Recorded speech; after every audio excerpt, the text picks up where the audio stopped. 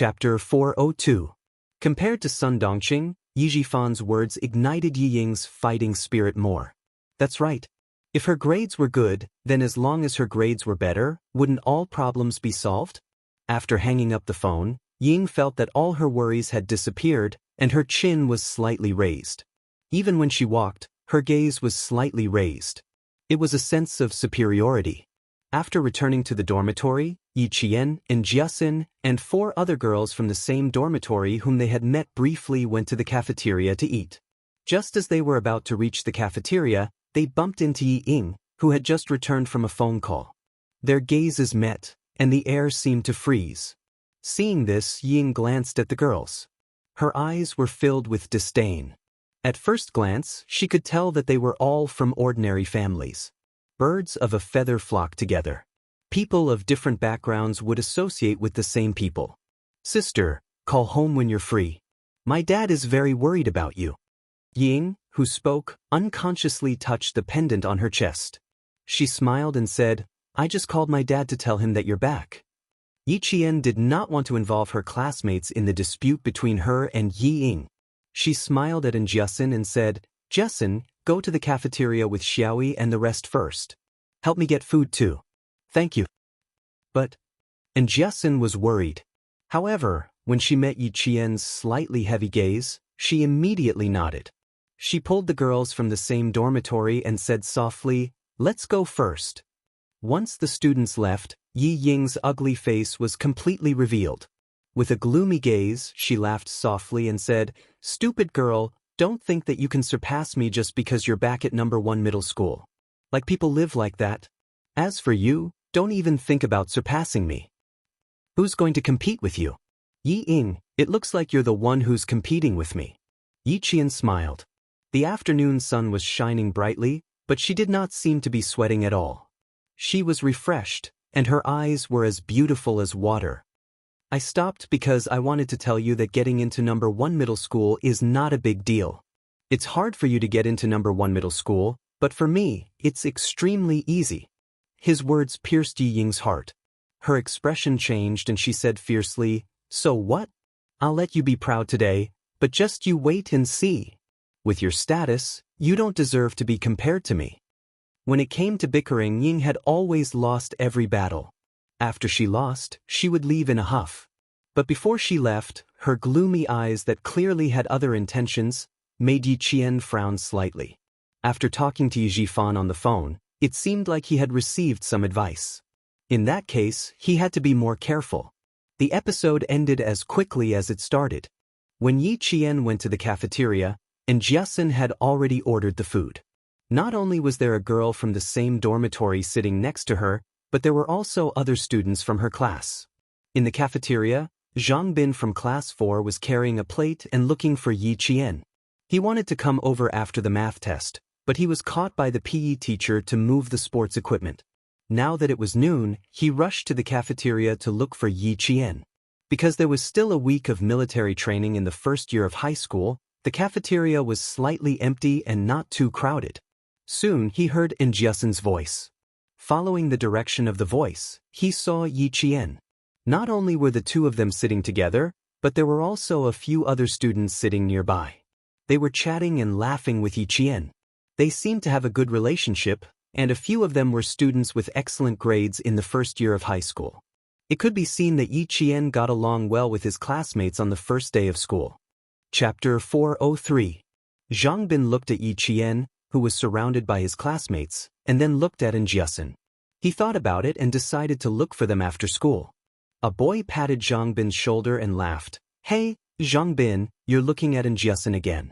If you really like her, why don't you write her a love letter? It's good to let her know. But you have to be careful. Don't let the teacher find out. Their homeroom teacher, Miss Tong, is quite nice, but she can be quite scary when she's strict. What are you talking about?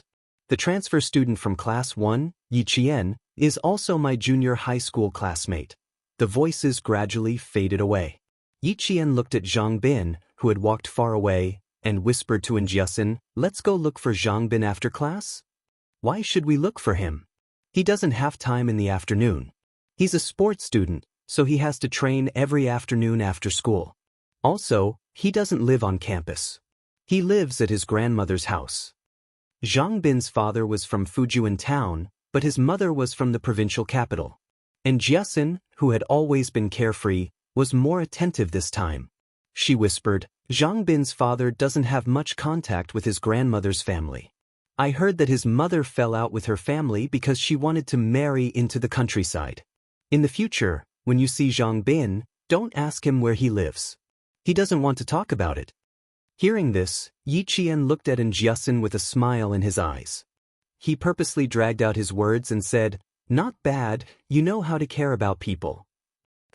Care about who? The girls who didn't hear everything came closer. Soon, they were all laughing together again. Under the sunlight, the second-year students who hadn't entered the countdown to the college entrance exam were still smiling. Yi Ying, who had lost to Yi Qian again, was slapping the tree leaves fiercely and cursing. Ying, over here. Everyone is looking for you. A girl blocked Yi Ying's path and pulled her toward Swan Lake without any explanation. It's an emergency. We didn't do our summer homework. Hurry up and help us. Thus, the girl was referring to was the classmates that Yi Zhifan had told Yi Ying to build a good relationship with. They were not from powerful families, but they were rich. When Yi Ying saw the girl, her eyes flickered. She smiled and said, Sure, but don't blame me if I do something wrong. She came at the right time. She was just thinking about how to deal with Yi Qian. TSK, you're the one with the best grades among us. Even if you're wrong, you're more correct than us. Let's go. The girl pushed Yi Ying's shoulders with both hands and said with a smile, It's an emergency. We have to finish it by noon.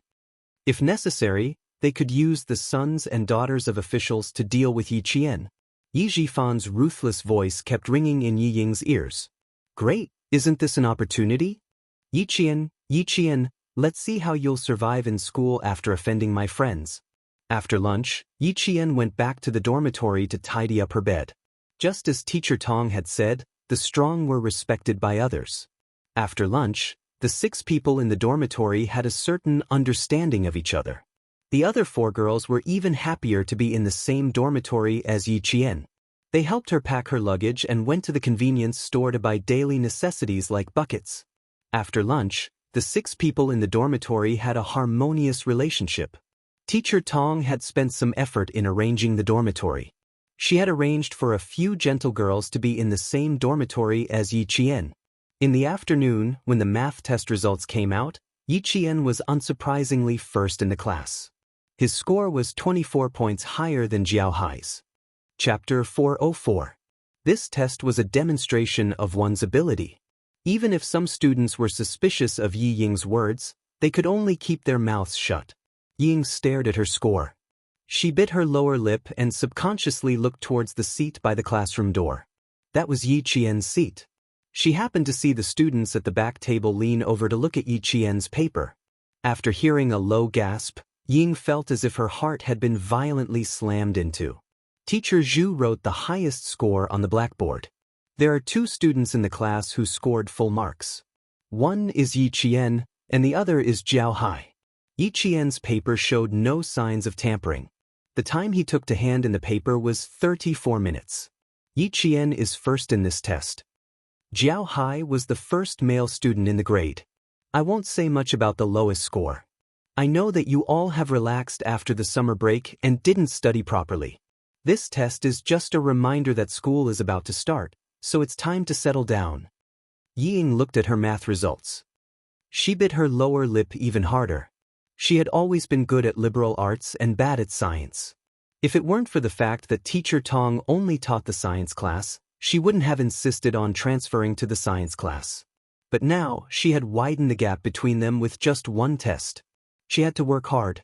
She couldn't drag her results down. She seemed to have thought of something. She touched her chest, tilted her head, and lightly glanced at Yi Qian, who was looking down at his paper. The corners of her mouth curved into a contemptuous sneer. So what if your results are good? This society relies on connections. It doesn't matter. You're just a small citizen with some achievements. You'll never be a big shot. Yi Jian raised her head. She knew who was looking at her. It was just a guy with delusions. Yi Jian thought to herself, He is just a guy with delusions. Teacher Zhu only explained a few key questions in class. She then said to Yi Qian, come up and explain the solution to the last question. Connect the points O and M of the circle, and make the string MN. When Yi Jian was explaining, her voice was particularly soft, and it had a magical power that could make people focus all their attention on one point. Cicadas were chirping outside the window, and there was only the sound of the leaf fan hanging on the ceiling rotating in the classroom. All the students in the class were listening to her explanation carefully, and there was no extra sound. Only when the value of point N is taken on a semicircular arc that does not include point M. Our answer is obvious. Yi Jian wrote down her analysis step by step on the blackboard as she explained the questions. Some white chalk foam fell on her black hair. As she turned around, the ends of her hair swayed slightly, and the white powder fell off. The math class passed by quietly. Yi Qian's analysis process was written on the blackboard. Some students were still copying the answers on the blackboard step by step. There were also students who took their test papers to answer Yi Qian. The students who asked the questions had forgotten that Yi Qian had taken a year off from school and skipped a grade to enter the second year of high school. It had only been a day, but they all had the feeling that they had been in the same class as her all along. It was as if they had known each other for years. Just as Teacher Tong said, Yi Qian never rejected her classmates' questions. However, she had a good grasp of her limits. She didn't know how to solve everyone's questions. She imperceptibly told her classmates her principles. She couldn't help them all the time. In the end, they still had to rely on themselves. Class 1 was a class that didn't relax even after class. They listened attentively in class and discussed enthusiastically after class. They only returned to their seats after the bell rang for language class. Chapter 405. Ms. Tong was also holding the test papers from the morning. She handed them in groups and then distributed them to the class. At the age of 52, she stood on the podium and scanned the class with a serious look. After a summer vacation, I believe that all of you have a better understanding of your results. The winner of this test is Yi Jian, who won first place in mathematics and literature. I won't criticize or praise anyone. It won't be too late to talk about it after the test at the end of the month. Yi Qian's ability in this test is obvious to all of you. I don't want to hear any bad rumors in class in the future. Do you hear me? Other than Yi Ying, the rest of the students raised their voices and replied, yes, we heard it. Okay, let's arrange the seats according to height. The taller ones can stand at the back. Ms. Tong only said a few words about the test and used the rest of the time to arrange the seats. Even though she didn't say anything, all the students understood that the difference of 1 point could be as big as the difference between heaven and earth. 1 point higher could get them admitted to a key university. 1 point lower could mean they would fail. Ying lowered her head, not because of her score, but because of Ms. Tong's words. The corners of her eyes turned red as she lowered her head.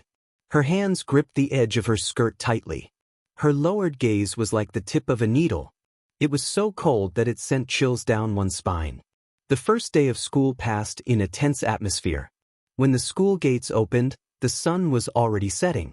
Half of the sky was covered in a gorgeous glow. The students who didn't have boarding houses left the school in groups of 3 or 5. After a while, the boys rode their bicycles and brushed past the girls, leaving behind their whistles and screams. Xia Jinyuan looked at the group of youthful high school students walking out of the school and couldn't help but smile. Not bad, little Fox is also in her second year of high school. The tall and slender man stood elegantly at the school gates with his hands in his pockets. His reserved and elegant temperament had already attracted the attention of countless students. When they saw his face clearly, several high school girls covered their mouths and deliberately walked past him with blushing faces. Yi Qian rubbed his forehead helplessly. Didn't he know to find a less crowded place to wait for him? Do I have to stand at the school gate and wait for wave after wave of students? It was too eye-catching to go over like this. Yi Jian was still thinking about going over later when she saw Yi Ying, who had gone out with the other students, standing in front of Xia Jinyuan. He was surprised that Yi Ying knew him too. How could Yi Ying know him? However, she had laughed and said that she thought he looked familiar, so the girls started to tease her. Then it must be fate. He looks like he's waiting for someone. I wonder whose brother he is. Go and ask him. Then he was shoved in front of Xia Jinyuan, which was what Yi Qian saw. The little girl was fooling around in front of him. Not only was her eyes wanton, but they were also flickering.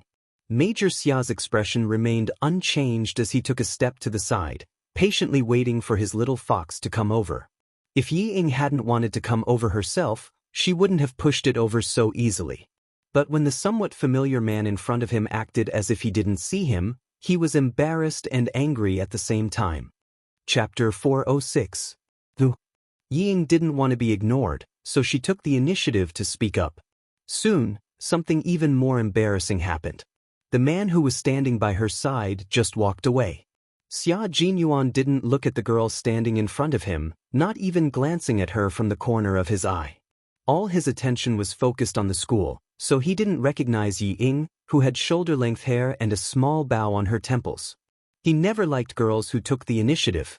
When he heard their self-righteous whispers, a trace of disgust flashed across his eyes. Out of gentlemanly behavior, he just walked a little further away to wait. 20 minutes ago, he asked the school guards to look for her in class. Now that the guards had all returned, she was the only one who hadn't appeared. She probably saw him standing at the school gate where students were coming and going and didn't want to come over. It couldn't be helped. The girl was thin-skinned and didn't want to be close to him. She didn't come out not because she didn't come out, but because she wanted to wait until there were fewer people. Therefore, Major Xia did know Yi Qian well. Ying, you help me find out. The girl who had always been close to Yi Ying was someone Yi Ying wanted to befriend, and whose parents worked in the government, urged Yi Ying to step forward. Ask him who he's looking for, so we can find out more about him in the future. When a 16 or 17-year-old girl became bold, it was really hard for people to take it. Yi Ying didn't want to embarrass herself, but she didn't want to reject the girl's request either. She smiled gently and said, "We can ask the school guards and see if they know who he's looking for. Isn't that better? It won't seem like we're taking the initiative, and they'll know what we want." "Oh Ying, why are you so smart? Let's go ask."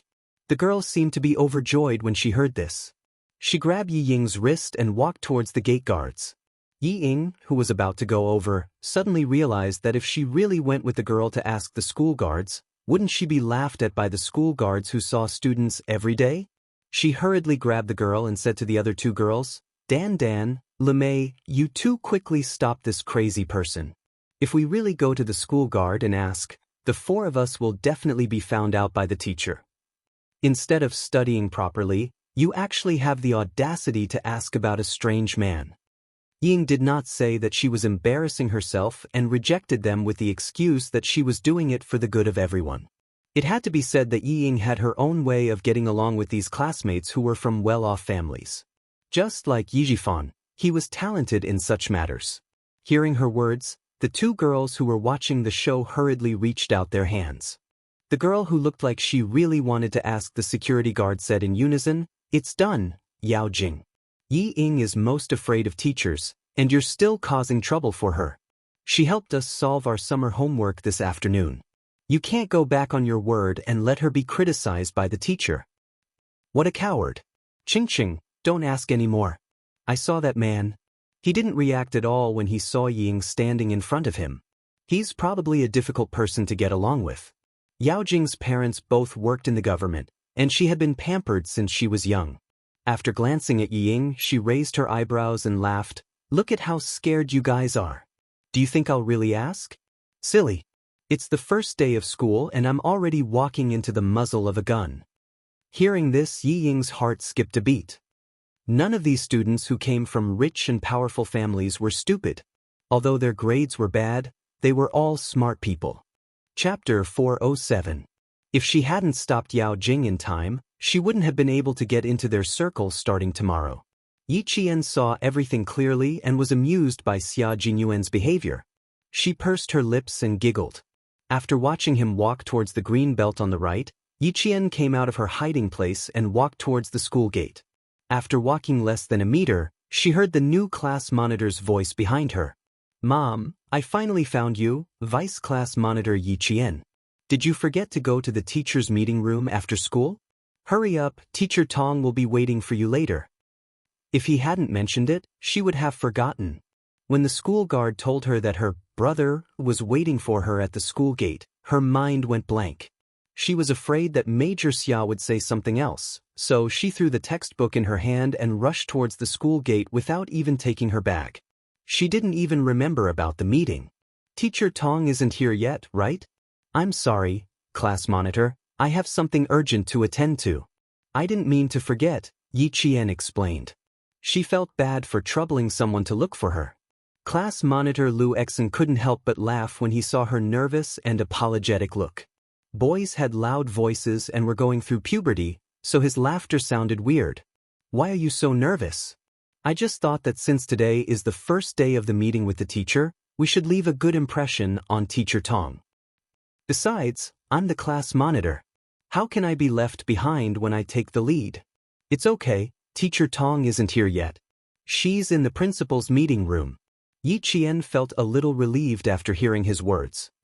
Just as Lu Xian said, she was indeed a little nervous. When dealing with male soldiers, she could be rough with them. However, when dealing with students, Yi Qian inevitably had to be stricter with herself.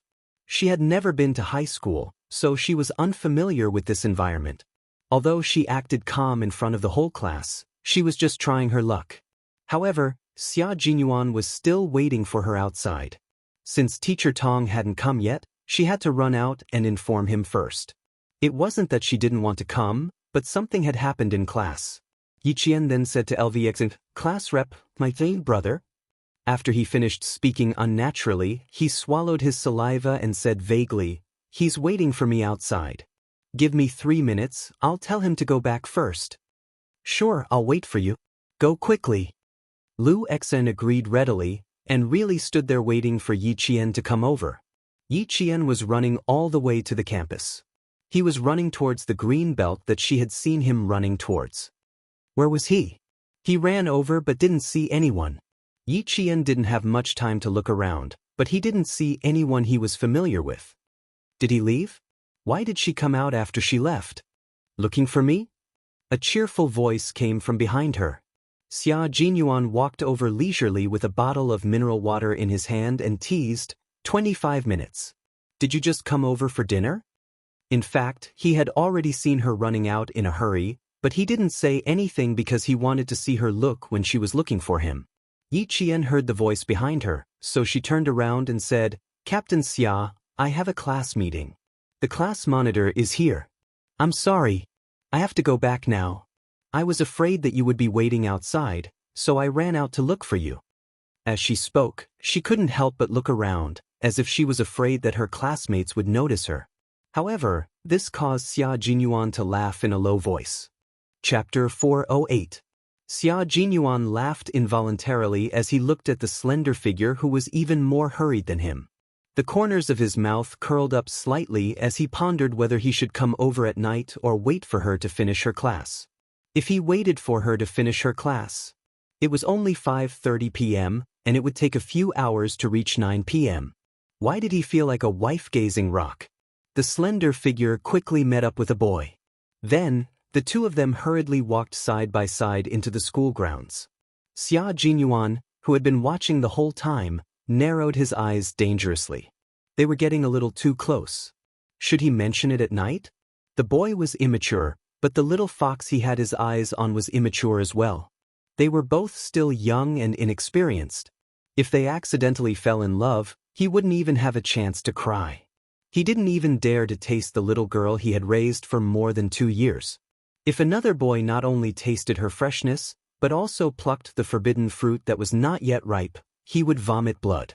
Thinking back to his high school life, the young masters in the capital all matured early. There were a few who had some money at home, and as soon as the fertility function was put to use, they would immediately find a clean and pretty lady and play with her happily. The boys nowadays were much more daring than before. They weren't even fully grown, yet they already had the bad habit of getting physical. No, he had to remind the little fox to set her sights higher. She couldn't be blinded by a little boy who was still wet behind the ears. In the school grounds, Lu Xen saw a camphor leaf fall into Yi Qian's shoulder-length black hair. He raised his hand to remove it, but Yi Qian moved sideways faster than he could raise his hand. He dodged to the side and laughed. "There's a leaf in my hair?" "Camphor leaves. Our school has a lot of camphor leaves, and leaves often fall into the hair of girls." Lu Xian, who was able to become the class monitor despite not having the best grades, immediately thought of something and explained, "Us boys often help girls remove leaves from their hair because of this." "Don't mind." Yi Qian smiled and said naturally, "I thought it was a bug and got a fright." This was how she interacted with her students. She couldn't directly say that she didn't like anyone to be close to her or have any intimate contact with her. There are insects too, but it's spring now. In the future. Lvxian didn't take it to heart. Everyone was getting to know each other, and he was indeed a little rash just now. Moreover, a beautiful girl like Yi Qian with good grades would more or less have her own principles. Xia Jinyuan saw this scene and his sexy thin lips curled up into a smile. His little fox was quite principled. At the very least, she was still not used to having even the slightest bit of intimate contact with other boys under normal circumstances. Xia Jinyuan glanced at the school gate, where his little fox was nowhere to be seen. He was about to wait outside the school when he received a call from Xia Yiwei. He continued to stand under the shade of the tree and answered the call with a smile. "Do you have any orders for me again?" In the principal's meeting room, Principal Chao gestured for the teachers to circulate the photocopied documents in his hand. There were many teachers' meetings during the start of the school year, and this time, the teachers attending the meeting were the form teachers of the second and third years. Social practice activities will be fully implemented this year. Our province's #1 middle school has taken the lead.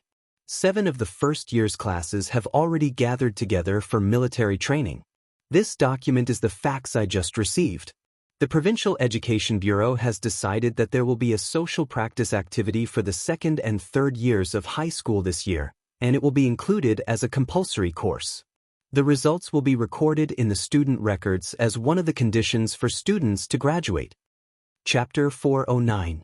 Principal Chao sat at the head of the meeting and said seriously, "This is a practical activity to improve the students' ideological and political awareness, stimulate their patriotism, and strengthen their national defense and national security awareness. Therefore, our school must follow the arrangements closely and complete all the social practice activities for the second and third year classes in the second half of this year. In the meantime, the school will set up a student military training leadership group. Under the leadership group, the military training team will be responsible for the implementation of the students' military training and actively cooperate with the military training team to complete the arrangements and meetings for the second and third year classes." All the form teachers took the documents and read them. When they saw the military training schedule, they were all relieved. Fortunately, it did not take up the class time. The holidays were fine, they would definitely support it. Also, it was fine to let the delicate students get rid of their squeamishness. Principal Chao, who ended the meeting in less than 10 minutes, did not return to his office. Instead, he rushed to the school gate. After the meeting, Ms. Tong summarized Principal Chao's words and told the class committee. Yi Qian thought that she could not go back to the village to accompany Grandpa Zhen on October 1st. She did not think that she could not have fun during the holidays. She only wanted to go back to the village during the holidays. "My dad said he would take me to Mount Huangshan during the 7-day break. Now it's over." After Ms. Tong left, the lifestyle committee member, Wang Rui, complained, "Why are we so unlucky to have a 7-day break to participate in the military training this year?" "Don't complain. Didn't you hear what Teacher Tong said? This will be recorded in the students' records as one of the conditions for graduation." Lvxian did not have any objections. He said happily, "I think it's pretty good. My dad said that if I don't get into university, I will join the army after high school." "That's a good idea. However, I heard that being a soldier is very tough." Another boy laughed and said, "So what? I think it's pretty good to be a soldier. Lvxian, why don't we make an appointment? If we don't get into university, we will both join the army." Wang Rui complained about not having a holiday. Lvxian casually changed the topic. When everyone heard that there was military training during the 7-day break, their depressed mood rose again. This was also the role of the class monitor. Other than the lifestyle committee, literature committee, and vice class monitor who were all girls, the rest of the class committee were all boys. When it came to joining the army after graduation, the boys were quite interested. Yi Qian saw that they were in a heated discussion.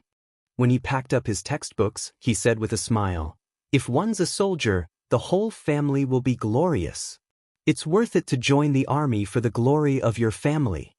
This was an indispensable slogan for the annual conscription. When a girl from Yi Qian said it, the boys all burst into laughter. The arts committee member, Ying, snorted in disdain. Graduating from high school and becoming a soldier? Wasn't he just a poor soldier? How unambitious. You guys continue your discussion.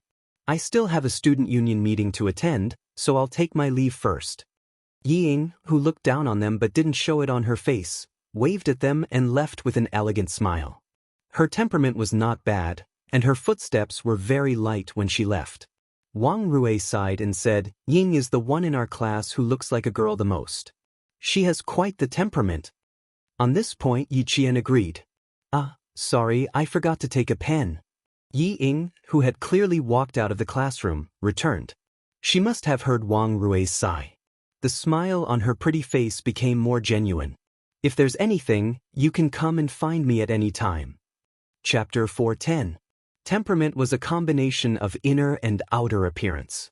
Ying, who did not say what she thought. Yi Jian smiled and looked at Yi Ying, who had deliberately turned back and said that she had forgotten to take something. Yi Jian had clearly seen through Ying's thoughts.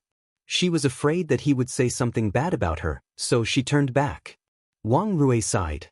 No wonder she was so proud. Ying thought too highly of herself. She had always been wary of Yi Jifan, who had personally sent her daughter to become the wife of a high school official. This person was the one she was most wary of. She looked at the time. The small meeting had taken half an hour. Xia Jinyuan shouldn't be waiting outside. Yi Qian wasn't sure if he was waiting. After thinking for a few seconds, she finally ran to the school gate. After the last rays of the sun disappeared, the sky was gray. Standing at the school gate, Yi Qian grabbed the railing with both hands and looked around. After confirming that there was no familiar figure, she returned to the dormitory. She left easily. Before leaving, Mr. Xia started the car and looked at the school through the rearview mirror. When he saw the gate slowly closing, he stepped on the gas and left. He returned to the hotel and parked his car. Just as he was about to enter the hotel lobby, he heard the sound of a car horn. After 2 beeps, Xia Jinyuan realized that it was him. He turned to look. "I thought my eyes were playing tricks on me. So it really is Major Xia." Principal Chow got out of a black car that was about to drive out of the hotel. The car door opened but didn't close immediately. In the remaining light of the sky and the hotel's streetlights, Xia Jinyuan saw a clean figure sitting on the other side of the car seat, elegant but with habitual indifference. He had a good memory, especially as a Special Forces soldier. As long as he took a second look at someone or something, he would remember it. Although the person in the car didn't get out, Xia Jinyuan already knew who he was. Qin Xiu, the most talented son of the diplomatic Qin family. Xia Jinyuan met Qin Xiu during a diplomatic meeting between the two countries. He was in charge of the security of the country's leaders. Qin Xiu was the leader's interpreter. Including yesterday, they had met twice. "Headmaster Chow, hello." Xia Jinyuan, who was dressed casually, nodded slightly and asked with a smile, "Sorry for troubling you last night, Principal Chow. I didn't expect you to be so busy with Yi Qian until midnight. It wasn't convenient for us to go back to school, so we had to stay in a hotel for the night." Qin Xiu, who was in the car, slightly moved. Qin Xiu narrowed his eyes. It turned out that she had helped the criminal police unit to find the needle in the sea of people last night. It seemed that not only was she stunningly beautiful, she was also quite capable. Qin Xiu's slender, artistic hands gently flicked on his knees. His mind flashed back to yesterday morning when he saw the girl's face through a piece of glass. She seemed to be full of sunshine, stunning him. And this student is quite patient. Thinking about how she accompanied him for more than 40 minutes at noon yesterday, Xianxia's thin lips curled up slightly. She was quite an interesting girl. Xianxia didn't know Xia Jinyuan. In his impression, he had never met Xia Jinyuan before. He, who didn't get to know people easily, sat in the car leisurely, enjoying the air conditioner and waiting for the greetings to end. I won't be joining you tonight, I still have something to do here.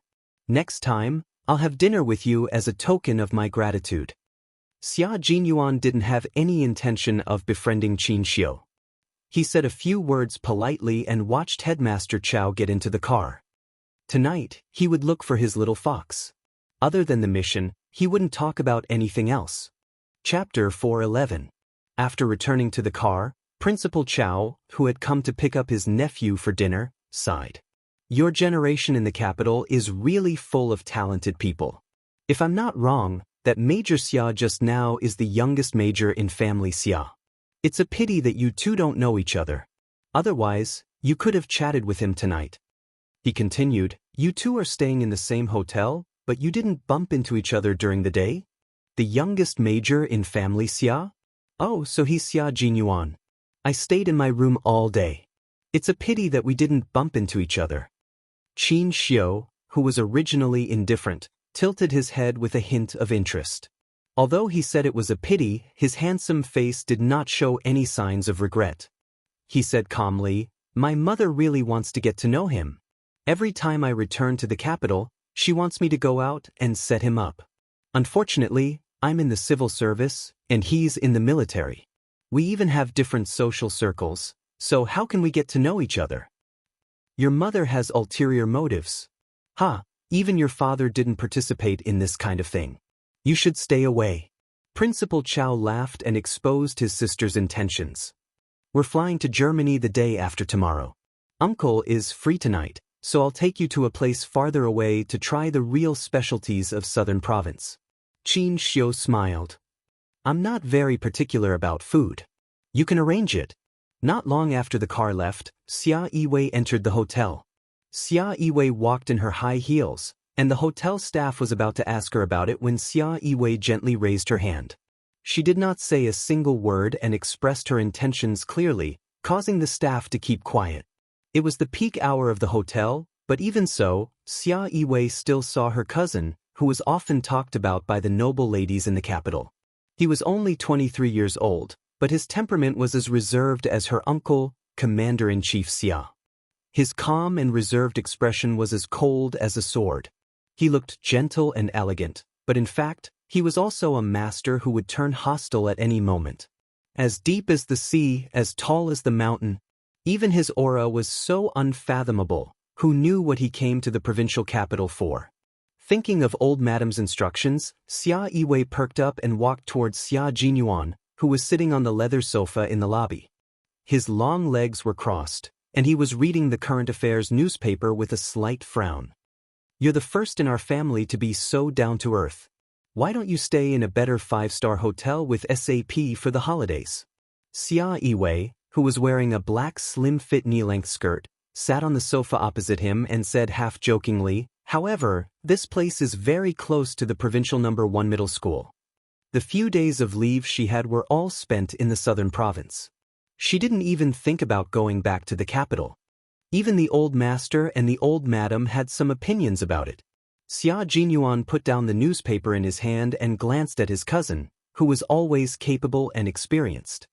He raised his slender eyebrows and said half-jokingly, I'm learning from you.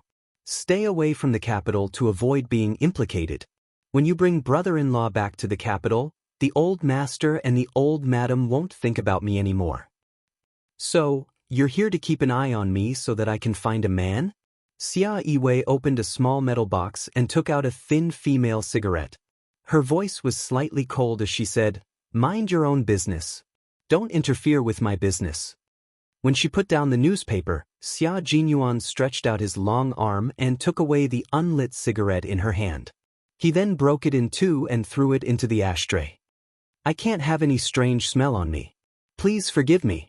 I know you can't have any strange smell on you. I just took it out to smell. Xia Yiwei glanced at him lightly and said, The old madam gave me her phone number. You should at least go back to the capital and take a look. Chapter 4:12. After Xia Yiwei finished speaking, the elegant Xia Jinyuan calmly continued. Madam Dowager told me to meet you more often during my stay in the provincial capital and to bring up the topic of marriage and children. She also said that she has yet to marry a granddaughter and is full of regrets. She is counting on you to fulfill her wish. The woman's face gradually turned cold, but he continued speaking unhurriedly. Madam Dowager is the fourth leader of the Ministry of Culture since the founding of the country. Comrade Xia Yiwei, have you forgotten? The Ministry of Culture is a place to promote communication. Madam Dowager is the best at confiding in people. She is an expert in cleansing people's minds, bodies, and souls. I haven't even mentioned Madam Dowager, but you've already brought her up? She meant that both of them had been warned by Madam Dowager, but she also hinted that she was only in contact with one of them. Madam Dowager didn't mention anything about her contacting you in front of me. Xia Yiwei rubbed her forehead. If Madam Dowager wasn't so passionate about art and culture, she could have become the fifth leader of the Ministry of Foreign Affairs. Sure enough, even though she was old, as long as she was intelligent, the younger generation in the family was still no match for her. Xia Jinyuan glanced at Xia Yiwei, who had been tricked by Madam Dowager and had taken the initiative to listen to him urging her to get married. He calmly repeated what Madam Dowager had said. She's 34 years old. If she doesn't get married soon, her family Xia will have the first unmarried granddaughter. Madam Dowager said that she was too ashamed to retire in the capital and planned to return to her hometown. After listening for 5 minutes, Xia Yiwei felt like her head was about to explode. It was more tiring than working for a week. She was mentally exhausted. She waved her hand. She was so tired that she dragged her legs and stood up. I've never seen you. You've never seen me. What else? Xia Jinyuan also stood up and looked at his cousin who was trying to escape. The smile on his thin lips was somewhat unfathomable. Sister, you must have forgotten to say something. I won't mention that high school student either. Xia Yiwei raised her eyebrows and stretched out her hand. I hope we have a pleasant cooperation. Pleasant cooperation. Xia Jinyuan stretched out his hand. Both of them had secrets that they didn't want their families to find out, so cooperation was the most pleasant. Otherwise, he wouldn't have driven back to the hotel and would have waited for his little fox at the school gate. I have something to do at 9 o'clock. Miss Xia, don't call me unless it's an emergency. Xia Jinyuan put the newspaper away and said to the successful woman who had reached a consensus, Now, I need to leave. I won't wait for Miss Xia. Goodbye. Burning the bridge after crossing the river was actually referring to him. After taking 2 steps, Xia Jinyuan suddenly turned around and smiled gently at the expressionless Xia Yiwei. A good man is also afraid of a strong woman. Sister, it's okay to lower yourself occasionally. There's no need to be too reserved. Just like me. Tidying up his clothes, the smile on his handsome face had a deep meaning. Sometimes, I have to make the little fox I'm raising feel guilty and occasionally show my maturity so that she can only think that I'm qualified to be her partner. Chasing a little fox was a protracted battle. He had done all the preparations. In the classroom, Yiqian glanced at his watch countless times as he flipped through the revision materials. Captain Xia said she would look for her tonight. She wouldn't really come, right? Chapter 413. He didn't go back to school last night. Could it be that he won't go back to the dormitory again tonight? No, I can't agree to let him go out. The dormitory teacher will check the dormitory tonight. But since he said he would come, based on my understanding of him, Captain Xia, who was a man of his word, will definitely come. Could it be that he came to school to look for me? That's not likely. The boarding system and management of the dormitory in the province were quite strict. How could the school guard let a strange man in at night? Climb over the wall? When she suddenly thought of this possibility, Yiqian couldn't help but laugh out loud. However, it was also thanks to such a convulsive thought that his drifting thoughts were slightly restrained. That elegant soldier from the special forces, a major, had climbed over the wall to look for him? The more Yiqian thought about it, the more she wanted to laugh. She didn't know that Xia Jinyuan was by the Swan Lake at this time. Not only him, but also Headmaster Chen. She might come back a little late tonight. It's a rare opportunity, so I'll take her to have a look. If Xia Jinyuan wanted to come over, of course he would do it openly. But then again, if it was just to look for Yi Qian, the major did think about climbing over the wall. But even Yu Lao was on his side, giving him the opportunity to take little Fox away. How could Principal Chen refuse something that would benefit Yi Qian's training? He smiled and said, I can leave you a back door, but Captain Xia, the girl still has to come for her morning self-study tomorrow morning. She can't get special treatment. Uncle Chen, don't worry. I'll bring her back before 1:30. Xia Jinyuan smiled calmly. Faced with the scrutiny of a world-class sniper, he said calmly, this training is for her replacement and will last for half a year. If it's possible, Uncle Chen, can you see if you can arrange some time for her to practice at night? Headmaster Chen looked at the young major in front of him, who was fighting for opportunities for the little girl, and joked, Captain Xia, you're investing, right? Investments are risky. Be careful that you don't lose everything. In the no man's land, he remembered the young major's words. He said that he wanted the little girl to not easily fall in love during the few years she was studying. He wanted her to reach a standard that only he could meet when it came to choosing a boyfriend. However, love had always been unpredictable. Sometimes, the person you liked was not as good as the person beside you, but you just had to fall in love with him. After a moment of silence, Xia Jinyuan sneered, Uncle Chen, I don't think this is an investment. This is a pursuit. I'm pursuing a good girl in my own way. It's just that she's still young and doesn't like to accept help from others. As for me, I'll point out a clear path appropriately. The rest is up to her to explore and move forward. Don't you think that I've been holding her hand and walking forward? When she needed help, I would not leave her. When she fell, I would be there for her.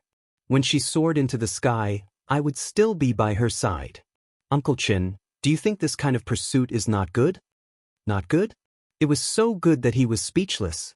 He was so affectionate. He was afraid that if the girl knew, would she run away? The girl was used to being independent. Suddenly, there was a man who could walk side by side with her, and he was also his comrade. Principal Chen seemed to see how hard the major's pursuit was. Chapter 4:14. He could foresee how hard it would be, and this young major would know as well. Uncle Chen patted him on the shoulder with a smile and said encouragingly, perseverance is one of the qualities a soldier should have. Major, you've done well. I won't just do well. I will do so well that she will see me as a comrade who will walk hand in hand with her for the rest of her life, a comrade with double identities. Xia Jinyuan smiled and looked in the direction of the school building. The classroom was brightly lit. Yi Qian didn't know that someone was waiting for her outside until a boy behind her asked her a math question.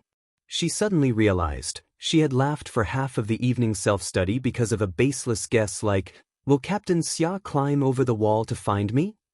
Classes were classes. Even during self-study, she couldn't think about things unrelated to her studies. Not even Captain Xia. Soon Yi Jian, who had sobered up, adjusted her state of mind. During the second half of the evening self-study session, she had completely calmed down. She no longer let her imagination run wild, and she no longer thought about Major Xia, who had inadvertently disturbed her state of mind. The bell rang and the originally quiet campus became a boiling cauldron of voices. Yi Qian carried her revision materials and walked towards the dormitory with Jiasin and the 4 girls in her dormitory. They chatted and laughed. When they were close to Swan Lake, Yi Qian saw a familiar figure pass by under the dim street lights. She choked on her words and coughed. Even though he only passed by under the street lights, Yi Qian knew very well that the person she saw was Major Xia, the person who made her unable to study properly during the first half of the evening self-study period. Xia Jinyuan. He really entered the campus. He didn't really climb over the wall, did he? Yi Qian coughed even harder at the thought of this possibility. You were fine. Why are you coughing? Did you catch a cold? And Jiasin asked nervously. My mom prepared some cold medicine for me. I'll take some when I get back to the dormitory. Last night. You didn't come back last night. Did you catch a cold last night? Yi Qian, who had finally managed to stop coughing, felt his heart pounding because of her words. Last night, she had slept with Captain Xia, in a hotel and had almost hit him. He hurriedly said, "I'm fine, I'm fine. I didn't pay attention when I was speaking just now, so I choked. Oh right, I forgot to take the revision materials that I wanted to read tonight. You guys go back to the dorm first, I'll come back later." All right, go quickly. I'll get the hot water for you. You can take a shower when you come back." And Jiasun could tell that there was nothing wrong with her voice. She had always been carefree, so she didn't think much of it. She just frowned and reminded her, "Then come back early. Don't forget the time when you're studying." After saying that, he pulled the girls in the dormitory and left while talking about some interesting things. There weren't many students strolling around Swan Lake at night. Only those students who were secretly in love would take the risk of being spotted by the patrolling teacher's flashlights. They would hide in a corner and talk about love while feeding mosquitoes. Yi Qian obviously didn't think much of it, but when he saw a flashlight suddenly shining from the darkness, he was so scared that his heart jumped and his scalp instantly tensed up. "What are you afraid of?" Xia Jinyuan, who was standing in the dark, asked in a low voice. He was quite far away, so his voice sounded weak. His voice, which was much lower than it was during the day, was like the charm of the night. It was so low that it was full of magnetism that made people blush. It was like a lover whispering in his ear, waiting for him to say even sweeter words of love. Chapter 4:15. He didn't walk out immediately. Instead, he admired her cautiousness and observed her sly, fox-like side. He let the dark night become his natural cover, allowing his eyes to admire everything about her without any scruples. "Captain Xia, why did you really come?" As soon as he spoke, Yi Qian could find him accurately even though he was hiding in the dark. An excellent sniper was able to accurately pinpoint his target while observing his surroundings. Yi Qian was an excellent sniper who had entered the military academy as a special forces soldier. It was a piece of cake for him to find Xia Jinyuan, who was only 2 meters away from him. Xia Jinyuan, who was in a good mood, curved his sexy thin lips. As she got closer, his eyes flashed with a dark light. It was a dangerous light that made people wary, but it was also a light that attracted women. "Didn't I say that I would look for you tonight? I will never go back on my words." The corners of his lips curled up as he stared unblinkingly at Yi Qian, who looked a little unnatural. Xia Jinyuan felt like a cheetah waiting to pounce, patiently sharpening his claws as he waited for the beautiful little fox to come over. When Yi Qian heard this, she looked up to ask him how he got into the school compound. Suddenly, a flashlight swept past her head, illuminating Xia Jinyuan's handsome face for about 3 seconds. She saw the faint smile at the corners of his mouth. She saw a man with elegant features staring at her with a dangerous gaze, as if he was staring at his prey. Yi Qian's heart suddenly tightened and she instinctively took a step back. Even in the dark, this man exuded elegance from head to toe. She saw danger emanating from him. Alarmed, Yi Qian only wanted to escape at this moment. When she took a step back, Xia Jinyuan instantly understood that something had happened when the flashlight flashed. He was very clear about the expression on his face and the light in his eyes. It was the expression of a hunter who wanted the little fox to have nowhere to run. His eyes were filled with the light of a hunter who was determined to catch the little fox. Xia Jinyuan muttered in his heart, "Bad news." He instantly adjusted his expression and said in a low and hoarse voice, "Let's go out tonight. I'll take you to a better place. From now on, you can go out for an hour and a half every night, and then my friend will send you back." Yi Qian, who was already on guard, didn't think too much about it and refused without hesitation. "No, I'm going back to the dormitory to study tonight. I didn't come back last night. My roommates didn't say anything, but they clearly didn't want me to stay out late." The look in his eyes just now was too frightening. It was as if she was his prey and he was the beast waiting for an opportunity to prey. She really didn't like this feeling. "How about this? I'll go ask Uncle Chen. If he agrees, do you agree as well?" It wasn't easy to close the distance between the two of them. Xia Jinyuan didn't want to ruin his plan because of a flashlight. Fortunately, he had already chatted with Uncle Chen for half an hour before she came. If she asked Uncle Chen's opinion now, she would definitely have to leave with him. Principal Chen's dormitory had a phone installed, so he could contact him anytime. But why did it sound like he was so sure that Uncle Chen would agree? Could it be that he was brought in by Uncle Chen? Yi Qian thought to herself. Since he dared to call Uncle Chen, the place he was taking her to must have something to do with training. As long as it was something related to training, Uncle Chen would agree. Chapter 416. Headmaster Chen, who had been waiting for the call, picked it up and said, "Girl, Captain Xia is here to bring you there. Since our target is a special forces soldier, you have to know how to fly in the sky and run underground. The way back is to run underground. Go, you won't be at a disadvantage." He even told Yi Qian to come back later. "Girl, this is a good opportunity. Go with Captain Xia. It doesn't matter if you come back later. Just give me a call before you come back, and I'll pick you up from the back door."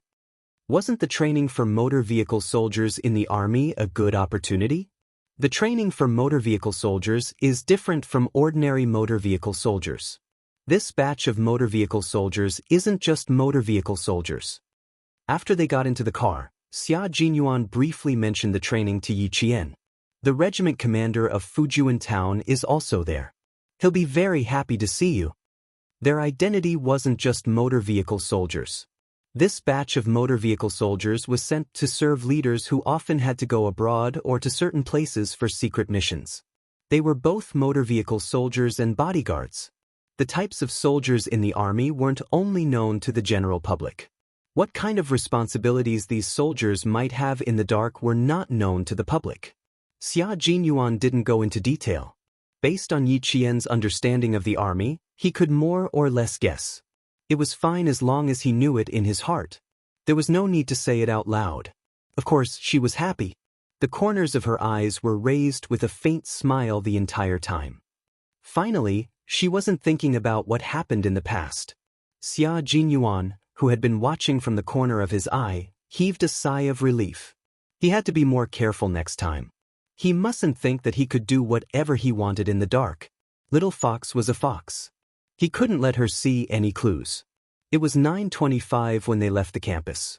After they got into the car, Xia Jinyuan increased the speed of the car to a speed that wouldn't allow the traffic police to issue a ticket. After they got on the ring road, they sped out of control for about 30 kilometers out of the city. At 10:20, they arrived at what looked like an abandoned factory from the outside. The southern province was in the midst of development and construction, and there would always be some investment projects that failed. This industrial park was intentionally failed and was enclosed by the government. Until now, it was still in ruins. There was no one within a radius of 40 to 50 miles. Even if there was a commotion inside, no one would be able to hear it from outside. As soon as the car came to a stop, Yi Qian turned off the engine and unlocked the car. His gaze was cold and sharp as he looked out of the car window. "Get off." Xia Jinyuan opened the car door first and gestured for Yi Qian to get out of the car. The sentries are standing guard outside. This is a military-restricted area. To outsiders, this is an industrial park that failed to invest in. And inside, what you see is another world. A sentry who was hidden in the darkness walked over with a gun in his hand. There was no light, and he relied on night vision goggles to carry out his duty. Xia Jinyuan took out his military officer's certificate and the pass he got from Uncle Chen. It was Yi Jian's pass to enter and leave the provincial military area. He passed it to the sentry and said, "Contact Regiment Lu and tell him that Xia Jinyuan is here with Yi Jian. Please pass." It wasn't just one sentry. There were at least 5 sentry nearby, and they were all hidden sentries. The atmosphere was rather cold, and there was a sense of oppression that would make people afraid. However, Yi Qian felt very comfortable. She knew that this sense of oppression came from the hidden sentries. They were watching her and were always prepared for battle. After the sentry saluted, he immediately contacted the inside. Soon, he handed the ID in his hand to Xia Jinyuan and saluted again. "Major, please give me the car keys. Thank you for your cooperation." Chapter 417. Outside vehicles were not allowed to enter, even if it was a car driven by Xia Jinyuan himself. It had to be driven to another location by the sentinel. The car keys were given to the sentinel. Yi Qian watched as the sentinel started the car and drove off into the darkness without even turning on the headlights. It was as if the car had its own headlights. There wasn't even a jolt as the car disappeared before his eyes. These sentinels also need to be sent to the higher-ups. They are all elite soldiers selected from the army. Xia Jinyuan looked at Yi Qian, who was stunned by the sentinel's display of skills, and smiled faintly. You will be training until the end of the year. If you're not afraid of tiring yourself out, you can come over every night. I will arrange for someone to pick you up. Upon hearing this, Yi Qian's eyes lit up. They were as bright as the stars in the sky, shining brightly. No, I'm not afraid of tiring myself out. The evening self-study session ends at 9 p.m. I will be at the back door at 9:05 p.m. sharp. This was the downside of living in a dormitory. There was no free time at night, so you had to attend evening self-study sessions. Are you that interested? Let's go, little fox. The training is from 10:30 p.m. to 12 p.m. I need to send you back to school before 1:10 p.m. In the dark, Xia Jinyuan naturally held Yi Jian's hand and led her through the dark industrial park that was surrounded by steel bars and scrap iron. Step by step, they walked towards another world that Yi Jian was not familiar with. He had said that he would hold her hand and lead her to a path where they could walk side by side. Then, he would let go of her hand when the time was right, so that she could have her own space to explore her own world. As long as he existed in her heaven and earth, Yi Qian's mind was already captivated by the mysterious training that was unknown to the outside world. She didn't even notice that her hand was being held by a pair of steady and strong hands. With him leading her, even if the path ahead was dark, there was no fear. There was only trust. They passed through 2 abandoned factories that were only 5 stories tall. Just as they were about to approach the 3rd building, Yi Qian suddenly felt a tremor in the ground. It was as if something was shaking underground. It was quiet outside, and there was no light inside. Apart from the tremors underground, could it be that there was another world underground? That's right, it's just as you thought. She paused slightly, and Xia Jinyuan could guess what she was thinking. All the training will be done underground. Firstly, it won't disturb the public. Secondly, it will avoid being noticed. Most importantly, it will prevent the news from leaking out. Otherwise, why would the country spend so much on the military? In such a great country, if you want the country to prosper and the people to be at peace, you must first have a strong army. Only with a strong army would there be a strong country, and the citizens living in a strong country would be able to stay away from the flames of war and live in peace. Major! A masculine voice came from the corner. Then a light flashed. Yi Qian saw a soldier in a training uniform standing in front of an abandoned staircase, waiting. Xia Jinyuan gently squeezed Yi Qian's palm and said softly, "This is the entrance. Remember, if you have time during the day, you can come here and take a look. The hidden sentries won't appear during the day, so you can come here anytime." Then he smiled and said, "Even homeless people won't come here during the day. There's no village ahead, no shop behind, and no food or drink. No one will come here during the day." It was even more impossible for a young woman to come here alone. If something happened to her, no one would know for a year. Chapter 418. That was what the commoners thought, but no one knew that this seemingly dangerous place was actually the safest place. It was a hidden military base. Although the hidden sentries would not easily reveal themselves, they would still appear in civilian clothes and send them away when they discovered any undesirable personnel. Xia Jinyuan did not say exactly how they were sent away, and Yi Qian did not ask. In short, they were not sent away in a polite manner. The soldier who came out to greet them was Lu Tuan's civil servant. He also knew Yi Qian. After saluting Xia Jinyuan, he said to Yi Qian, "Lu Tuan wanted to mention it to you several times, but it was not approved, so Lu Tuan could not say much." He did not say why Yi Qian was here tonight, but it was obvious that he had received orders. He smiled and told Yi Qian a few things that happened in the regiment. "After you left, those troublesome soldiers wanted to know the address of your school, but the political commissar scolded them and told them not to harm young girls." Hearing this, Xia Jinyuan felt that something was not quite right. He smiled faintly and said, "Troublesome soldiers? Why, are you in charge of dealing with troublesome soldiers?" He asked the civil servant coldly, "Who are these troublesome soldiers?" They don't have much of a background. They didn't finish college, and their families have some money and connections. The adults couldn't control them and sent them to the army to be trained. The civil servant did not notice the coldness in the Major General's voice. He continued to smile and said, after being taught a few lessons by Yi Qian, they all got heat stroke and became obedient after a few days. Yi Qian heard the coldness in his voice and thought that it was because of the troublesome soldiers. He smiled and said, they are a few self-righteous fellows who are a little educated and have some skills. The political commissar asked me to handle them, so I thought it would be a good opportunity to practice my skills. After teaching them a few lessons, they became obedient. The entrance was right in front of them. Xia Jinyuan, who had been holding her hand all this time, heard this and his thin lips slowly curved upwards. He was a little jealous here. What about her? Her thoughts were on a completely different channel from his. He was thinking about how to get her contact information from the thorn soldier. He was asking for a beating. She, on the other hand, was thinking about using the thorn soldier to practice her skills. She didn't think about anything else. In that case, it would seem that he was being too calculative. Be careful with your feet, don't step on empty air. When they went downstairs, Xia Jinyuan couldn't help but smile. He naturally raised his arm a little so that she could walk down the stairs steadily. Go inside, there's no railing outside.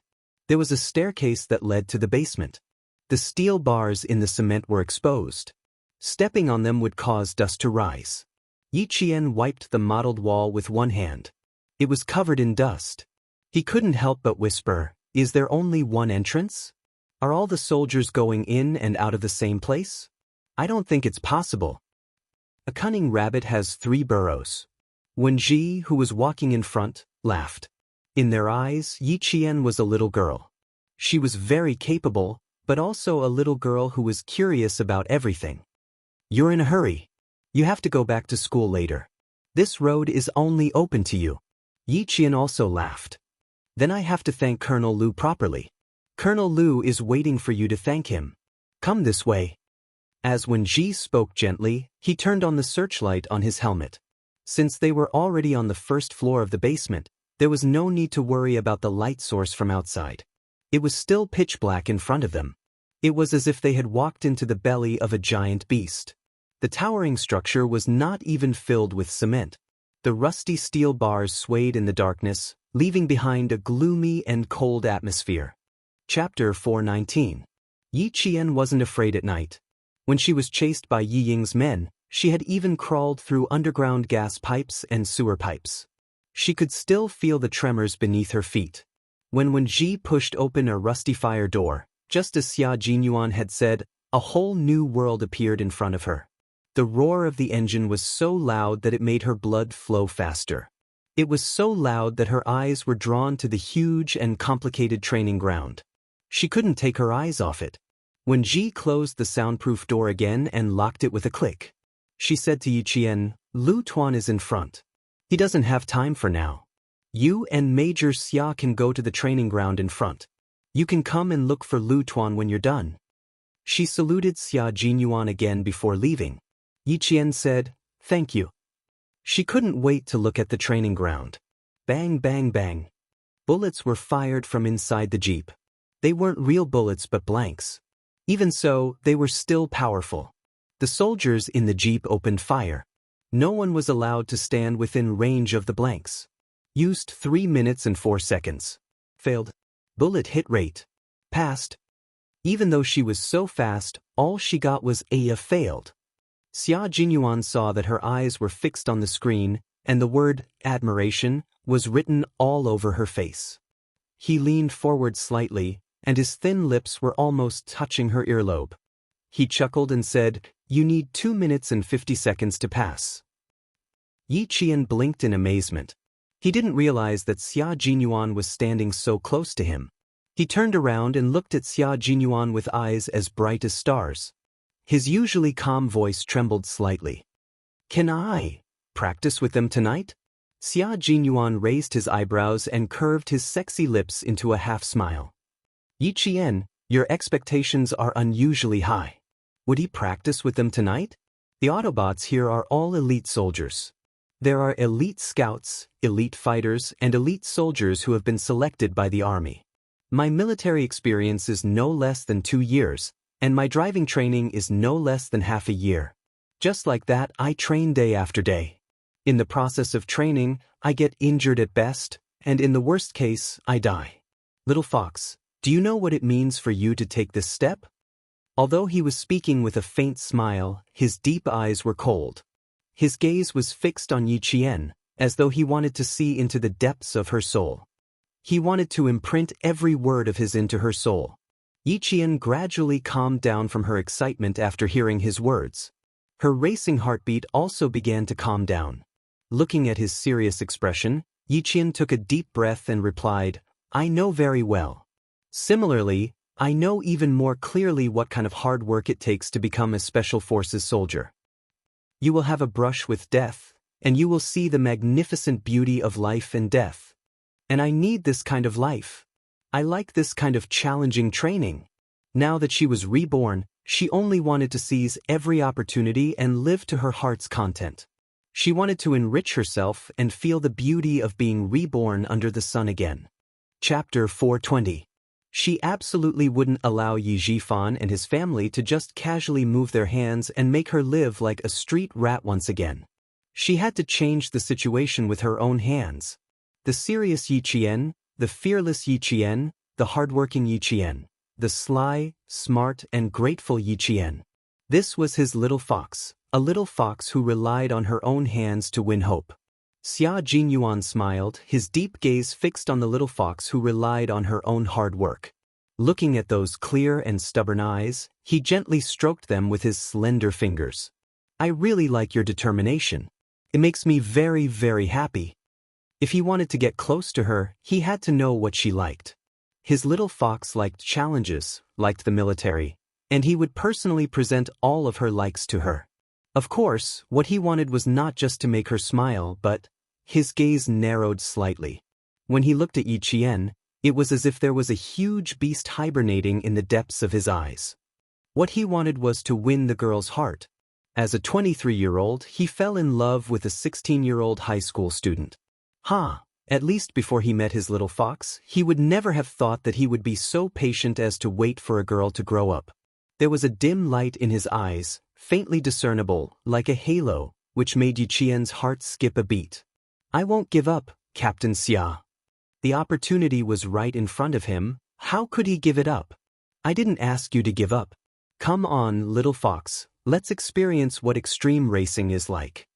Xia Jinyuan, who had retracted his hand, took the lead and walked to the left. Obviously, he was very familiar with this place. "I trained here for 3 months and was injured 3 times. The most serious injury was here." Walking in front, he suddenly lifted up his shirt until his smooth waistline was completely exposed. Sexy, perfect, showing off a man's strength. However, Yi Qian could not see his sexiness in his eyes. She only saw a hideous scar on his waist. It was quite wide, and there were fine stitches around it. Yi Qian's pupils contracted slightly. She even held her breath as she looked at the hideous scar that seemed to belong to an Eastern dragon. If this injury is a little more serious, it will directly hurt the spine. Not to mention driving, even walking will be a problem. When he mentioned the dangers of the past, his tone was casual, as if it was nothing worth mentioning. "Why did you build such a huge training ground only a few dozen kilometers away from the city instead of deep in the mountains?" The reason is very simple. Once there is an accident, you can immediately send it to the hospital for treatment. By choosing it, Yi Qian, you have chosen to dance with death. I gave you a chance to give up, but since you followed me, there is no turning back. There is no choice for you to regret. His shirt was pulled down as he walked. His unique low voice mixed with the sound of the high-speed engine, like the evening drum and morning bell, penetrated Yi Qian's eardrums and went straight to the depths of her heart. Xia Jinyuan's handsome face was cold, and even his eyebrows were stern. When Yi Qian first met him, even a slight movement of his eyebrows was enough to make people feel afraid. Sitting in a modified jeep, Yi Qian lowered her head and fastened her seatbelt. She met his gaze. "I never change my mind easily. This is the Yi Qian that Captain Xia knows. Chapter 421. Xia Jinyuan started the car, pulled down the handbrake, and stepped on the gas pedal. Amidst his laughter, the car was like a ferocious beast that had been released from its cage, heading straight into the darkness. The training grounds you saw just now are not suitable for a newbie like you. Now, I'll take you to see a suitable training ground for you. Xia Jinyuan smiled amidst the rumbling of the car. His eyes were fixed on the front as he rushed out of the training ground with Yi Qian. He even took out a pistol from the car and gave it to her. Hold this. Shoot when you see a target. On the spectator stand, Lu Tuan was looking at the recorded results. He pointed at the results marked with a red pen and said in a deep voice, "So far, only 12 people have a 100% passing rate. Are these the results you're showing me? Have you calculated how many months there are left before 12 people pass? Do you think that there are still a few more years and a lot of time for you to train? All you talk about is training every day. Where are the results? Where are the results?" The political commissar was looking at another report form beside him. When he heard Lu Tuan's angry rebuke, he knew that he had vented all the anger he had suppressed for the entire night. He closed the file and gestured for the battalion commander who was criticized to leave. "You're always so impatient. There's still time. Look at the results from September to the end of December. Combined with the time, I think they'll definitely pass. You're so angry the moment you come. No wonder sister-in-law doesn't like to come to the base at this time of the day." The political commissar was the only one who dared to provoke the regiment commander when he was angry. He took the report form from Lu Tuan and stuffed it into the hands of the soldiers who were not even out of breath. He smiled and said, "Let's go and take a look. Yi Qian, that little girl, really has the guts to come. I just saw Major Xia driving his old jeep to Basement 1. They were at Basement 3, and Basement 1 was the base level. We'll go later. That girl is very smart and learns everything quickly. I'm afraid she'll have finished her apprenticeship by the end of December. Old Yen, go and take a look at the front. We'll strive for a 100% passing rate by the end of October." At the mention of Yi Qian, platoon leader Lu's angry face softened a little. He then mentioned the training. "There will be a few leaders from the provincial military region coming over at the end of the month. If we don't get the results, we will be too ashamed to face them." Yi Jian was sitting in the front passenger seat. As the car came to a stop, the entire training ground fell into a dead silence again. The white lights illuminated the potholes on the ground, allowing her to see the black tire marks left on the ground by the friction between the wheels during the intense driving. Her heart was beating with a thump thump thump sound, one beat after another, following the rhythm of her breathing. However, her complexion was extremely bright, as if the sky was filled with peach blossoms, gorgeous and boundless. Xia Jinyuan was driving, and she was shooting. At over 300 kilometers per hour, she aimed at the targets that appeared out of nowhere and fired one shot after another. The beast-like jeep only stopped abruptly when the 15 blanks in the pistol were all used up. The sound of gunfire and the screeching of brakes mixed together to form a magnificent melody. It was exciting, nerve-wracking, and made the blood in her body boil. This was Yi Qian's first experience of training other than sniping. Xia Jinyuan looked at her and slowly curved his thin lips. "From tomorrow night onwards, you can continue training until December. It's only September now, little fox. You have enough time to climb to another peak." "Special forces? Little fox, since you want to become a special forces soldier, then you should start learning how to run underground from now on, then slowly learn how to fly in the sky." Chapter 422. Yi Qian didn't know about Xia Jinyuan's good intentions, but she knew that he admired her. She returned the gun in her hand, and the beautiful smile on her face faded as her heartbeat gradually calmed down. In an instant, the calm and indifferent Yi Qian appeared in front of her again. "I like it very much, Captain Xia. Thank you for giving me this opportunity. Opportunities don't depend on others. You have to seize them yourself." Xia Jinyuan took the gun, which was still warm from her body heat. He put his hand on the steering wheel and put the gun back in its original position. The modified jeep had a special position where the gun was placed. "Get out of the car. Let's see how high the hit rate is." The car door opened, and Xia Jinyuan got out of the car first.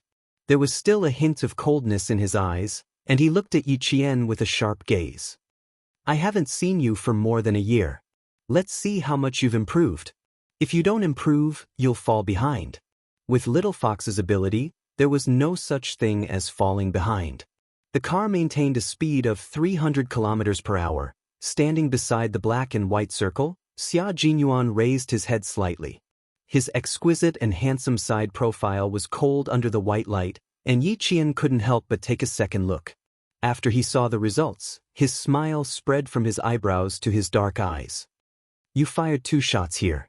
Both blanks hit the same spot. Interesting. Yi Qian looked at the results, raised his eyebrows, and asked, How is it? Are you satisfied? Quite satisfied. I'm even surprised. I didn't expect Little Fox to be so good.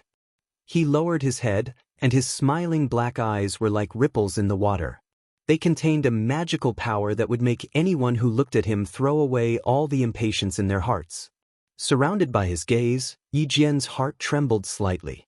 This man's eyes were too seductive.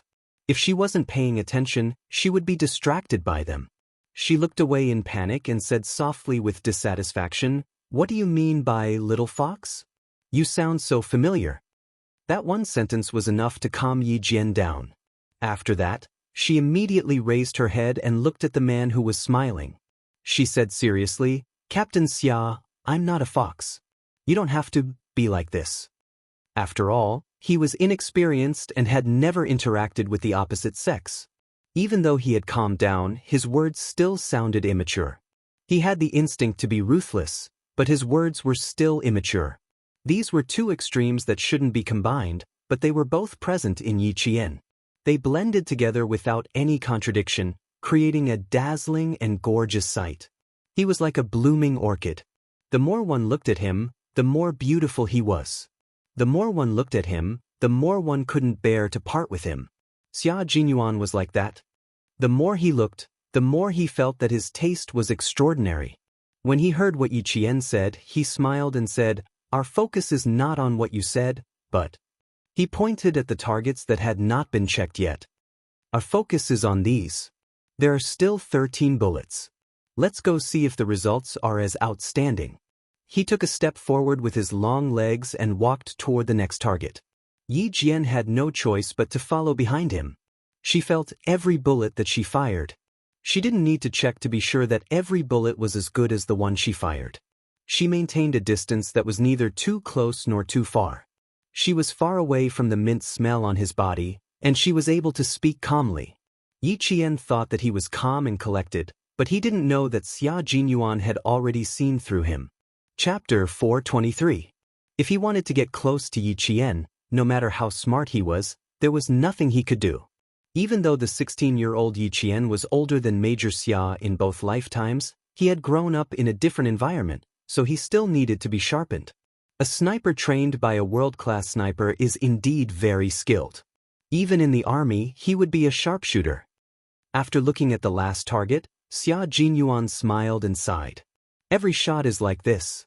Yi Qian, when you go to the army, where do you think the male soldiers will be able to hide their faces? He was telling the truth, not exaggerating at all. If it were him today, he might not be able to shoot as well. 300 miles per hour, the wind, the power, the bullet's speed, the trajectory of the target. All of these required precise calculations to shoot. He was very surprised. He could not imagine how she could shoot so accurately. Yi Qian bent down to pick up a bullet and looked at him with a faint smile. Intuition. My intuition has always been good, and it's the same for shooting. With calculations and intuition, I rarely miss. Xia Jinyuan was silent for a moment before he slowly said, This is talent, and you didn't waste it. You allowed it to be used to its fullest potential. Little fox, you were born to hold a gun. On this path, you will walk faster than anyone else. Talent? Yi Qian lowered his head. His obsidian eyes were as cold as ice. How could it be talent? It was all the training she had received in her previous life that allowed her to have a foothold in this life. Can we go back now? It seems like a long time has passed. It was better to keep the knowledge of her rebirth to herself. It would be too shocking to say it out loud, so she did not even mention it to Grandpa Jen and Uncle Chen. Sensing the change in Yi Qian's expression, Xia Jinyuan immediately stopped talking. She was already resisting, so there was no need to continue. However, did I mention anything sensitive just now? No, he was sure that he did not. Then, why did Little Fox's mood suddenly change? Xia Jinyuan, who was puzzled, did not ask further. He looked at the time and said, "We've been here for 25 minutes. The training is not over yet, so we can watch for about half an hour. Their training will start at 10:30. If you come early, you can find a soldier to teach you."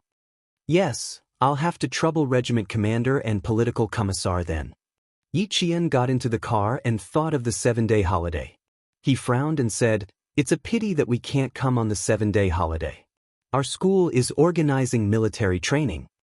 The military training was not arranged in the school, and it was impossible for them to come out at night. They would not come for 7 days. It was a pity. The provincial first high school's response is very timely. They've arranged military training for Year 2 and Year 3 so quickly. Xia Jinyuan was naturally aware of the military training arrangements. The proposal to allow students to participate in the military training was actually on the agenda a few years ago, but it was only implemented this year. Seeing that she was not very willing to participate, Xia Jinyuan chuckled and said, "I don't have any holidays here, so I can't accompany you to practice driving. It's not a bad idea to go to military training. It's a good opportunity to destroy Yi Ying's prestige. Who needs him to accompany me?" Yi Qian thought to himself, but he said calmly, "There's nothing to destroy Yi Ying's prestige. She has a heart condition, so she can be exempted from military training with a leave request. I just think that it's not worth it to spend all 7 days on military training." It was not strange for him to know that she was in the same class as Yi Ying. He knew Uncle Chen and Principal Chow, so he just had to ask to know. Chapter 424. I really want to see you destroy her, but unfortunately, I can't accompany you during military training. If I was still in Fujian town, I could apply for it, but now that I'm not, there's no reason for me to apply. Xia Jinyuan, who saw through her thoughts, deliberately brought it up. Yi Qian didn't want to look at the back of his head. His skills had improved, and so had his temper. Xia Jinyuan didn't get angry. Instead, he chuckled until Yi Qian turned his head away. "Don't laugh, and don't say anything about accompanying me." He was always teasing her like this. Her heart skipped a beat, but he was calm. "Okay, I won't laugh, I won't laugh. I'll listen to whatever you say." A gentle smile, a low voice, and a pair of dark eyes that were as deep as the sea. Yi Jian glanced at him quickly and saw the burning light in his eyes. She sighed in her heart and thought to herself, "Composure, composure. Don't let this dangerous man ruin my composure." When he drove the car back, he saw the regiment commander and the political commissar standing next to the parking lot. They had their heads down and were talking about something. When they heard the sound of a car, they looked over and saw that Xia Jinyuan's car had returned. Lu Tuan suddenly spoke faster. "Old Yen, keep an eye on her later. Little Jian is smart. You have to make her interested first." "I can do it. You cast the line, and I'll set the bait. If necessary, we have to disturb Major Xia." Political Commissar Yen also spoke faster. He wanted to end the unfinished discussion before the two of them came over. "Old Lu, we have to make the little girl take the initiative to ask where the car soldiers are going." Lu Tuan didn't understand. Seeing the two of them walking closer, he quickly asked, "Why do you have to do this? What's so good about it?" "You can't react?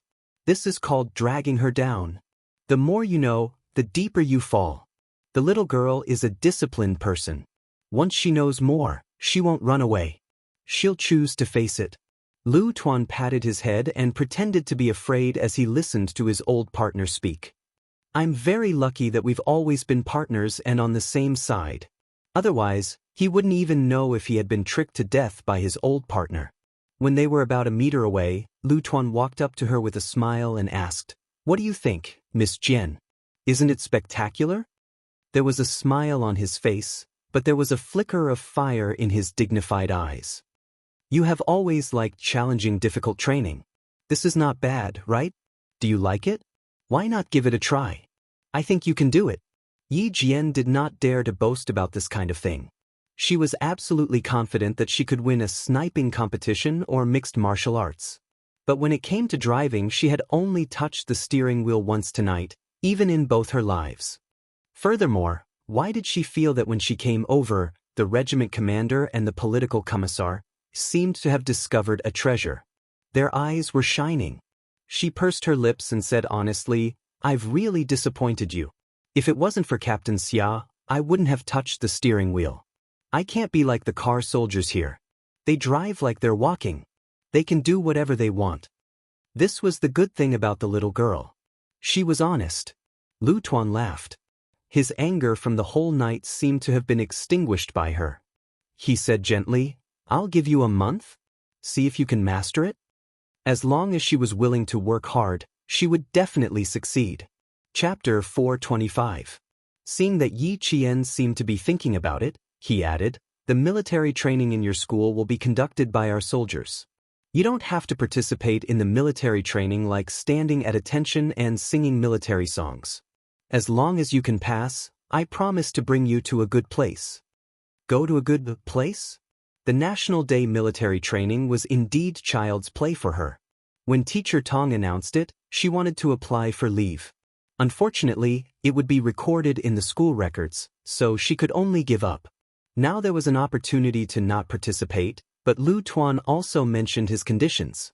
It would be a lie to say that she was not tempted. The military training was indeed a challenge for her. Lu Tuan's sharp eyes saw that Yi Qian was hesitating, so he added fuel to the fire. "And you definitely won't lose out. Regardless of whether you meet my requirements or not, don't you have to come every night? Even if you don't meet my requirements, you won't lose anything. At most, you will participate in the military training for 7 days and let the instructor invite you to be a model soldier for your classmates." Indeed, she wouldn't lose out if she didn't meet the requirements, but if she met the requirements, she would gain. Not only could she compete with the military soldiers, but she also didn't have to participate in the military training. No matter how she looked at it, it was a good thing. Seeing that there was some progress in this matter, Lu Tuan secretly gave a look to the smiling political commissar. Then, political commissar Yen, who was always good at persuading people, stepped forward. As expected of a political commissar who used to be an instructor, he was very focused on persuading people. He smiled and said, "Not much, just 7 days of leave. Once the 7 days are over, you can come back. Also, I promise that it will definitely not affect your military training results from being recorded in the school records. On the contrary, when you apply for the military academy, your political score will be higher."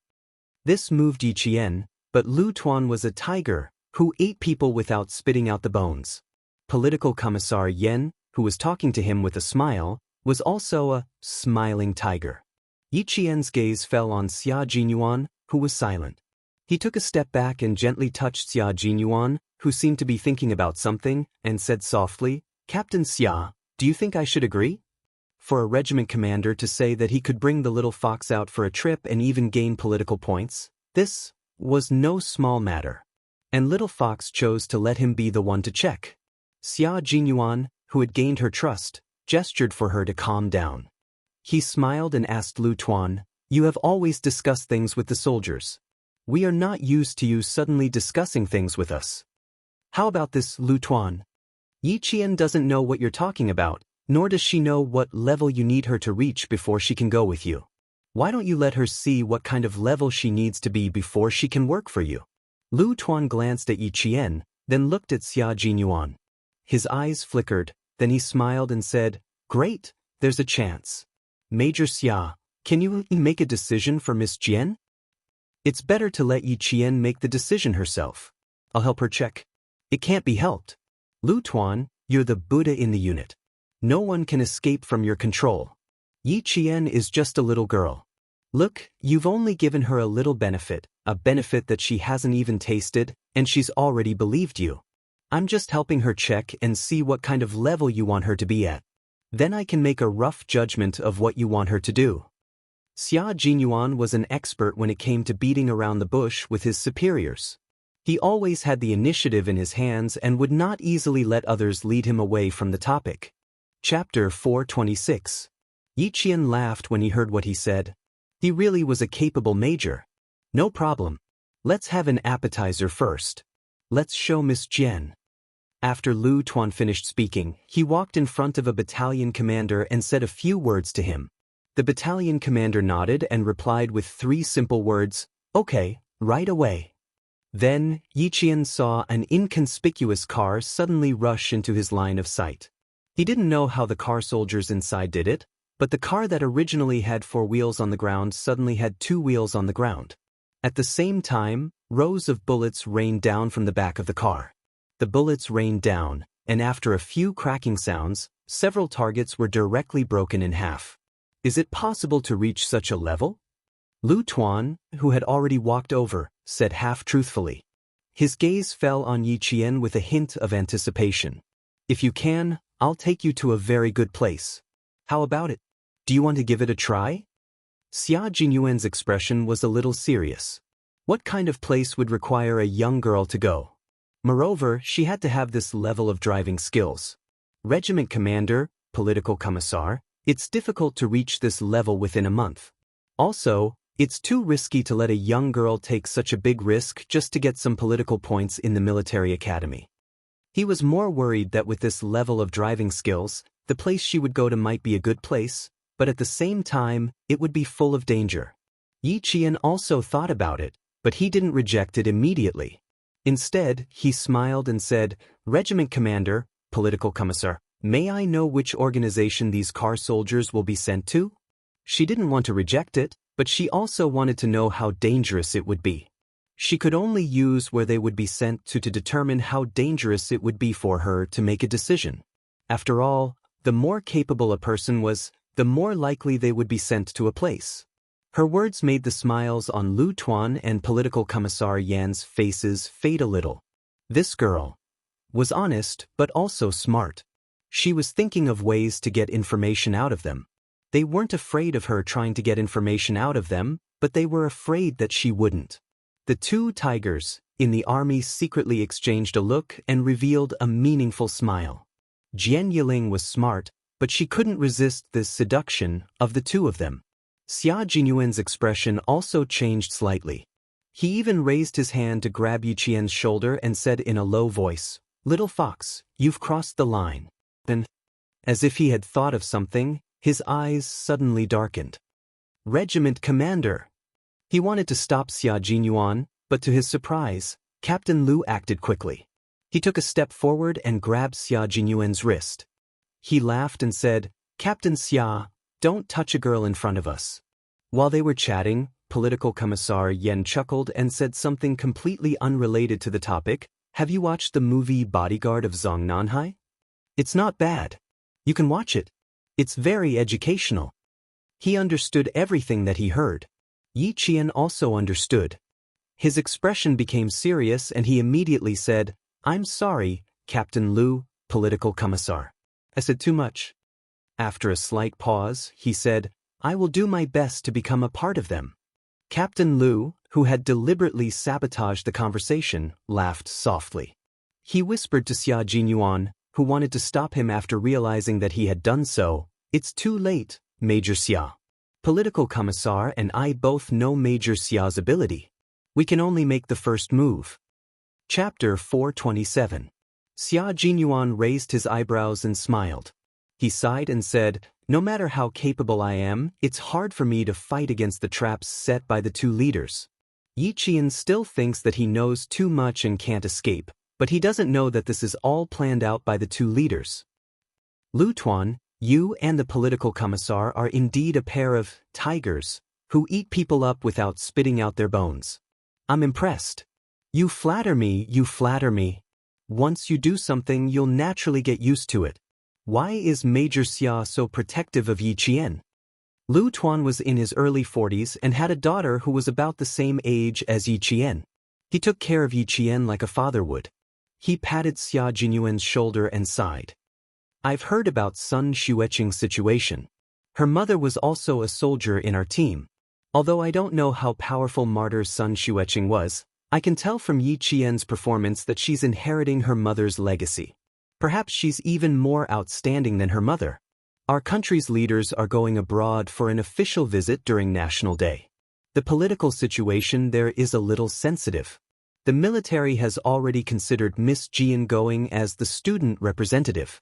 Her English is good and she's good at adapting. More importantly, she can protect herself and the leaders around her.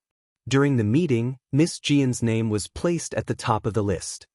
I can't tell you which leader is going, but I'm sure you know which country he's going to. So, it's not unreasonable for us to consider letting Miss Jian go. The military would know in advance if a leader was going abroad to promote an exchange between two countries. Xia Jinyuan was the same. Lu Tuan's words weren't considered a leak. Yi Qian was so serious that there was no expression on his face. He listened to the political commissar's instructions calmly. Since she agreed, everything would be easier to discuss. Political Commissar Yen said gently, "Don't be so nervous. The military already had this idea. There are some who agree and some who disagree. Lu Tuan and I hope you can agree. Not for others, but for myself. I know that you and Lu Tuan are taking care of me, and I will do my best to live up to your expectations. But if you only come here to train at night, I'm worried." Yi Qian's concern was not that he could not learn well, but that he did not have the time. As long as she made the decision, time was not a problem at all. Political Commissar Yen laughed and said, "We will arrange this. Tonight, you can ask Major Xia to send you back first. It's already past 12. Go back and rest early." If there wasn't enough time, the army would naturally come forward to solve it. There was no need for Yi Jian to worry at all. It is indeed a very good opportunity. I also wanted to accept it on your behalf. At that time, I thought too much about it. I didn't expect you to directly step into the pit dug by the two tigers. You can't climb out even if you want to. When they got into the car, Xia Jinyuan joked, "I wanted to give you a hand, but Lu Tuan stopped me." Yi Qian rubbed his brows and smiled bitterly. Actually, after I asked, I knew that I had crossed the line. I also knew that I had fallen into a trap. But it is indeed an opportunity. At least I can have direct contact with the leader. It can also be considered as a bargaining chip for myself. He had already shown his face in front of the leader and completed the mission given by the military. In the future, no matter how powerful the people behind Yi Jifan were, he would have to think twice. Therefore, this was an opportunity that required him to gamble with his life. Chapter 428. Because of Yi Jifan? Xia Jinyuan immediately understood what she was referring to. He frowned and said, "Because of you, Yi Qian didn't want to think about this." She stared at the man who was focused on driving and interrupted him. Did it hurt? At that time. It was such a deep and wide scar. Even now, she could feel her back throbbing in pain just by looking at it. It didn't hurt at that time. I fainted. He brushed over the danger in a calm tone. At the red light, Xia Jinyuan stopped the car. He held the steering wheel elegantly with one hand and rested his other hand lazily on the window. When he saw her frown, he chuckled and said, "I really don't remember it now. I don't feel the pain anymore. Why don't I tell you if it hurts the next time you get hurt?" Yi Qian's expression changed and she spat, "Don't spout nonsense. Tui tui tui. A child's words carry no harm. A child's words carry no harm." A child's words carry no harm? Xia Jinyuan laughed heartily. His deep eyes glowed like a halo, which made Yi Qian's heart pound. She pursed her lips and looked away. She was conflicted, but her gaze was always attracted to him. Like a man of light, no matter how dangerous it was, he wouldn't want someone who had lived in the dark for too long to approach him. It was already 1 o'clock in the morning when they reached the back gate of the school. Xia Jinyuan stood under the streetlight and watched Yi Qian walk step by step towards the back gate of the school. He put his hands in his pockets and watched her enter the school. His smiling eyes gradually turned cold. Little Fox knew very well that the person she needed to be wary of was Yi Jifan. Since she knew this, it was the right thing for her to win the chips for him. His heart ached that she had to face someone like Yi Jifan at such a young age. Her life was much harder than her peers. Who was the person behind Yi Jifan? It seemed that he had to find out. The car drove very fast and flew directly to the hotel. Xia Jinyuan's phone had been vibrating several times. He didn't call back until he reached the hotel. "Q King, When do you plan to return to the team after tomorrow's holiday? I'll be waiting for you in the capital.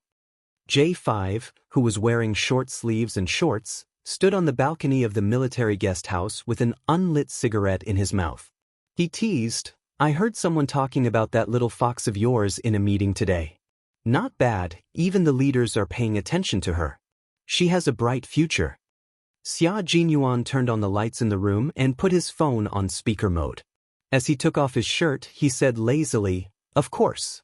This is the little fox that I have my eyes on. I even wanted to fight for her, but unfortunately, I have no place to show my talents. Are you being cocky? J5 couldn't stand it. His buddies were all single, and he was the only one who had his eyes on a high school student. Remember, our future is still in your hands. Don't just focus on your love life. Put our buddies aside. Everyone in the Snowfield Brigade knew that Q King had his eyes on a high school student named Yi Qian. Even Z7, who was a man of few words, said that she was a good girl. She was just a little young and was still in high school. But it was also fortunate that she was young. Otherwise, how could these 26-year-old buddies endure it? They had to let Q King only think about her and not have any physical contact with her. Tell our buddies to wait. Wait for my revolution to succeed. After walking past the bathroom, Xia Jinyuan turned around. For the first time, he really paid attention to the wound on his lower back. The mirror clearly reflected the wound. It wasn't that bad, but little fox seemed to be frightened. Chapter 429. After taking a look, he walked out of the bathroom and picked up a pair of short sleeves and shorts that could be used as pajamas. How many of you have arrived in Beijing tomorrow afternoon? 5 came, and the other 5 left in advance. September in Beijing was much colder than September in the south. Standing on the balcony and enjoying the night breeze, J5, who had not slept, felt even more sleepy. There's a layout meeting with Zhang Nanhai tomorrow night. You must come back. Xia Jinyuan, who was about to take a shower, turned on the shower. Amid the sound of running water, he said indifferently, Okay, see you tomorrow afternoon. I'm hanging up. Wait, your little fox appeared in the meeting. Why didn't you ask? J5 asked before hanging up. Don't you care? Hey. Damn, he really hung up. Something was wrong.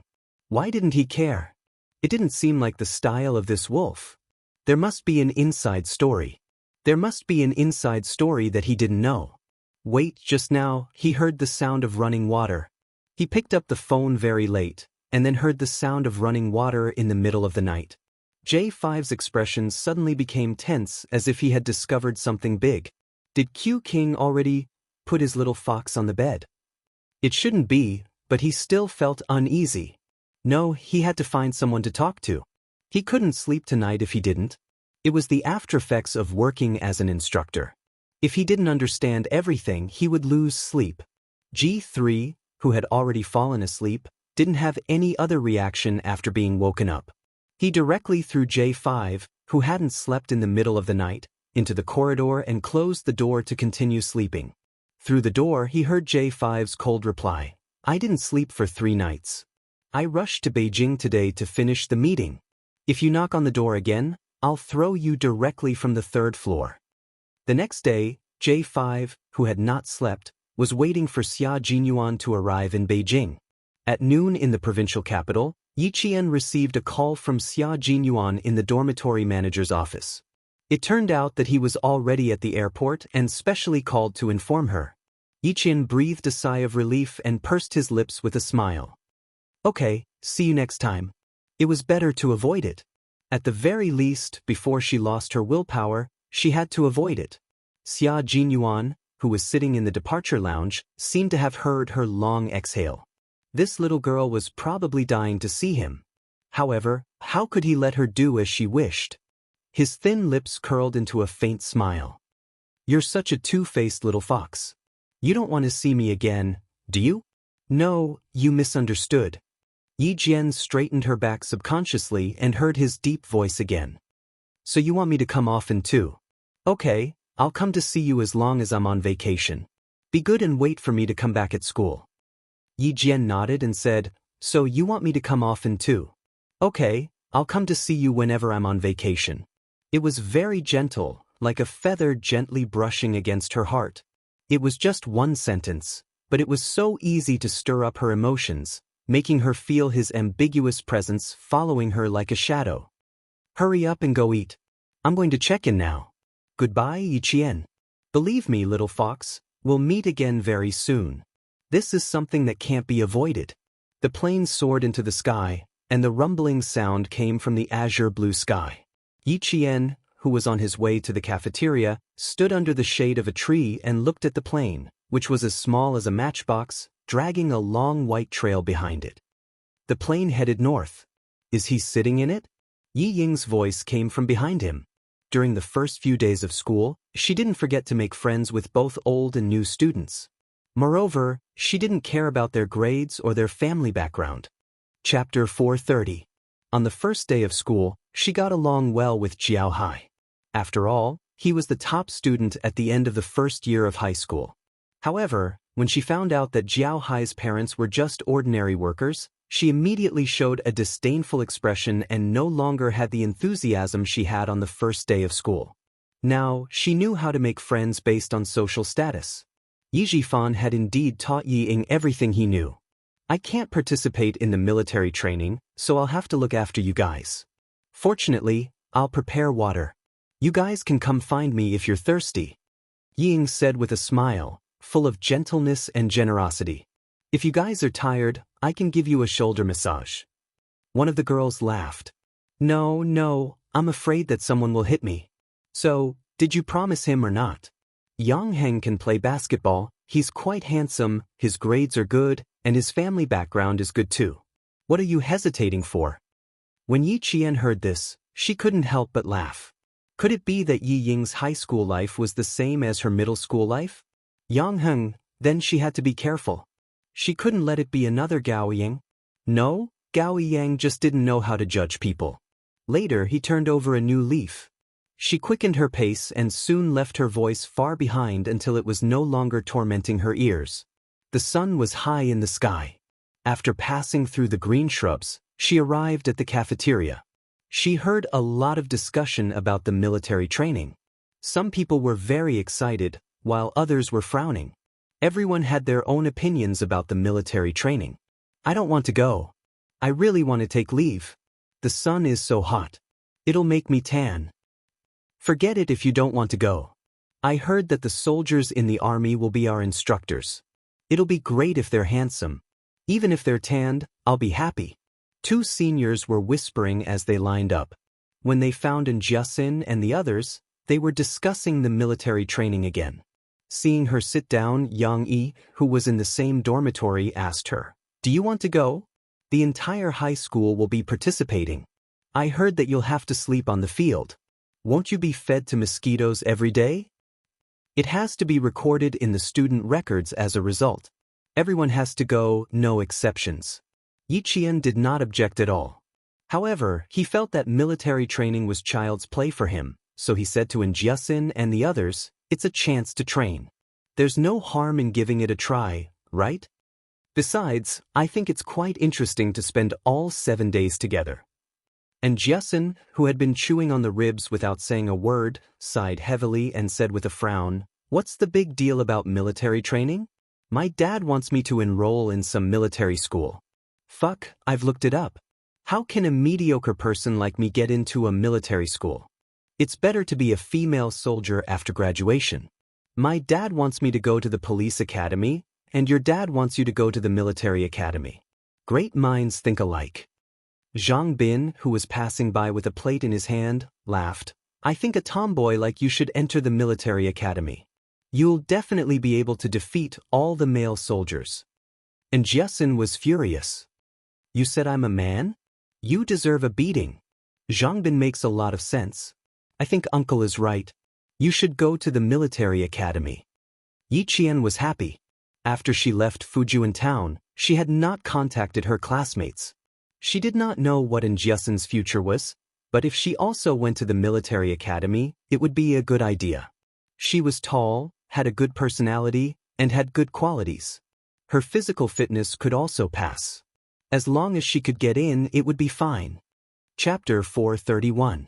You think so too? Then I have to think about it. And Jiasun pretended to be angry. She kicked Zhang Bin, who was laughing, and sat down. I have thought about it too. It's difficult. We'll talk about it when the time comes. It's still early anyway. The school's announcement of the military training did make some people want to apply for military school. But it was just a thought. It was not easy to get into a military school. Yi Qian and the others were discussing the military training.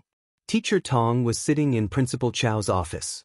She smiled and said, "Since it's your arrangement, then there's no problem. Yi Qian is quite good at self-learning. I don't have to worry about him. I have no problem with him leaving after school in the afternoon." Okay, I'll let you know. Also, Yi Qian's situation is a bit special. If he asks for leave and the other students ask about it, just say that his family member is sick and he needs to go to the hospital to take care of them. Principal Chao arranged everything carefully so that Teacher Tong would not have any problems with it. He also made sure that Yi Qian would not be disliked by the other students because of his special situation. Yi Qian knew that he could leave the school with the other day students after the first class in the afternoon. He knew that the political commissar had arranged everything for him. Principal Chao told me that you have a big ambition and he is already preparing for it. I have faith in you. I know that you are a very disciplined student. Work hard. I hope to see good news for you in the year after next. Teacher Tong had told Yi Jian about it in the corridor outside the classroom after class. Looking at the girl in front of her, who was like a pine tree, and knowing that Yi Jian's goal was to apply for the military academy and that she was already preparing for it, Teacher Tong suddenly realized why Yi Jian had such a unique aura. This was the valiant aura of a soldier. She was as proud as a pine tree and as cold as a winter plum. She was definitely not comparable to those students who still wanted to play. Ying was not going to participate. She was going to participate in an English competition on National Day. As for what she said to those high-ranking officials and rich kids, it was just for show. After Teacher Tong found out, she wrote on Yi Ying's file, "Due to health reasons, it is not suitable for her to participate in military training." Not only did they have to learn how to drive, but they also had to learn how to repair cars. On Yi Qian's first day, he was introduced to a pile of car parts. How many parts are there in a car? That was 100 times the size of a sniper rifle. Everything from a screw to a wire had to be recognized.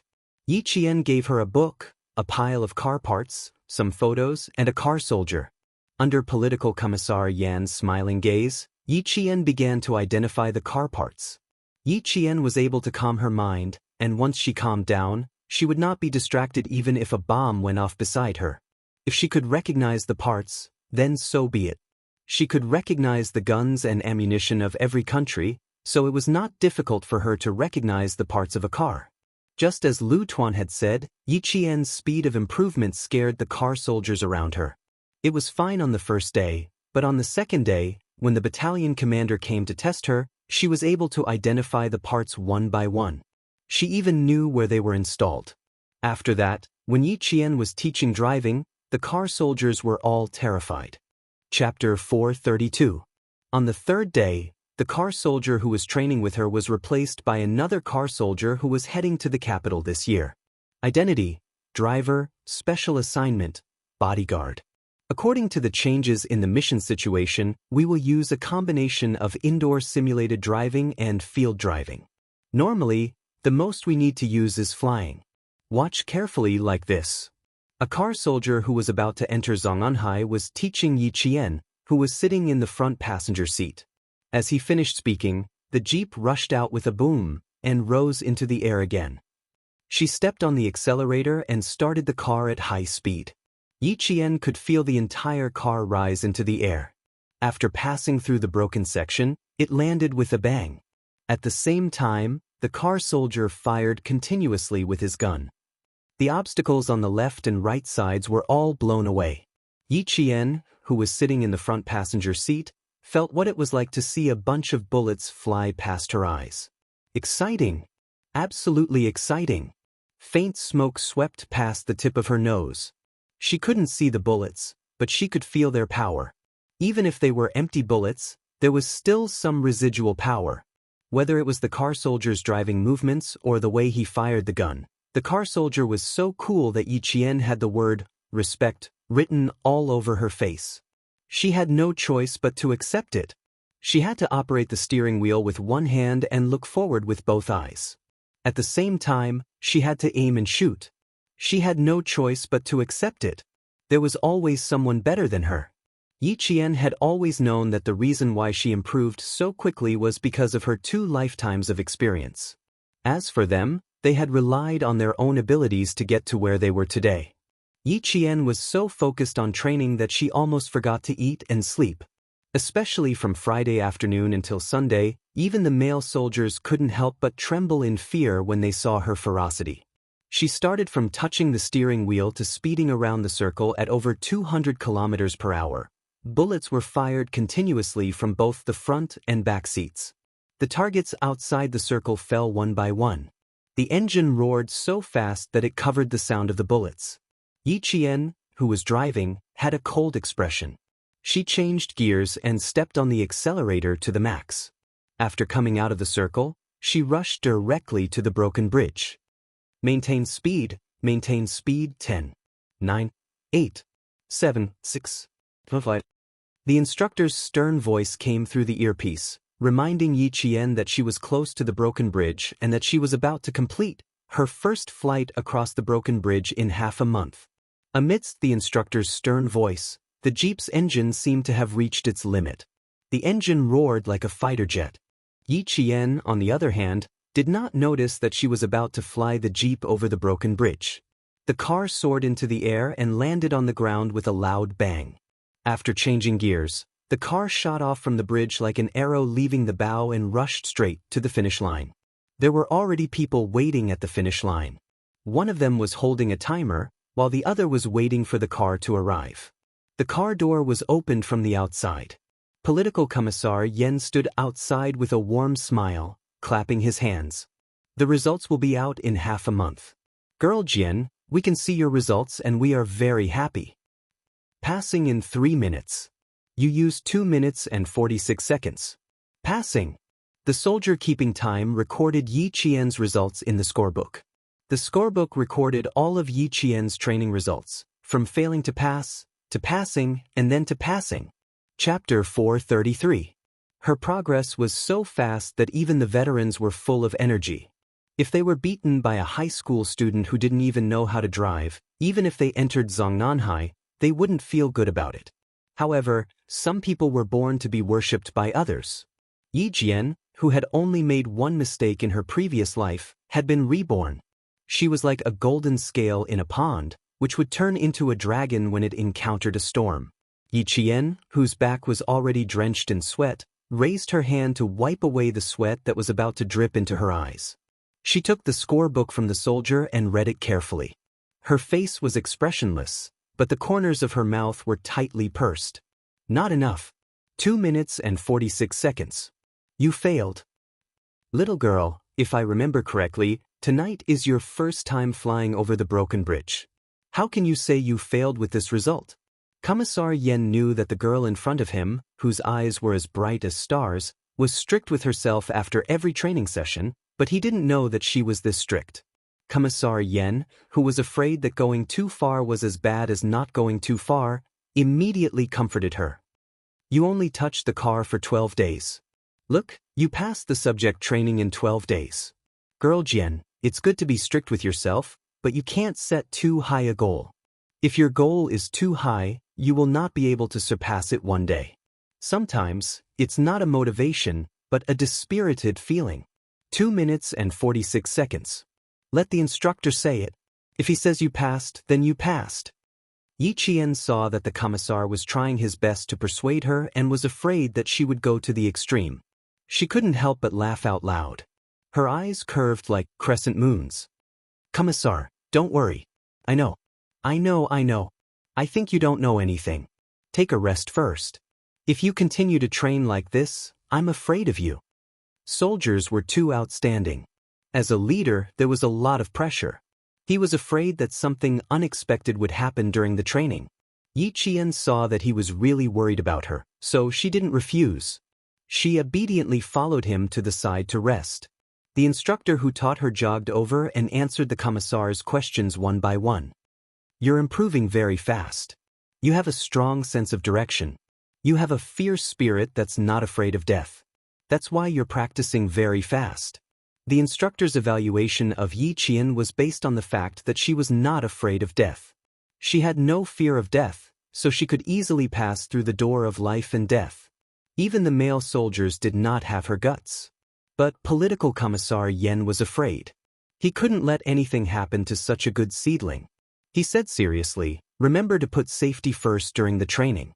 She is stubborn. You can't be stubborn with her." After reprimanding the instructor, he sternly swept his gaze over the two of them and said in a deep voice, "You two better remember this. We have to produce results, but we can't lose our lives. If I lose my life, what's the point of having a pile of results?" The instructor was simply being lectured by Yi Qian. After the political commissar left, the instructor from Xiang province laughed and said, "You little girl, when you worked hard, even I was motivated to work hard. This time we were all lectured." However, what the political commissar said does make sense. We have to produce results, but no matter how good the results are, if we lose our lives, it will just be a pile of dead results. Yi Qian felt bad for implicating the instructor. He said softly, "How about this? In the future, when political commissar and regimental commander Lu are here, we can relax a little. After they leave, we can work harder. What do you think?" "No way. I'm scared of you, Yi Qian. Even third brother Daredevil would not work as hard as you." The instructor rejected directly. Although he said that Yi Qian was the kind of person who could easily inspire soldiers on the battlefield. When she worked hard, the other male soldiers did not dare to fall behind. When she worked hard, they also worked hard. Everyone's results were on the rise. Chapter 434. After receiving the results, Regiment Commander Lu said to Political Commissar Yen, "Whichever battalion this girl is placed in, the standard of the battalion will rise like a rocket. Her results in the past 10 days are almost as good as the results of an automobile soldier for half a year." Friday night happens to be night driving. How about this? Assign a co-pilot to her car and let her try. Night driving was also part of the training.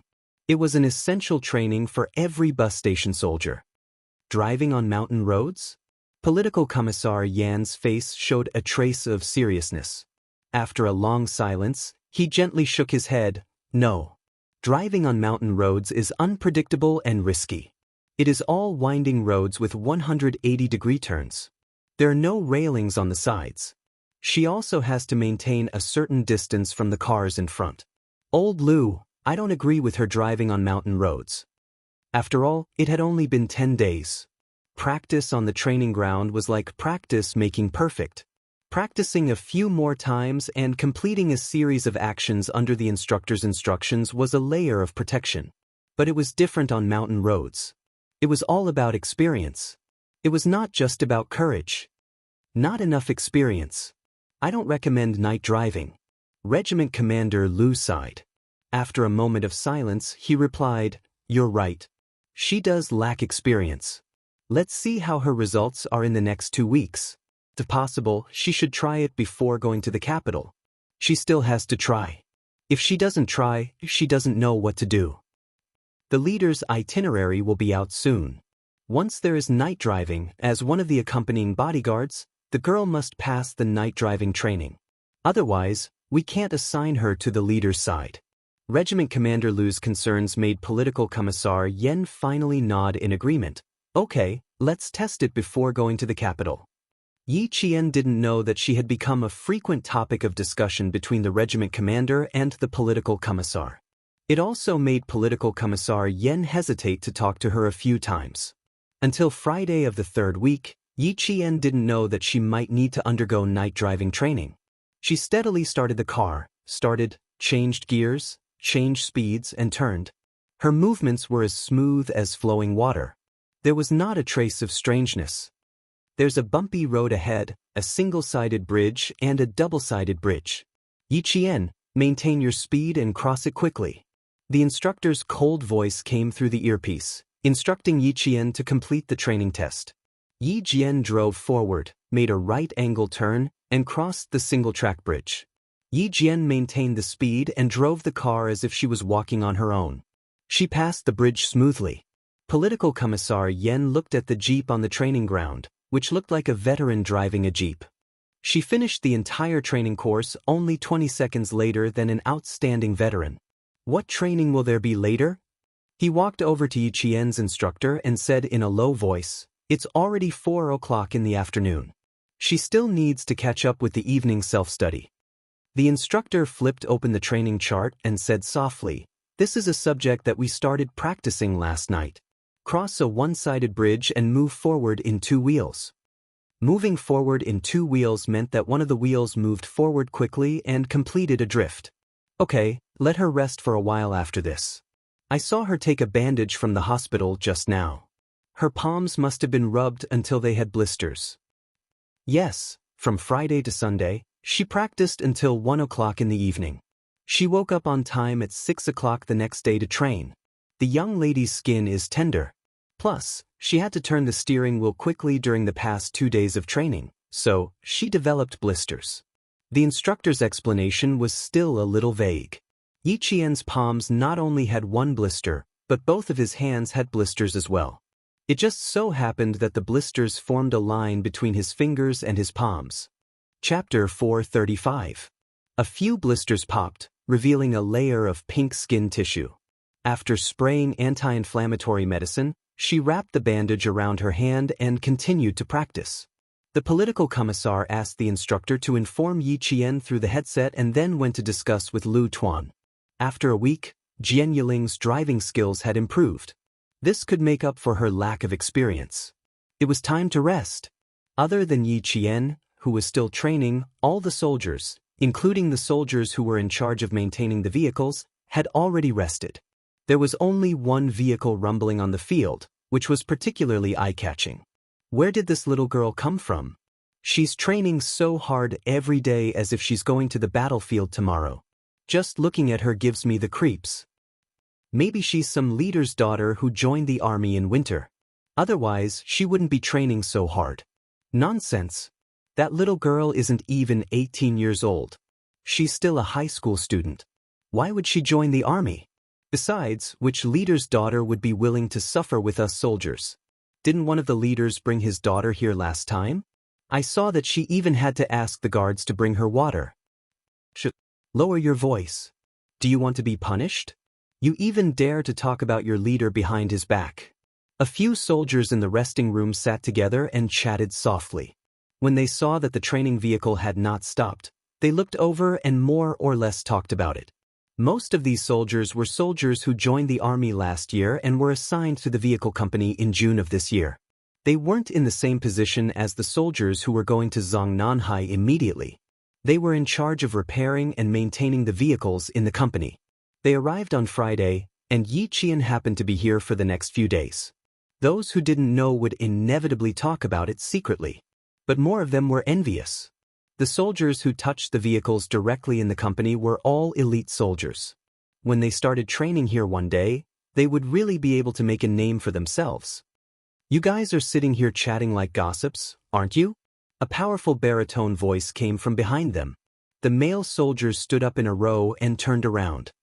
Regiment commander! It was Lu Tuan, who walked past them. He stood in front of them and glanced at them with a serious expression. The male soldiers immediately felt a burst of pressure. Even so, they had to raise their heads and stick out their chests. They couldn't move.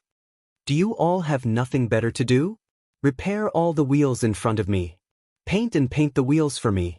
Do you hear me? Lu Tuan's prestige in the unit was extremely high.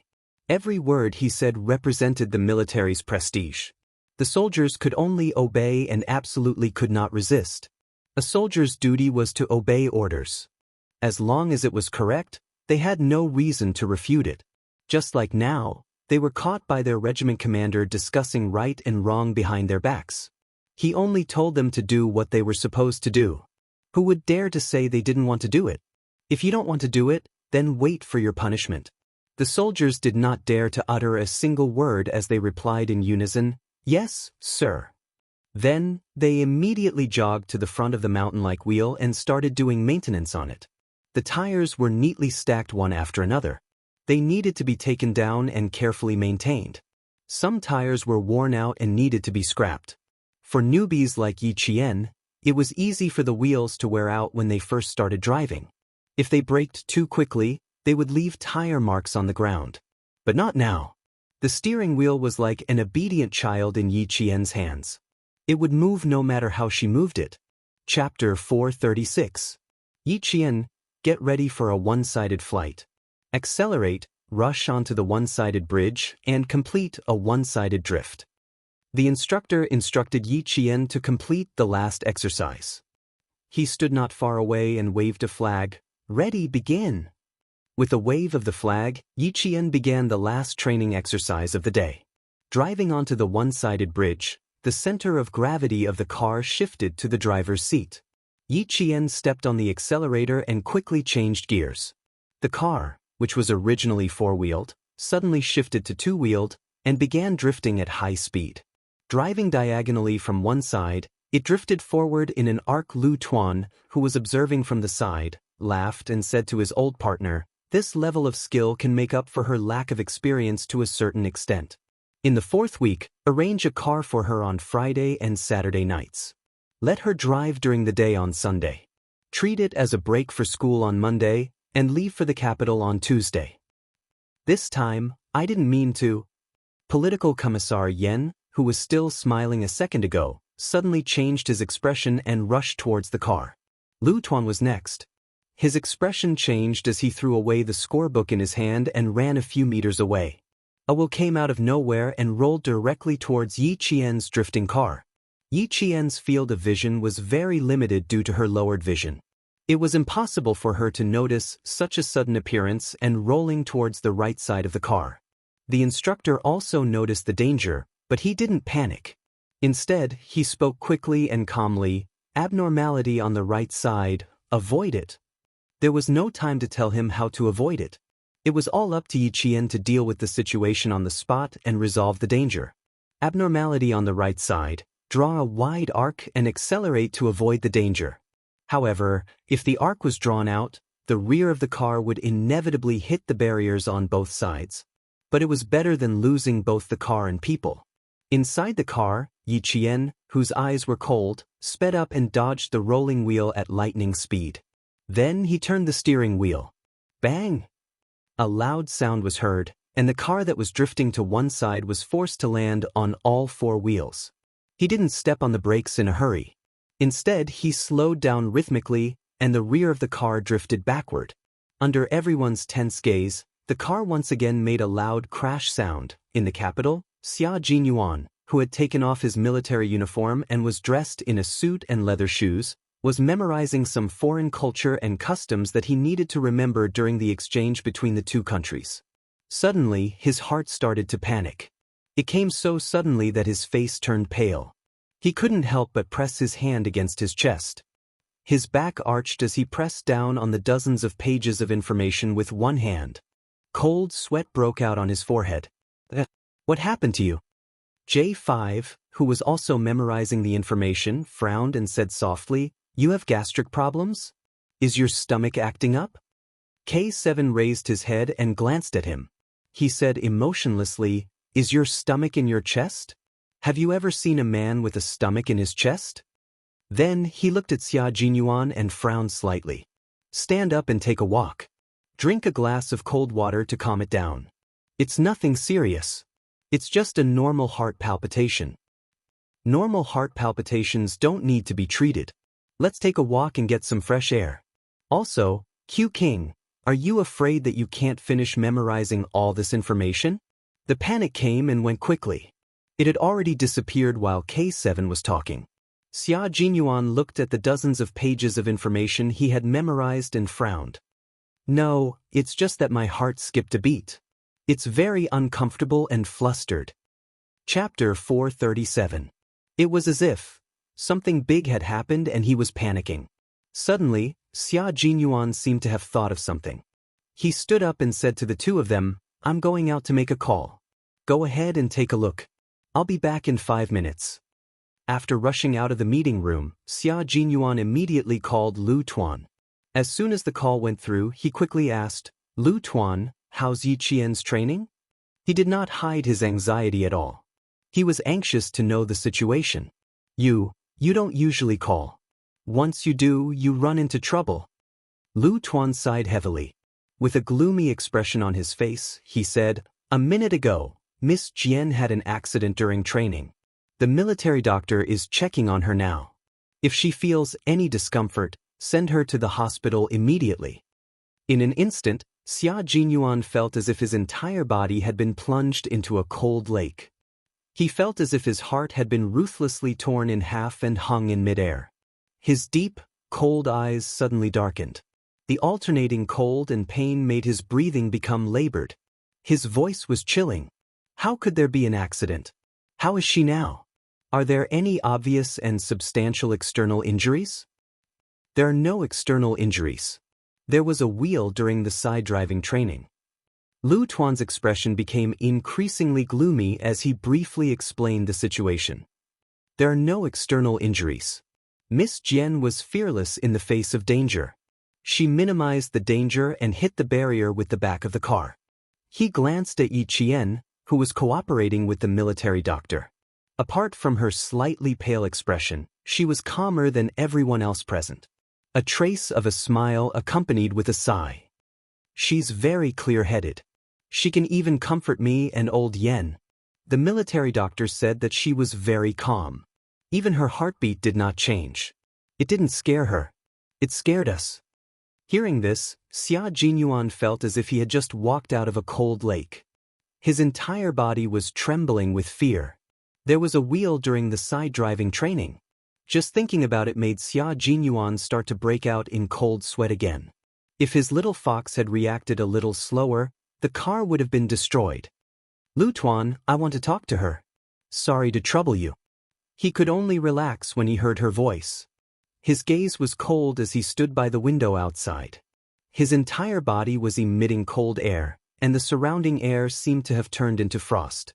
Yi Qian raised his arm and swung it back and forth under the military doctor's instructions. I'm fine. There's no dislocation or fracture. His chest didn't hurt, nor did it feel stuffy. Doctor, I think I should be fine, except for the abrasions on my arms. When the rear of the car hit, the front airbag popped out. The head hit the airbag, but the upper body was protected. Only his left arm had rubbed against the car door, and a large piece of his skin had been rubbed off. It looked terrifying, but it wasn't a big deal.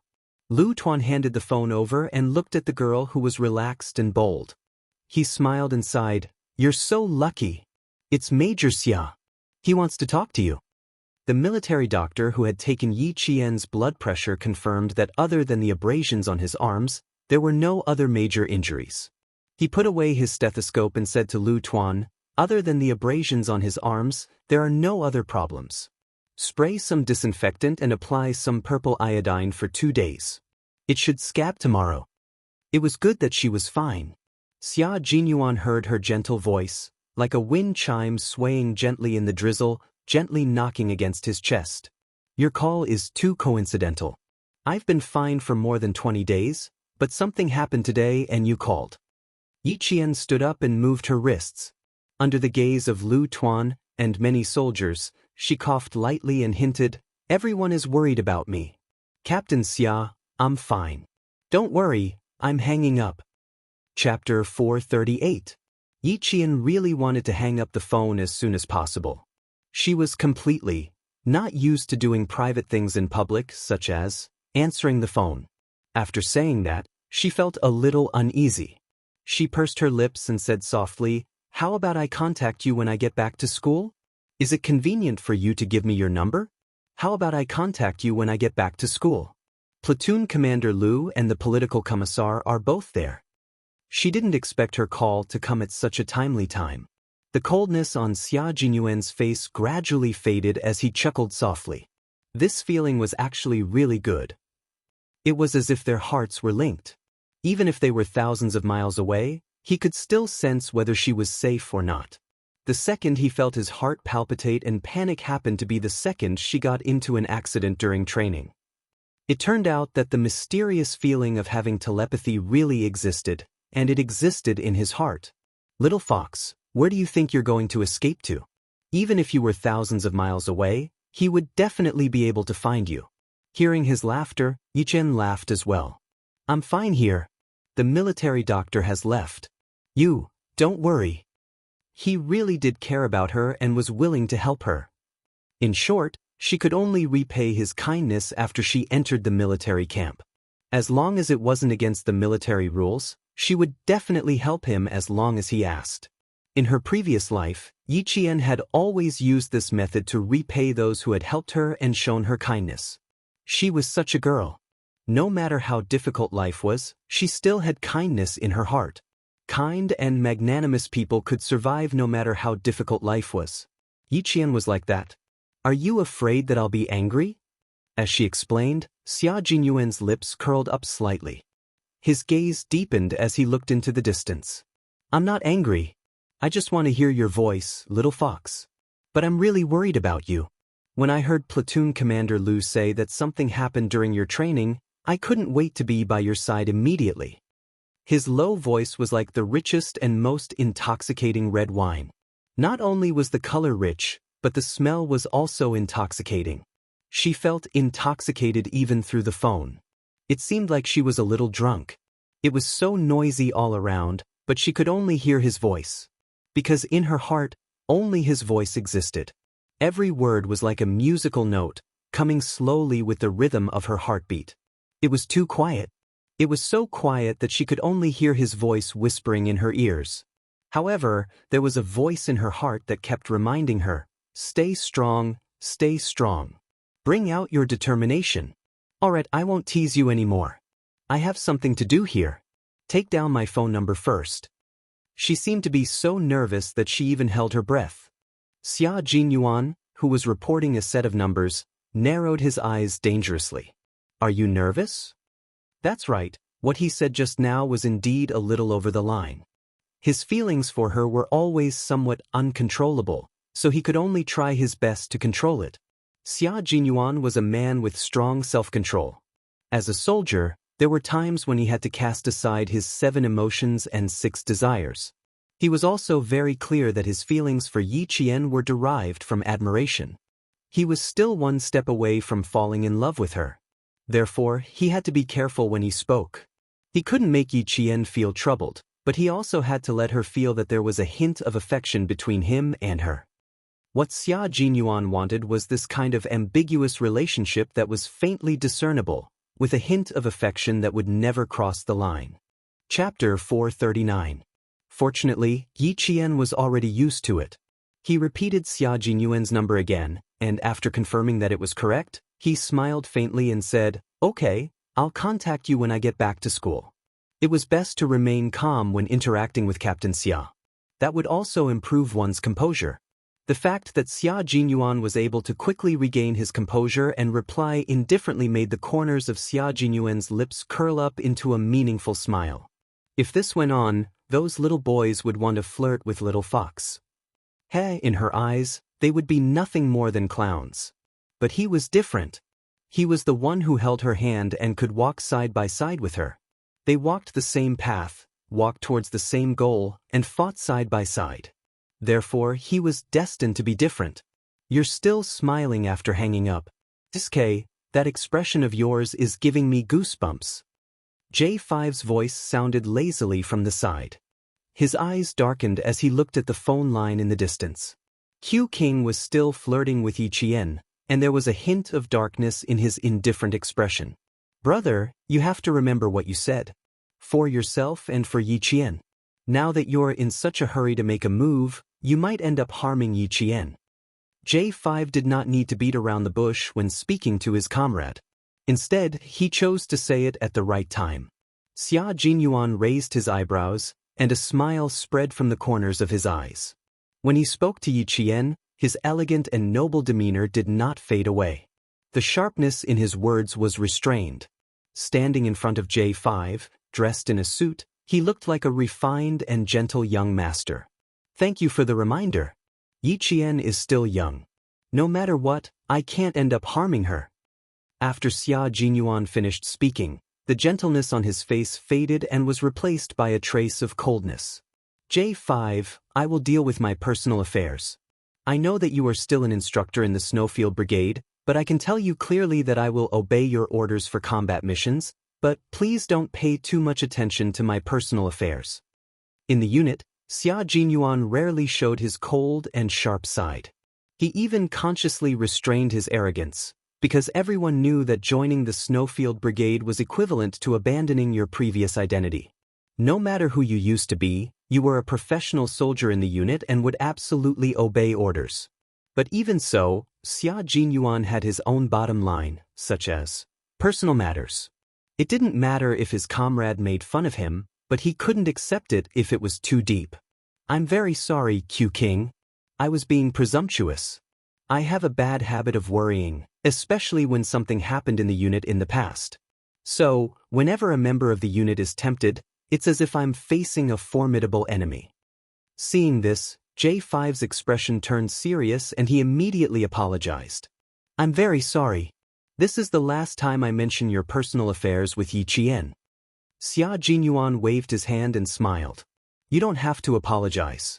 I don't like it when the unit pays too much attention to my personal affairs. I'm Yi Qian and you know that she's still a high school student. You've seen her with your own eyes, so you know that she only avoids me. But there are still some brothers in the unit who don't know about it. I don't want to ruin that girl's image because of me. There was a deeper meaning to his words. J5 looked at Xia Jinyuan thoughtfully and saw a hint of a meaningful smile at the corner of his mouth. After thinking for a while, J5 suddenly realized something and said in surprise, You have such thoughts? Does she know? Also, don't you know that our unit never recruits female soldiers? Chapter 440. She doesn't know yet, but I'll make sure she sets her sights higher. So what if she doesn't recruit female soldiers? I dare say that her marksmanship isn't any worse than any of us here. Don't scare me, I'm not that easily scared. J5 was so shocked that he took a step back. He couldn't believe his comrade who was so proud of his little girl. He couldn't accept that a high school student's marksmanship wasn't any worse than their Snowfield Brigade's special forces. Xia Jinyuan took a step forward. His eyes were burning with passion. He patted J5's shoulder with a smile and restrained his pride. He said calmly, When have I ever exaggerated? Didn't you guys see her marksmanship when she was sniping the #1 target in the no man's land? It's already been more than a year. Do you think my little fox is still stuck in the same place? No, she's improving at lightning speed. His little fox was a warrior who relied on her own 2 hands to create a world for herself. She used her strong will and perseverance to overcome difficulties time and time again. Her roots were deep, her steps were steady, and her marksmanship wasn't any worse than a Special Forces soldier's. What was so surprising about that? Uncle Chen and Uncle Jen's training for her was strictly based on the training methods of the Triangle State Army. She was a Special Forces soldier without a military uniform. Xia Jinyuan had been out for more than 5 minutes. He still had a few pages of documents to read. After admiring J5's unsettled expression, he walked gracefully towards the conference room. Look, even a Special Forces soldier was surprised by his little fox's ability. What kind of commotion would she cause when she joined the army? By then, his little fox would be like a bright moon. Although quiet, she would be the brightest light in the darkness, attracting everyone's attention. It was a wise move for him to make his move in advance. Hey, wait. He brushed past J5's shoulder. J5's eyes lit up as he thought of something. He turned around and chased after him. Did they mention Yi Qian's name in the meeting because she's also on the list? The pistol that Duo prepared was also prepared for her? Fuck, why are you in such a hurry? Can't you explain yourself?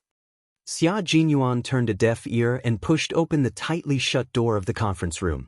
He then closed the door again, blocking out the J5's voice. G3 looked up from the information and frowned. He said calmly, he likes to worry. He did in the past and he still does now. If there's anything you're not satisfied with, just tell him. He'll understand. He kept thinking about the incident between Q King and that female student. He was afraid that history would repeat itself. As long as Q King went to the southern province, he would be anxious every day. It was normal to be concerned about your brother, but it was not right to be overly worried. It's fine. He didn't say anything. It's just that he doesn't understand something in his heart, and I didn't tell him. He's just throwing a little tantrum now. Xia Jinyuan sat down calmly and crossed his long legs elegantly. He concentrated on reading the information that he hadn't finished reading. His little fox was fine, and his reading speed increased. Life was indeed full of ups and downs, but it returned to normal in the blink of an eye. Yi Qian returned to the city at 4 p.m. with Lu Tuan, who happened to have something to do at the provincial military base. She could not miss the evening self-study on Sunday night. She had to be back before 5 p.m. I'll be back on time tomorrow afternoon. I've made you and the political commissar worry today. After getting out of the car, Yi Qian stood by the open car door and smiled at Lu Tuan, who was sitting in the car. I'll go in first. See you tomorrow. Chapter 441. Lu Tuan waved his hand at her and said with a serious but caring smile, "As long as you can hold on, you're welcome to come at any time. Now, you're my soldier, so I have to be strict with you. You can't be lazy just because of a small injury." "I won't be lazy. Don't worry." Yi Qian closed the car door with a smile on his face. He waved his hand and watched the car leave before walking towards the school gate. On the other side of the road, Ying quickly wrote down a license plate number on her notebook with a fountain pen. Looking at Yi Jian, who was walking towards the school gate, a sharp sneer appeared at the corner of her mouth. Yi Jian. No wonder her classmates said that she didn't go to the evening self-study class since school started. It turned out that she had a car to fetch her every day. This was a discovery. She had to tell her family the license plate number and find out who it was. Yao Jing, who was good friends with Yi Ying, walked over and patted Yi Ying's shoulder. Wasn't that Yi Qian? Who drove her to school? Yi Ying, who was deep in thought, was startled by the tap. She quickly closed her notebook, patted her chest, and turned around. With a look of lingering fear, she said angrily, "You scared me to death. Why are you here so early today?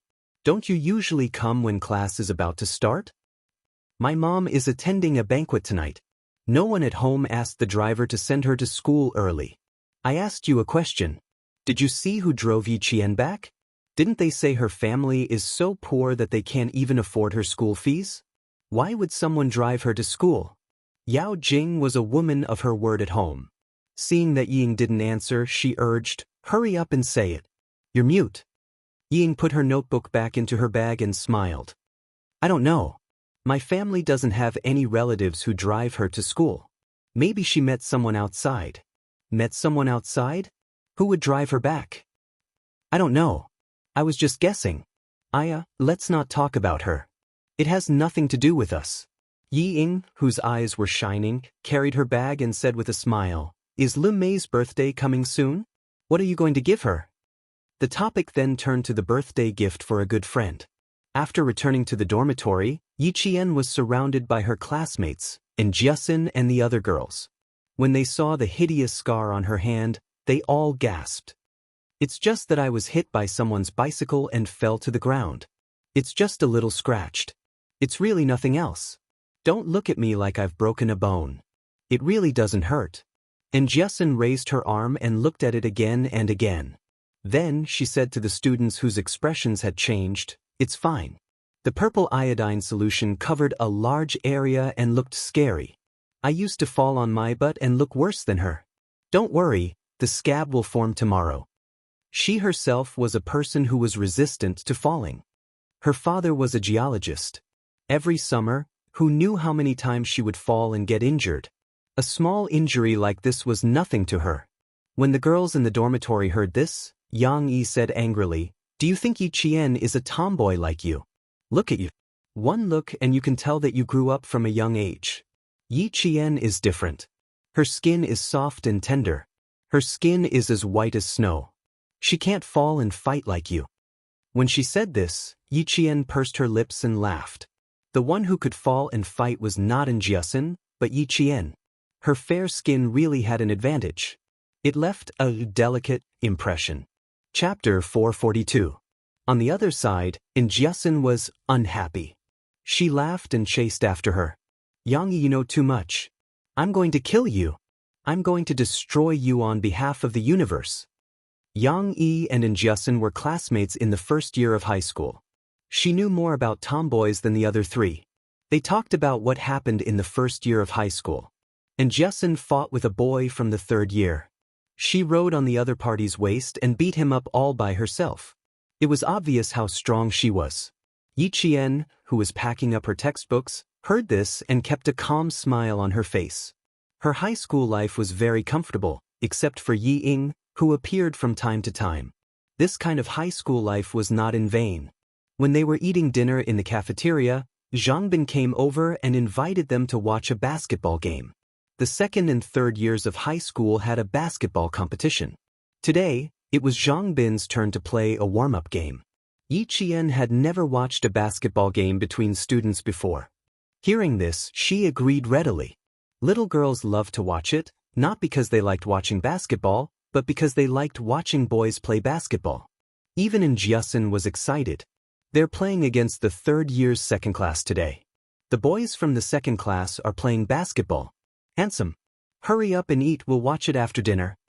It was not because of Zhang Bin, but because of the other boys. This made Zhang Bin, who had not gone far, angry. He had not even played yet, but he was already angry. When Yi Qian and the other girls arrived, the front row of the basketball court was full of students. The first year of high school had returned to school 2 weeks ago. Once they came back, the school became more lively. Even the cheers were much louder. Over here, over here. Zhang Bin, who had been paying attention, saved a seat.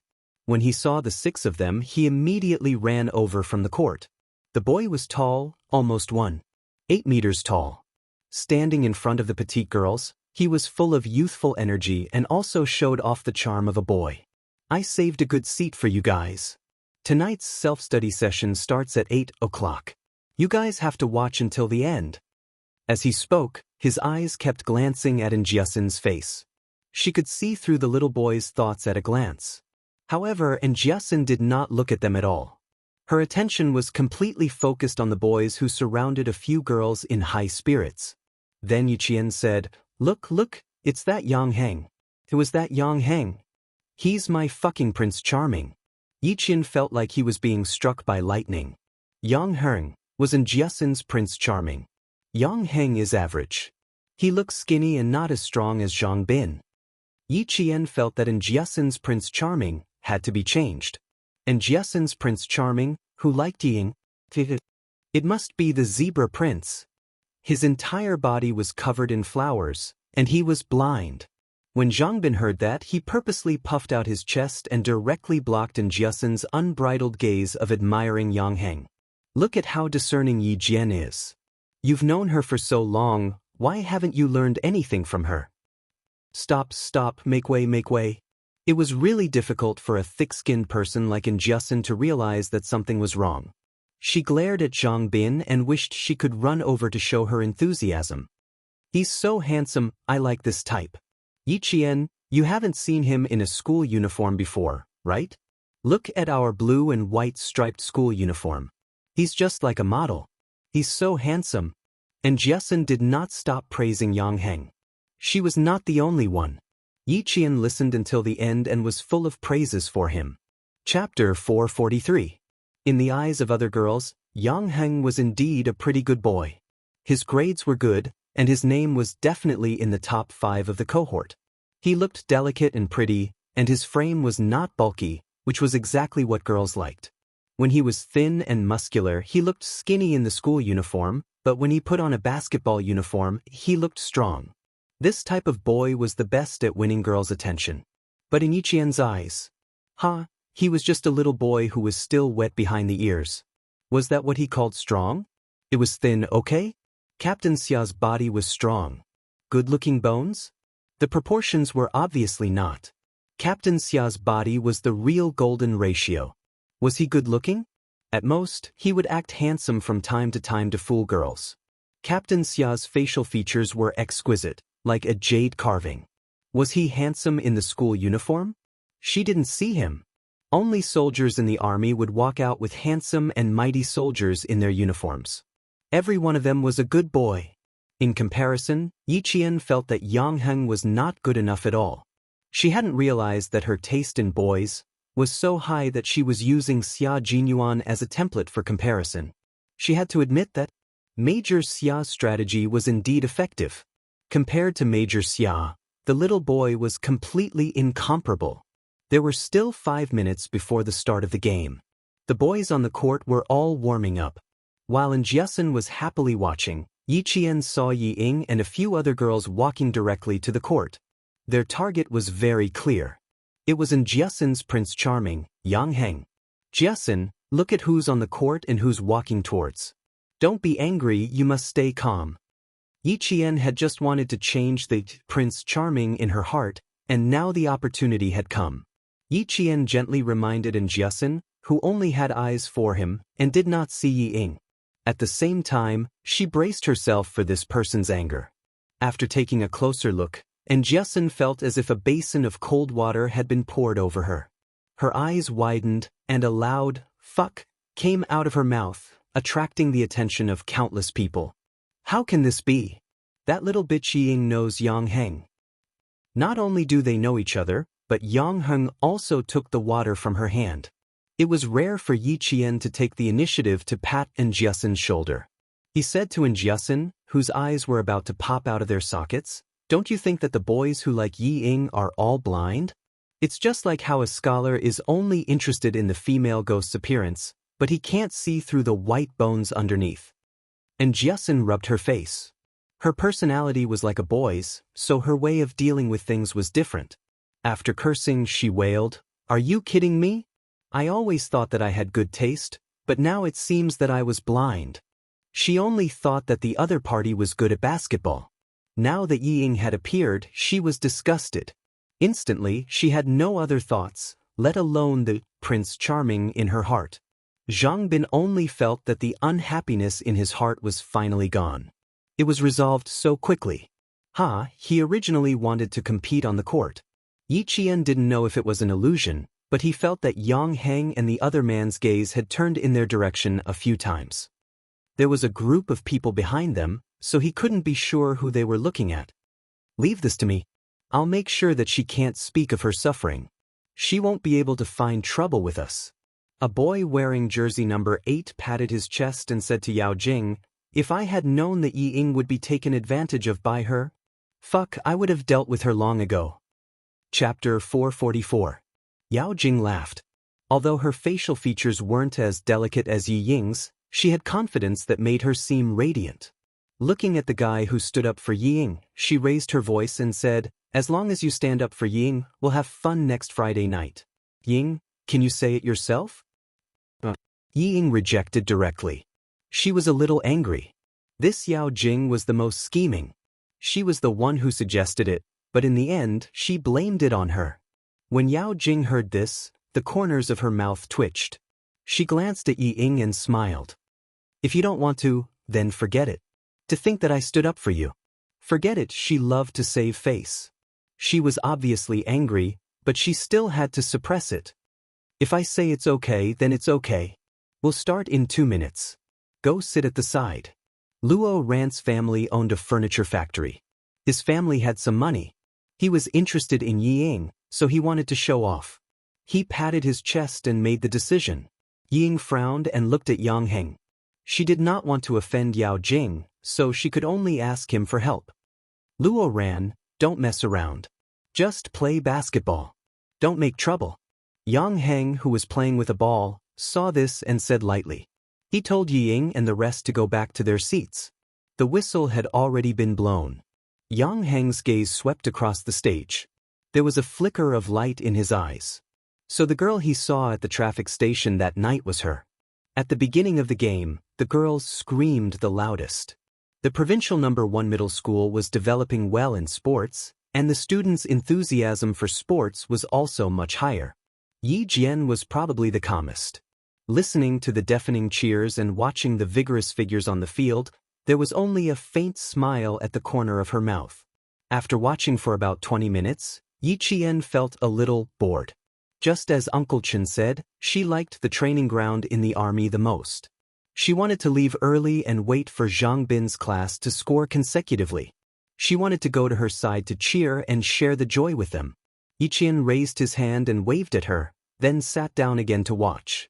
Yi Qian picked up the questions for the evening self-study session and laid them on top of the physics textbook. Amidst the noise, she calmed down and picked up a pen to start the questions. Yi Qian was definitely the first person to be able to solve the questions in this kind of situation. During the halftime break, the players of grade 12 all leaned on their side to rest, while Zhang Bin and the rest switched to the other side. Yi Jian, who was almost done with a test paper, did not notice that she was doing the last question during the halftime break. Her roommate, Li Qian, was the first to return to his seat. He noticed Yi Jian, who was engrossed in doing the questions. He then looked at her completed test paper and sighed. Yi Jian, you're so smart and hardworking.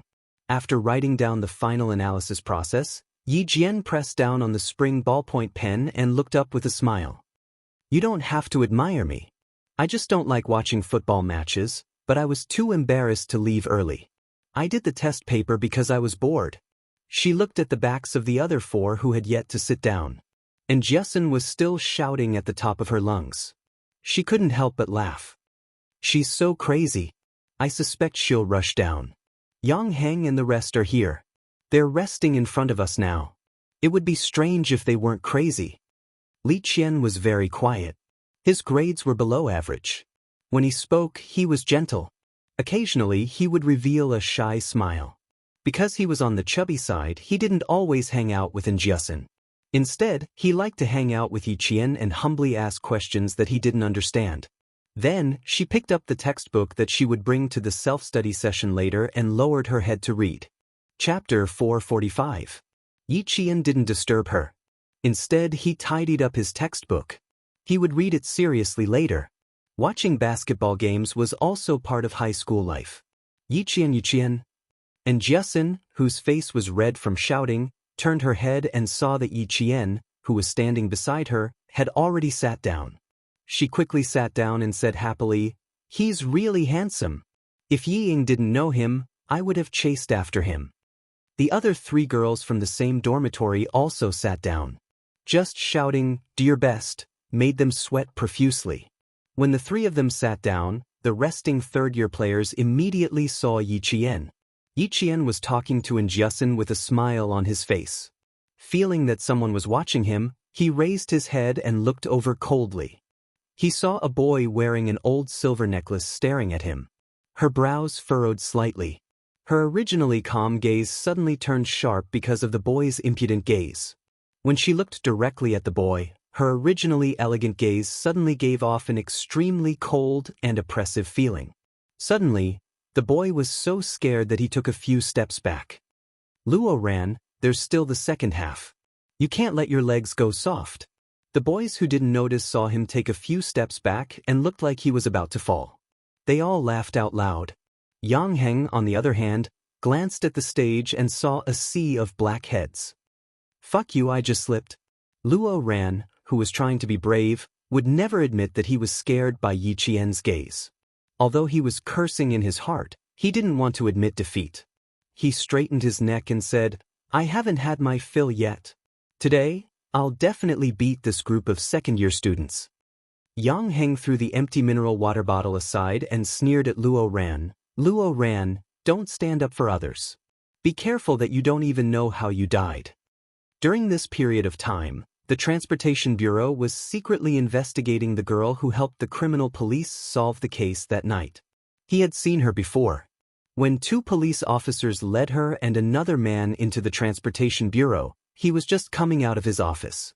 The next day, his father warned him not to mention that he had seen the girl outside. She had almost forgotten about it, but after having dinner in the cafeteria today, Yao Jing suddenly remembered it. Luo Ran wanted to stand up for Yi Ying, but his head was caught by the door. Just play around for a bit, and you really want to stand out? Do you think that school is a society? In the second half, grade 12 class wanted to win while grade 12 class 2 wanted to tie. It was even more intense than the first half. The entire basketball court was about to be lifted by the screams. Yi Qian felt his eardrums hurt. Come on, Good luck, grade 12 class 12. Yang Heng, do your best.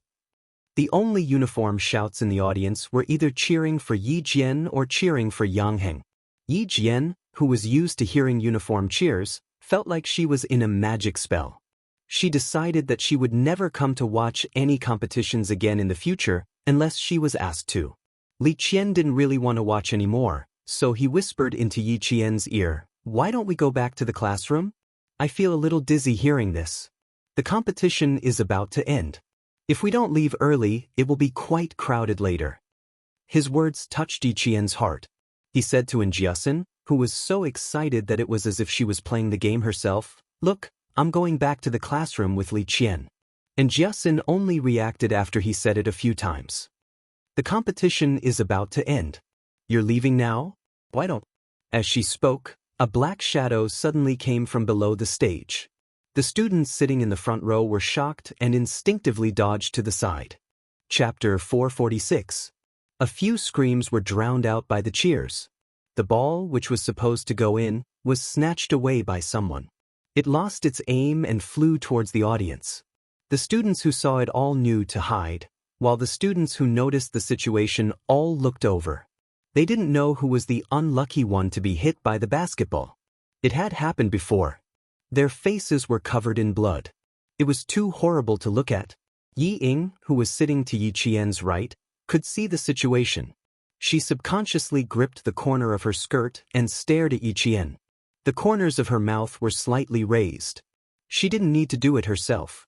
There would always be someone who would teach Yi Qian a lesson for her. This was what her father said, only the right person can use it. Yao Jing, who was sitting next to her, glanced at her. There was a faint coldness in her eyes. Yang Heng liked girls like her? Girls who could be killed with one slap? Were they that good? Yi Qian felt that she was indeed a basketball player. Her aim was quite accurate. The ball flew directly towards her face. If her entire face was hit, she wouldn't be able to face anyone tomorrow. Yi Qian, who had already stood up, caught the ball directly towards her face with both hands. Under the gaze of the surrounding students, the corners of her mouth curved into a slight smile. She weighed the ball in her hands in front of her opponent's stunned gaze. She definitely had to return this ball. Otherwise, how could she compete? This ball isn't very obedient. You should change it. As Yi Jian spoke, her eyes were bright and clear like the moonlight. They seemed clear, yet they were actually hazy, and they were separated by a layer of mist that couldn't be seen through no matter what. Her features were beautiful like water, and they were extremely elegant. But even if she wasn't elegant, her smile was a little cold. At first glance, it looked like a blooming flower. But if you looked closely, you would realize that it was actually a sharp sword. In Luo Ran's eyes, Yi Qian's smile was like a sword hanging over his head, about to fall. He couldn't help but take a step back. Unexpectedly, Zhang Bin, who was standing behind him, blocked him. He heard Zhang Bin angrily ask behind him, "Luo Ran, whose face did you hit with the ball just now?" "Whose face could I have hit?" Luo Ran roared. He used the volume of his voice to prove his innocence.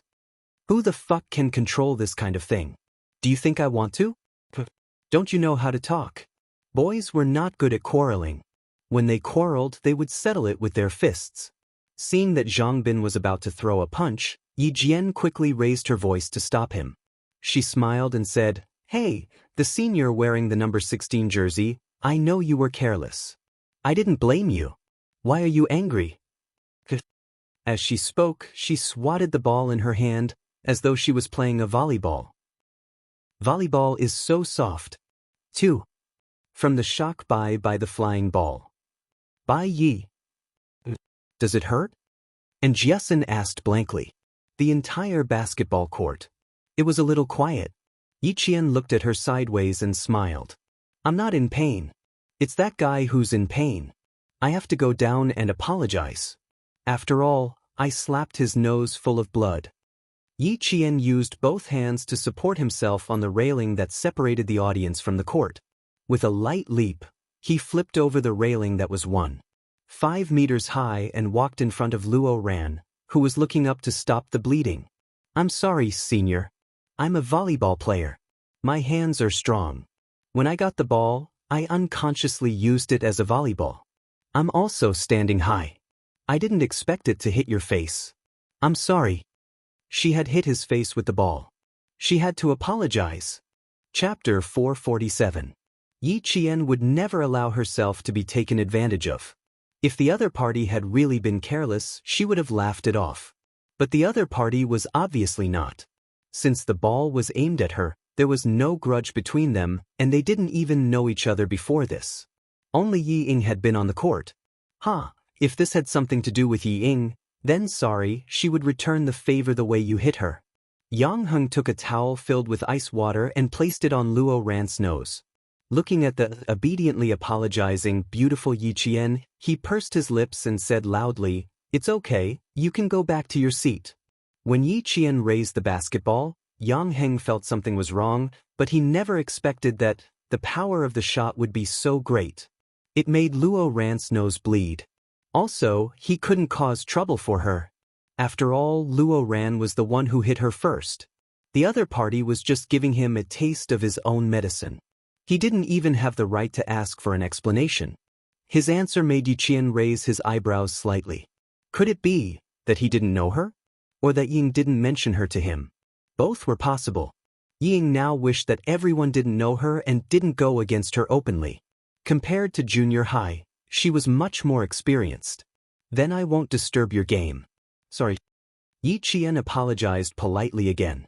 He didn't return to the spectator seats. Instead, he gestured for Li Qian, who was dumbfounded, to take her book and return to the classroom together.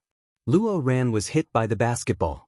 Not only did his nose bleed, but his entire brain was buzzing. He was seriously injured. After using the towel filled with ice water to apply to his face, he heard Yi Qian's apology and left. He was like a little tyrant at home, so how could he let Yi Qian go so easily? He pushed away the man who was supporting him and stood with the towel in his hand. He glared at him fiercely. "Fuck, you hit me and you want to leave? No way. Luo Ran, do you think this is your fucking house?" Surprisingly, the one who was angry was none other than Yang Heng.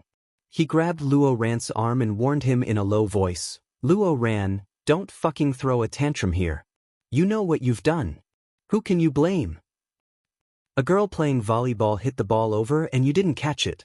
You blew all over your face and you still have the face to shout." Yi Qian had already stopped. She was waiting for Luo Ran to say, "No way." After hearing Yang Heng's words, she narrowed her eyes. Why did it feel like Yang Heng was avoiding her? "Junior, you should go back. He's just being silly. We'll explain when the teacher comes." Yang Heng was indeed avoiding Yi Qian. He did not want Yi Qian to notice them.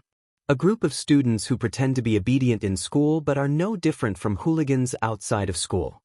This was a warm-up match organized by the students themselves and supervised by the student union. The teacher stayed in the first half of the match and only left in the second half. As soon as she left, she received news that a student had been hit in the face by a basketball and had a nosebleed, and it was a girl in the audience who was returning the basketball and had accidentally hit him in the head. This was the first time the teacher had heard of such a thing. Yi Qian brushed past the school doctor and the teacher, then met up with Jiasin, Li Qian, and the others outside. When they saw her coming out, they all gathered around her, their faces full of admiration. Chapter 448. The 5 people in the dormitory looked at Yi Qian with stars in their eyes. One hit of the basketball and someone's face was covered in blood. How valiant! Li Qian was about to take Yi Qian's textbook over when he saw her outstretched hand. He asked softly, "Does it hurt? It hurts quite a bit, right? Do you want to go back to the dormitory to get some hot water?" "It hurts." After all, it was a basketball and not a volleyball. "It's all right. I didn't have any other thoughts when I hit it. I just wanted to return the ball. I didn't expect to make someone bleed." Yi Qian explained with a smile. She took the textbook and saw Yi Ying and the other girl walking over with dark expressions. At that time, the sky was already slightly dark and the street lamps were already lit. The dim yellow light left on the 2 faces, as if there was a layer of dirt that could not be scraped off. It made the 2 faces look gloomy, revealing a sense of hostility. The basketball court was in a corner of the school and there weren't many street lamps on both sides. Yi Qian and the other girls happened to be standing in the dark. Yi Ying and Yao Jing, who walked out, were both preoccupied and didn't notice. I didn't expect your sister to be so capable. Yi Ying, why didn't you remind me in advance? Yao Jing walked quickly. Compared to Yi Ying, who had caught up, there was an additional layer of frustration in her eyes. Why couldn't she handle such a small matter well? In the end, Yang Heng had to clean up the mess. Yi Ying was furious when she heard this. She caused this trouble and now she didn't remind her? What did she remind her of? She clearly didn't agree to do this on the court. Why didn't I remind you? I didn't agree at that time. Yang Heng didn't agree either. Yi Ying indeed gave in to Yao Jing, but today on the court, she couldn't do so. Yao Jing would take a mile after taking an inch. Hearing this, Yao Jing stopped and turned to glare at her. She sneered. Huh? You mean it's all my fault now? Am I wrong? I'm just standing up for you. You were the one who told us that your sister bullied you. If you didn't say it, would I stand up for you? In short, the fault was all on others. It had nothing to do with her. Even if she was wrong, she had thousands of reasons to explain herself. In the end, it was still someone else's fault. If others didn't do anything, she wouldn't do anything. If she wouldn't, it was a formula to find excuses for herself. Yi Ying had always been a meticulous person. She vaguely felt that there was something wrong with Yao Jing's attitude toward her, but she couldn't pinpoint exactly what was wrong. A dark light flashed in her eyes and she carefully probed, "Don't you know Yang Heng the best? Would he have agreed to such things in the past?" Yao Jing was still in a fit of anger, so she let Yi Ying sound out a little. "I went to the same school as him since we were young. He's never liked to do such things, so it's normal for him to stop it." Suddenly, Yi Jianjian understood why Yao Jing had been treating her differently. It turned out that she liked Yang Heng. She pursed her lips and smiled. "Look at you. You know him so well, but you still said those words to Luo Ran in front of him. How about this? When Yang Heng comes out later, I'll explain to him that I was looking for you and wanted Luo Ran to stand up for me. You should have been like this back then." Yao Jing glanced at her and her mood instantly improved. She held Yi Ying's arm and lifted her chin slightly. "I knew you were the best. Don't worry, you're so good. Yang Heng will definitely write you a love letter soon." Chapter 449. If Yang Heng really wrote a love letter, Ying would be in trouble. Ying cursed in her heart, but she said, "Don't tease me. How could Yang Heng write a love letter to me? I got to know him because of you. In the future." As she spoke, she saw Yi Qian and her classmates standing not far away. This meant that they might have overheard her conversation with Yao Jing. It didn't matter if Yi Qian heard it, but her classmates couldn't. "I have something to discuss with Yi Ying. Jiasun, you guys go back to the classroom first." Yi Qian glanced coldly at the two people who had already seen him. The corners of his mouth curled up slightly. Yi Jifan must have told Yi Ying not to cause trouble for her in school, but Yi Ying came looking for her. Since she came looking for her, how could she avoid it? Coincidentally, she also wanted to know who the guy who had a bloody nose was. "I'll stay. Li Qian, you three go back to the classroom." And Jiasun rejected. She was afraid that Yi Qian would be at a disadvantage. You didn't interact with Yi Ying for a year in high school. Now, she only knows people from families with some status. Don't think that I'm staying because I'm afraid of her.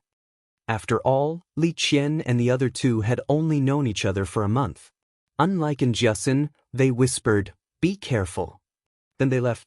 Once the three of them left, Yi Qian smiled and said, "Are you really going to cause trouble with me? No need. You can just stand by my side and watch. Let's listen to what they have to say first."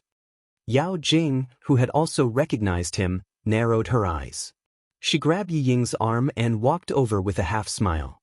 "You're Yi Qian, right? You made a senior in high school bleed with a basketball. How impressive. Do you know who you're hitting?" She had a gloating expression on her face. Her smile was also full of interest. "It's Luo Ran, the most troublesome student in school. He's good at fighting, drinking, and smoking. You hit him, you'll be blocked after school." Now that he thought about it, it seemed that he had helped Yi Ying vent her anger. After he finished speaking, he smiled at Yi Ying and said, "We didn't hit her with the ball today, but she was courting death by hitting Luo Ran. We still managed to vent our anger." Yi Ying knew that Yao Jing's heart was at ease now that Yang Heng's matter was brought up. She smiled and said, "I'm afraid my sister doesn't know Luo Ran yet. I have to introduce him to her." "What's there to say? I'm just waiting to be blocked after school." Feeling comforted, Yao Jing intimately leaned against Yi Ying and smiled sweetly. "Ying, if you get bullied in the future, it's not wrong to look for Luo Ran." It turned out that the boy who was beaten up by him was called Luo Ran. Would he stop him after school? Yi Qian thought about it. It had been a long time since he had been blocked. Raising his eyebrows, he smiled faintly and said, "All right, I'll wait to be blocked." Didn't he often get blocked in the past? So what if he was blocked by a few students? In the past, He Jimin, Tan Wei, and Xie Sifeng were your helpers. Now it's changed to someone else. Why are you so timid? You don't show up yourself and always look for others. And Jessen crossed her arms and looked at her mockingly. If you have the guts, come out yourself. Why do you always use others as your tool? Yao Jing, who had a smile on her face, heard this and her expression changed slightly. She had always known that Yi Ying was a smart person who knew her limits. However, she didn't know what kind of person she was in middle school. Her hands unconsciously wanted to loosen. She liked to play smart, but that didn't mean that she would see others play smart with her. Chapter 450. Yi Ying remained calm, as if she didn't notice Yao Jing's strange behavior. She said coldly, "Yi Qian, you said that it would be best for us to coexist peacefully in school. I didn't understand in the past, and the things I did were childish and laughable. But have I done anything to you since the 3rd year of middle school? Coexist peacefully, whether in middle school or high school, it's best if we don't quarrel or embarrass each other. What happened tonight was an accident. I couldn't control that boy's actions. He wanted to stand up for me. If you don't believe me, you can ask someone else. I did stop him, but he didn't listen." How could she not notice Yao Jing's strange behavior? Yi Ying was trying her best to make it up to her because she noticed. And she did make it up to her. Yao Jing's expression softened. Although she didn't pull her arm back, she didn't feel as intimate as before. She smiled sweetly and said, "Ying, why are you talking nonsense with her? So what if she's my sister? Do you think she'll hit you?" She looked at Yi Qian and said arrogantly, "I didn't like you today, so I asked Luo Ran to do it. If you have the ability, come find me and Luo Ran. This has nothing to do with Yi Ying." Birds of a feather flock together. Yi Qian sensed that the girl standing beside Ying had her own thoughts and didn't really want to stand up for Ying. Her lips curled up slightly, and her eyes flashed with mockery. Yi Qian didn't mind Ying finding more friends to stand up for her, but if there was a chance for her so-called friends to cause trouble for Ying, Yi Qian found it quite interesting. As her eyes moved, a cold smile appeared in her star-like eyes. She slowly opened her mouth and said, "You can't stand the sight of a student you don't know, so you asked someone to attack her. If it wasn't for Yi Ying, would you do this?" The distance between the girl and Yi Ying widened again. Just now, they were shoulder to shoulder, but now there was a gap of a fist between them. She glanced at Yi Ying, who still wanted to destroy the piece in front of her, and said with a smile, "So, whether or not tonight's incident has nothing to do with you, Ying, you know what you did. I also know that you know many classmates from good families in high school, but if you want to use them to make trouble for me, Ying, then you're wrong. Firstly, I won't be afraid. Secondly, the school is the school after all.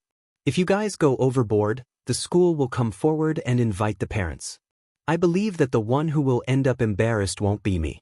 Number 3, don't forget that there is only one way to deal with students who cause trouble: expel them. Even the student records will be cancelled." Ying still had a smile on her face, but when she heard the last part, her heart skipped a beat. She instinctively looked at Yao Jing, who was beside her. When she saw that Yao Jing was expressionless, she glared at Yi Qian and said sternly, "Yi Qian, how dare you threaten me?" Just as she said, once her family found out that they were causing trouble at school, they would definitely not tolerate it. Threat? These are the school rules. Didn't you read the school rules? Yi Qian laughed. All of them were just trying to intimidate others. In the end, they still had to rely on their parents. Yi Ying, if you want to cause trouble for me in high school, be careful that you don't implicate your friends. They won't be able to get into university. When he said that, Yao Jing and Yi Ying's expressions changed. While they were talking, the game had already ended. The spectating students began to walk out. From a few people to groups, the quiet stadium instantly became lively. Chapter 451. Yao Jing took the opportunity to withdraw her hand from Yi Ying's arm. She studied Yi Qian for a while before saying, "You're right. Yi Ying and I would never violate the school rules. Naturally, we won't find trouble with you." She pointed at the boys in their jerseys and smiled. "Naturally, someone will find trouble with you." This Yi Qian was indeed smart and knew how to talk. He never faced her directly and only targeted Yi Ying. Yang Heng had said to never find trouble with a smart person who could distinguish between the severity of the matter. Thinking of Yang Heng's words, Yao Jing had no intention of standing up again. Yi Qian only raised his eyebrows and smiled at Yao Jing's threat. "I don't know any of you. I only know Yi Ying. If you dare to take the risk of being expelled to stand up for her, I can only say that Yi Ying has made the right friends." Classroom, cafeteria, platoon, such a simple life. If Luo Ran had the guts to bring people into the school and the platoon, she would definitely respect him as a man. Her indifference made Yao Jing's eyes darken, not because of Yi Qian's words, but because she knew that Yi Qian had seen through her intentions, because she would never stand up for Yi Ying. Without another word, she ignored Yi Ying and walked away with a cold face. This time, Ying did not chase after her immediately. She looked at Yao Jing's back and sneered in her heart. Sooner or later, she would make Yao Jing not dare to treat her like this again. But facing Yi Qian, she refused to admit defeat. She lifted her chin and smiled proudly. "You're right. I have made a group of good friends. All of them are willing to stand up for me. Yi Qian, what about you? Who will stand up for you? If you go against me, just wait for them to teach you a lesson." Luo Ran is not a good student. Just wait and see. Yi Qian was too lazy to say anything more. Yi Ying's intelligence was too narrow. Even her judgment was the same. And Jiasin, who had been holding it in for a long time, couldn't hold it in anymore. She laughed out loud. She could tell something was amiss, but Yi Ying was still pretending. How could she not want to laugh? "We'll wait and see. Ying, hurry up and complain to Luo Ran. After all, the unlucky ones won't be me and Yi Qian." With that, she raised her arm, which had been tightly linked with Yi Qian's, and laughed. "What are friends? Friends should never leave each other, you know that?" It was so piercing that Yi Ying's eyes suddenly became sharp, and her face turned pale from anger. She gritted her teeth and said hatefully, "Is that so? Let's see how long you can be proud of yourselves." He didn't stay any longer and left aggressively. Yi Qian smiled coolly. Then, with a serious expression, he said to Jiasin, "Don't leave school so easily. I'll take care of Luo Ran's matters." He didn't confront Yao Jing directly just now. Instead, he only mentioned Yi Ying time and time again because he wanted to let her know that the matter between him and Ying had nothing to do with friends. It had nothing to do with Jiasin, who was standing beside him. "Don't worry about me. But you have to be careful. Luo Ran is indeed not a person to be trifled with." And Jiasin lowered her head and rubbed her forehead against Yi Qian's shoulder. "Zhangbin told me that I must listen to you and can't make my own decisions. Don't worry, I'm not a day student. I won't leave school." Even so, Yi Qian still secretly kept an eye on things for the next few days. He found that Luo Ran didn't make any moves, and Ying also didn't make any moves. But the more it was like this, the more uneasy Yi Qian felt. Chapter 452. On Friday afternoon, Yi Qian went directly to the army for training. As soon as she walked out of the school gate, she felt a few malicious gazes coming from different directions. This made Yi Qian feel more at ease. At least, she knew that Luo Ran had not given up and was looking for an opportunity. Yi Qian walked forward with light steps with a slight smile in her eyes. Usually, she would leave at night for training. Since Luo Ran did not know, no one would come looking for trouble. However, on Friday, they only had to ask Ying to know that she would leave the school. The army's car was parked about 500 meters away from the school. Yi Qian walked quickly in her school uniform. She was agile and knew how to avoid being followed. It only took her 2 minutes to shake them off. What? She's gone? Luo Ran, who was sitting in the canteen and drinking a soda, jumped up and glared at the students from other schools. None of you followed her? Outside, there were a few young men from the underworld who were close to Luo Ran.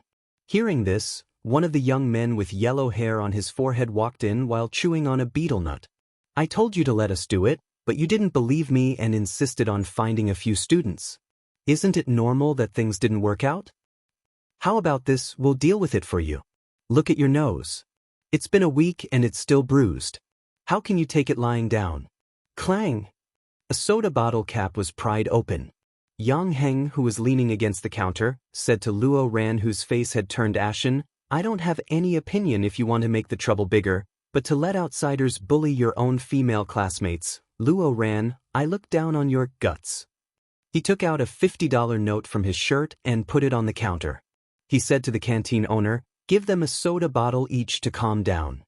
He picked up his bag and walked out leisurely, leaving Luo Ran alone with a pale face. He slammed his fist on the counter.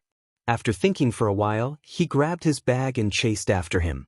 The young man with yellow hair looked at the $50 note on the counter and then looked at the boy who walked out first. He whistled and said to his friends, so he's also a rich student. The few young men standing outside all laughed when they saw this. What are you laughing at? Go and find out where that boy is active. Luo Ran's family has been strict recently, and money is tight. We brothers need to find another family. The yellow-haired youth held the 50 yuan between his fingers and said to the quiet shop owner, 3 packs of cigarettes and as many bottles of soda as you have left. There were only a few days left until National Day. The tiger of autumn was still showing its prowess. It was so hot that everyone wanted to drink a mouthful of ice. The soldiers all brought their own kettles. They didn't drink ice water, but tea with honeysuckle added in a large stainless steel bucket. They could drink as much as they wanted. After a bucket was placed on the training ground, it didn't take long for them to see the bottom. The basement was cool, but after a training session, it was still hot enough to make one sweat. When Yi Qian arrived at the underground training ground, he saw that all the car soldiers were packing up. They looked like they were about to leave. Why are you all packing up? You're not practicing tonight? She asked the soldier who drove her here in surprise. Didn't you say that we'll be practicing every night until the end of December? The car soldier who picked her up pursed his lips and smiled shyly. The political commissar is here. Do you want to ask the political commissar? Political Commissar Yen was waiting for Yi Qian to come over. He signaled the car soldier to go about his business and smiled warmly. There's a special mission tonight. You've been practicing for almost a month. We've all seen your results. We all agree that you've improved very quickly. Chapter 453. Right now, you only have one night training course that you haven't started yet. I discussed it with Commander Liu, and we will start tonight. You will drive a car and be accompanied by your instructor. You will depart from your province for cross-province training. Yi Qian was stunned for a few seconds. After hearing this, he said in disbelief, Political Commissar, I don't even have a driver's license. He was worried that he didn't have a driver's license, not that he couldn't do it. Don't worry about that. We have our own arrangements. Go and see the car you will be driving tonight. The instructor is doing maintenance for you. Political Commissar Yen admired Yi Qian's confidence in himself. It wasn't arrogance, but a down-to-earth confidence. He wasn't exaggerating, nor was he overly modest. Yi Qian immediately had no more worries after hearing this. He responded crisply and walked towards the parking lot. At 11 o'clock p.m., the surroundings were cleaned up. After all the preparations were done, jeeps drove out of the underground parking lot one after another. They drove to the side of the road in an orderly manner before turning on their headlights and driving into the mountains. All the cars were jeeps instead of armored vehicles. From the outside, they looked no different from the jeeps in the city. Yi Jian followed in the middle of the convoy and began the night training that would last until Sunday. She would only be back on Sunday. At 3 o'clock a.m., Political Commissar Yan's voice came from the walkie-talkie. He asked the instructor accompanying Yi Qian, How's the situation on your side? Reporting, everything is normal. The instructor, who also didn't sleep, kept his mind awake and reported the situation of their car. Change at 4 a.m. The co-driver will take over. The co-driver was the instructor himself. At this time, they were already on the mountain road. The long mountain road seemed to spiral into the sky. The headlights shone in front of them. On one side was the vast mountain range, and on the other side was an unprotected cliff. The entire mountain road was bumpy and uneven. Yi Qian's whole body was shaking. There wasn't a single minute of silence. After making a 180-degree turn, they continued to climb up. One moment, they would make a 180-degree turn inward, and the next moment, they would make a 180-degree turn outward. They continued to drive forward until the co-driver took over. Yi Qian had already completed the 4 stages of basic driving, practical driving, long-distance driving, and graduation assessment. At 5 o'clock in the morning, all the motorcades stopped by the roadside. After resting for half an hour in the wilderness, they continued to move forward. At 6 o'clock, the motorcade no longer followed the mountain road. Instead, they turned into another section of the mountain. Attention all vehicles, attention all vehicles.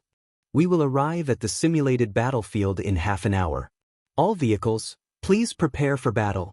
Even though it was Yi Qian's first time driving at night, she knew what the tests were. When the car turned out of the mountain road and headed into the mountains, she knew that they had arrived at the test area. There were a total of more than 10 simulated battlefields. The simulations here covered almost all the common situations that one would suddenly encounter while driving. The artillery blockade was the first simulated section. Amidst the sounds of explosions, Yi Qian drove through it. Flames rose in front of her eyes. She could feel the firepower even from inside the car. The steering wheel turned so fast that her hands turned into afterimages. After dashing out of the car, they arrived at the bullet hole road. The car was bumpy and the body was shaking. Like a newborn calf who was not afraid of tigers, Yi Qian courageously trained with the male soldiers on this completely unfamiliar training ground that was set up based on the terrain of the wilderness. There were dozens of wartime courses, and Yi Qian couldn't miss a single one. Under the conditions that were similar to actual combat, she trained her driving skills. This was also a foundation that no one could surpass when she officially wore the military uniform in the future. Chapter 454. After the assessment, the entire mountain was filled with thick smoke.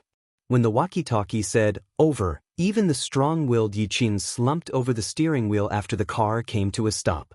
The instructor sitting in the front passenger seat laughed when he saw this. He joked, "So you can get tired too. Some time ago, all of us male soldiers were shocked by you.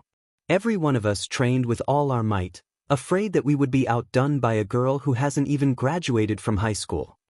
Many of the male soldiers were left in the dust by this young lady.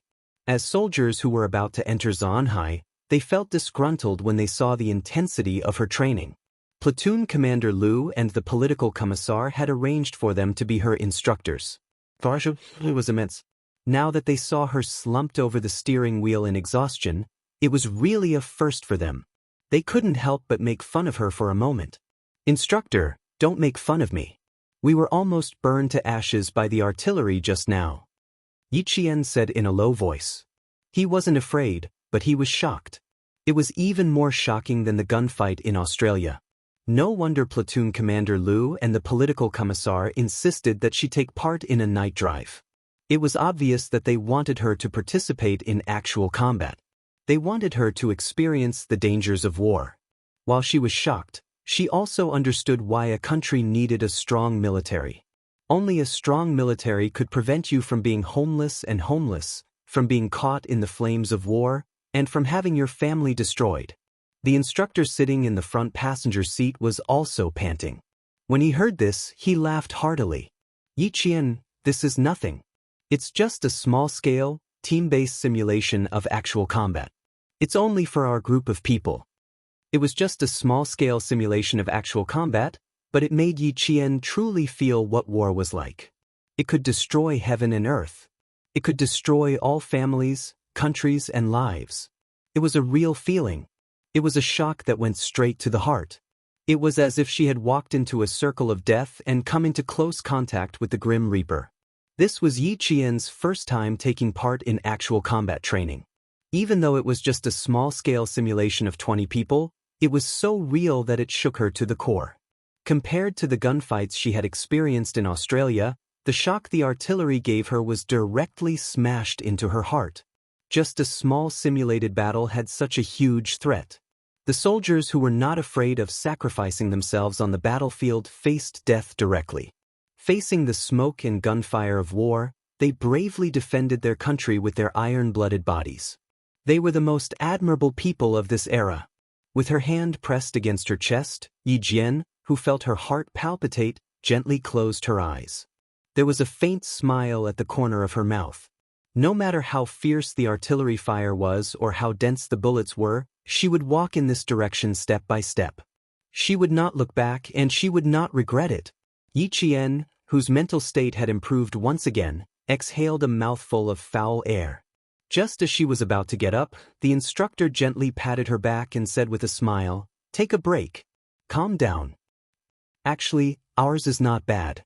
Take the brigade that specializes in training military driving teams, for example. The technical soldiers there are really well trained. Other than learning how to drive sedans and flat-top firewood transport vehicles, many of them also learn how to drive artillery tractors, heavy transport vehicles, and other special vehicles. Their training is strict and rigorous, and they have more actual combat experience than us. Every single one of them has godlike driving skills." Chapter 455. Seeing that Yi Qian had not moved, the young instructor became a little restless. He took off his training cap and scratched his head, not knowing what to do. He said, "Are you okay?" I don't really know how to comfort people. Do you want to talk to the political commissar?" Picking up the walkie-talkie in the car, the instructor prepared to contact the political commissar with a serious expression. Yi Qian raised his hand and pulled the cord of the walkie-talkie. He raised his head from the steering wheel and said with a smile, "I'm fine. It's my first time passing through artillery fire, so I'm a little shaken up." "Hey, it's fine. This is considered a very small simulation of actual combat.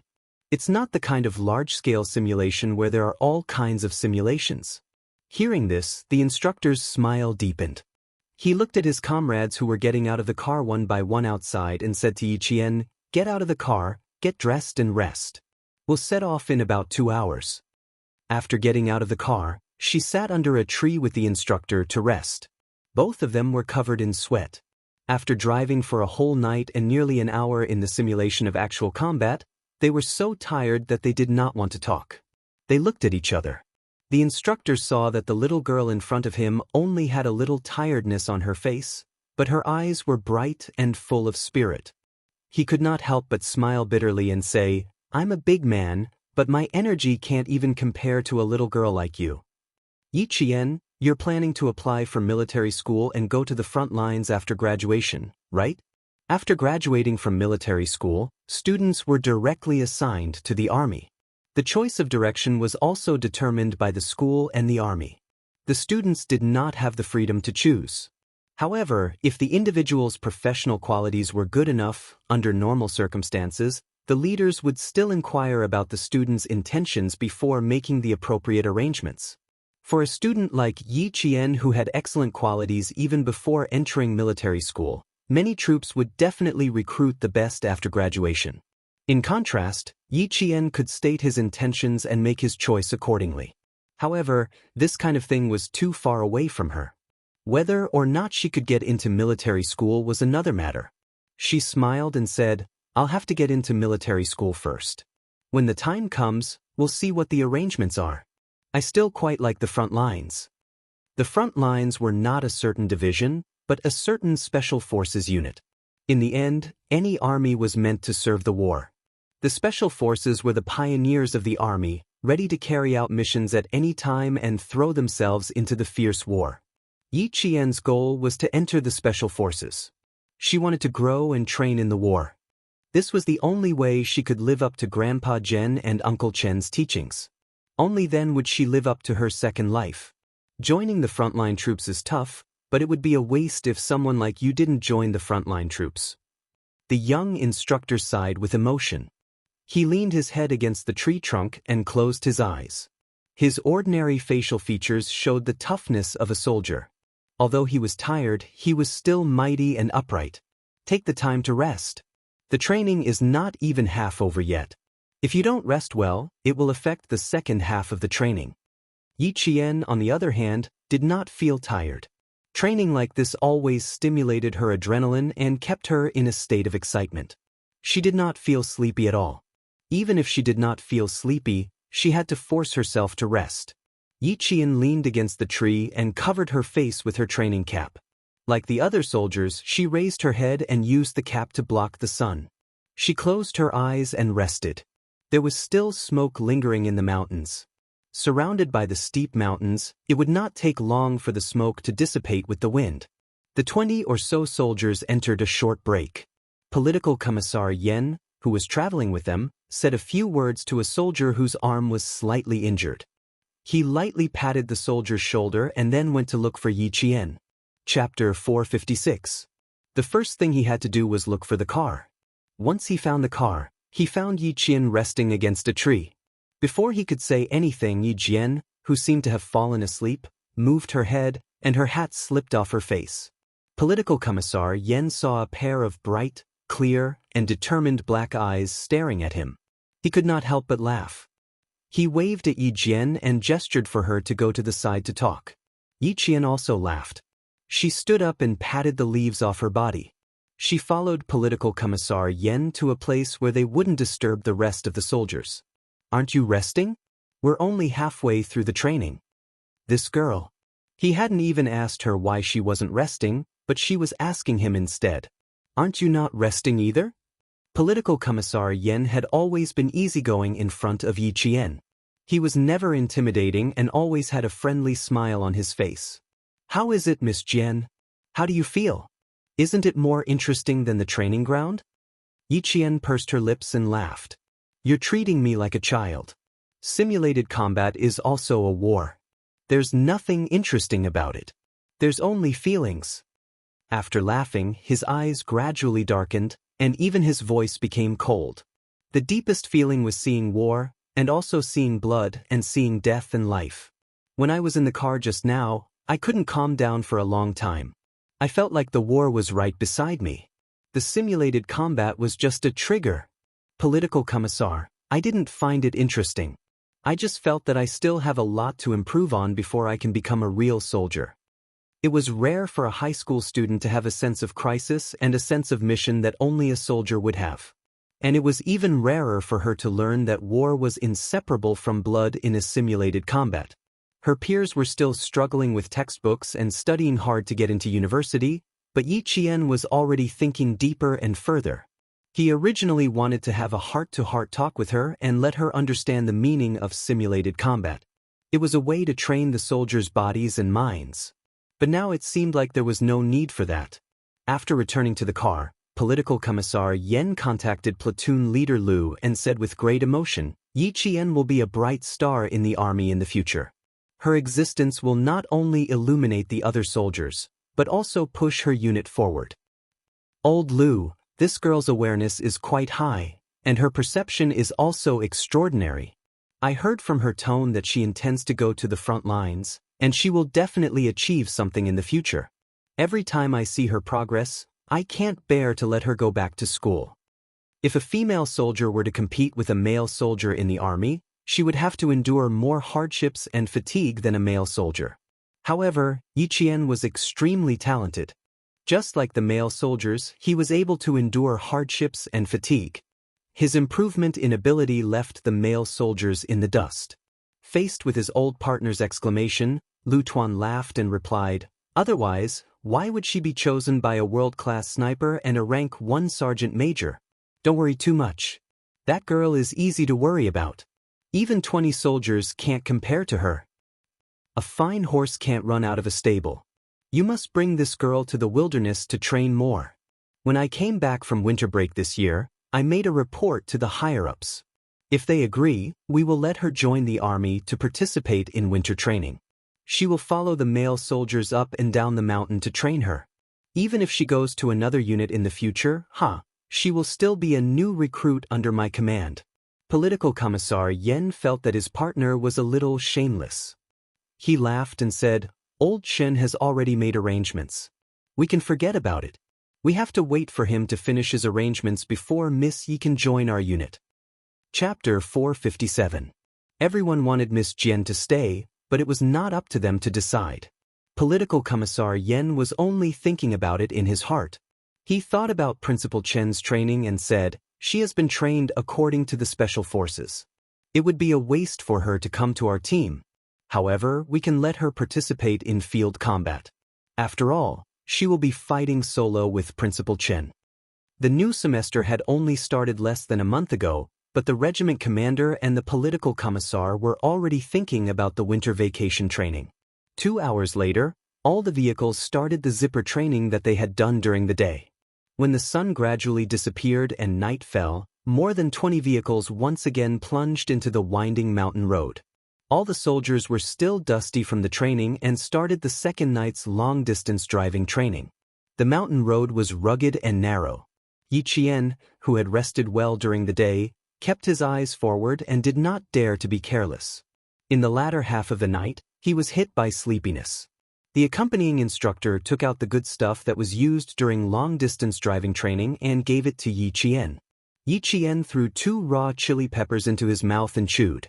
The spiciness made his grip on the steering wheel tighten. "Instructor, are your stomachs made of iron?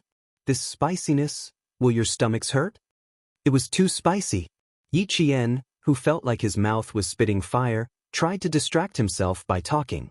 Eating raw chili, raw cooling oil, raw onions, these are all common. However, it's only for long-distance driving.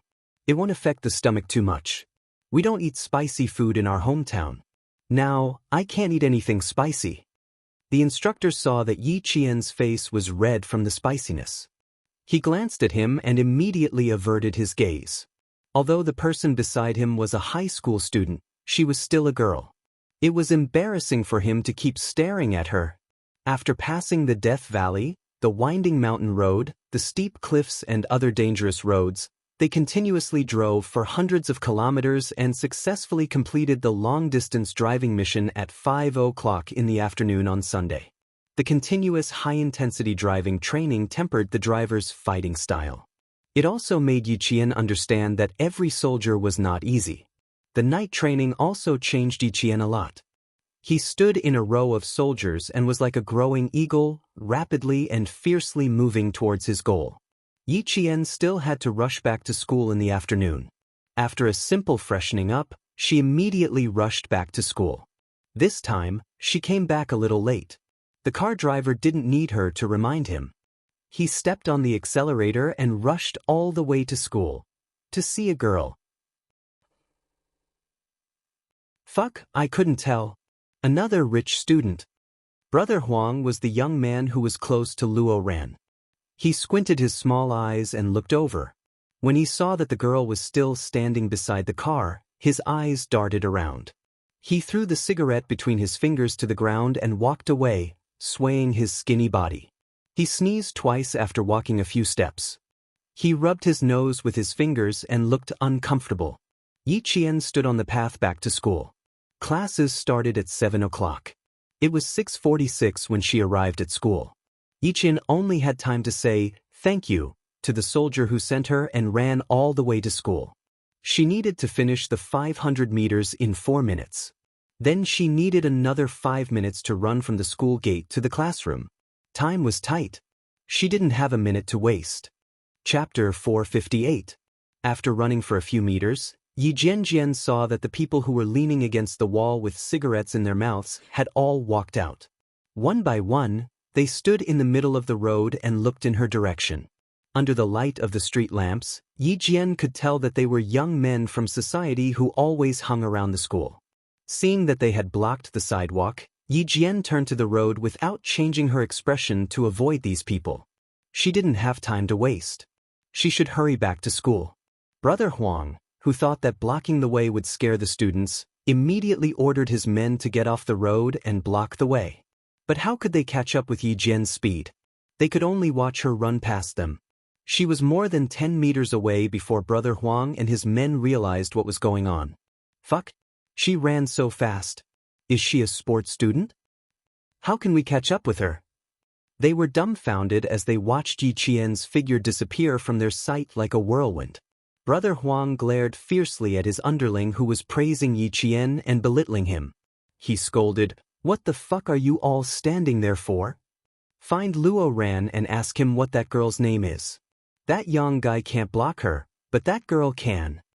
After scolding, he sneezed a few times in a row and then yawned again and again. His footsteps swayed as he left. The school gate was already closed. Yi Qian took out her student ID and rushed into the school while the guard nagged her. She ran to the classroom door just as the bell rang. Teacher Tong was already in the classroom. Seeing Yi Qian coming in on time, she didn't say anything. She gestured for her to return to her seat and continued. "The military training will start the day after tomorrow. Gather at 7 in the morning and set off from school. Everyone, remember to bring your own daily necessities. Bring all the necessities I wrote on the blackboard. The class will prepare some anti-heatstroke medicine. Students who go home can also bring some. If you need anything, you can ask me first. If the class can prepare it, we will prepare it for you." Just as they were talking about the military training, the holidays were getting closer and closer, and their expectations were also increasing. Previously, they thought that they were taking up the holidays, but now, they couldn't wait to go for the military training tomorrow. And Jiasun gently nudged Yi Qian's arm and said in a low voice, "Yi Ying's not going." "That's great. I'm not going either." "It's great too. You don't have to be envious of me. Train well and we'll meet again in 7 days." Yi Qian smiled at her and said softly, "I think you'll like military training." And Jiasun gritted her teeth and said, "I can understand if Yi Ying doesn't participate, but I can't understand if you don't. Principal Chen needs me to take care of him. I've already applied for leave." Yi Qian could not tell her that he was going overseas. He could only tell her that it was for Principal Chen. "The school has already agreed. It won't affect my graduation." As her deskmate, and Jiasun could accept this reason. Teacher Tong had finished her lecture. After that, there was only the sound of pages being flipped in the classroom. The occasional discussion was for the sake of learning. Yi Qian finished the evening self-study session with an empty stomach. After class, she greeted Jiasun and ran to the snack bar to buy some bread to fill her stomach. Since class had just ended, there were not many people in the snack bar. Only a few boys were buying soft drinks. Yi Qian walked in and saw Yang Heng holding 2 soft drinks from the fridge. When he saw her, Yang Heng took the initiative to ask, "Class is over. What do you want to eat?" "My treat. By the way, I have something to tell you. It's about Luo Ran." Chapter 459. Yi Qian didn't like boys who pursued Yi Ying, but when Yang Heng scolded Luo Ran on the basketball court, she couldn't bring herself to dislike him. She felt that the boy in front of her didn't seem like the type to be charmed by Yi Ying's looks. Of course, the biggest reason was that she wanted to know Luo Ran's exact whereabouts, so she didn't reject him outright. She raised her eyebrows and smiled faintly. "It's a little strange. Why are you the one telling me about Luo Ran?" "It's not strange because I know him. What do you want to eat? Soda? Popsicles?" Yang Heng followed her back to the convenience store and took out 10 yuan from his pocket. "It's exactly 10 yuan. Soda or popsicles are fine." More students came in one after another. 2 girls even took a second look at Yang Heng before shyly lowering their heads and walking past him. They probably heard what he said and glanced at Yi Qian out of the corner of their eyes before going to the shelves to get something. Yi Qian, who had bread and milk in her hands, didn't respond to their stares. She paid for the bill and walked to Yang Heng's side. "What do you want to tell me? Let's talk while we walk." Yang Heng put the money in his pocket and took a sip of his soda. His words made Yi Qian frown slightly. "Yi Qian, I saw you at the Transportation Bureau." "I see. No wonder I felt like you knew me." Yi Qian took a bite of her bread and said faintly, "What do you want to tell me about Luo Ran? A warning like the one Yao Jing gave him?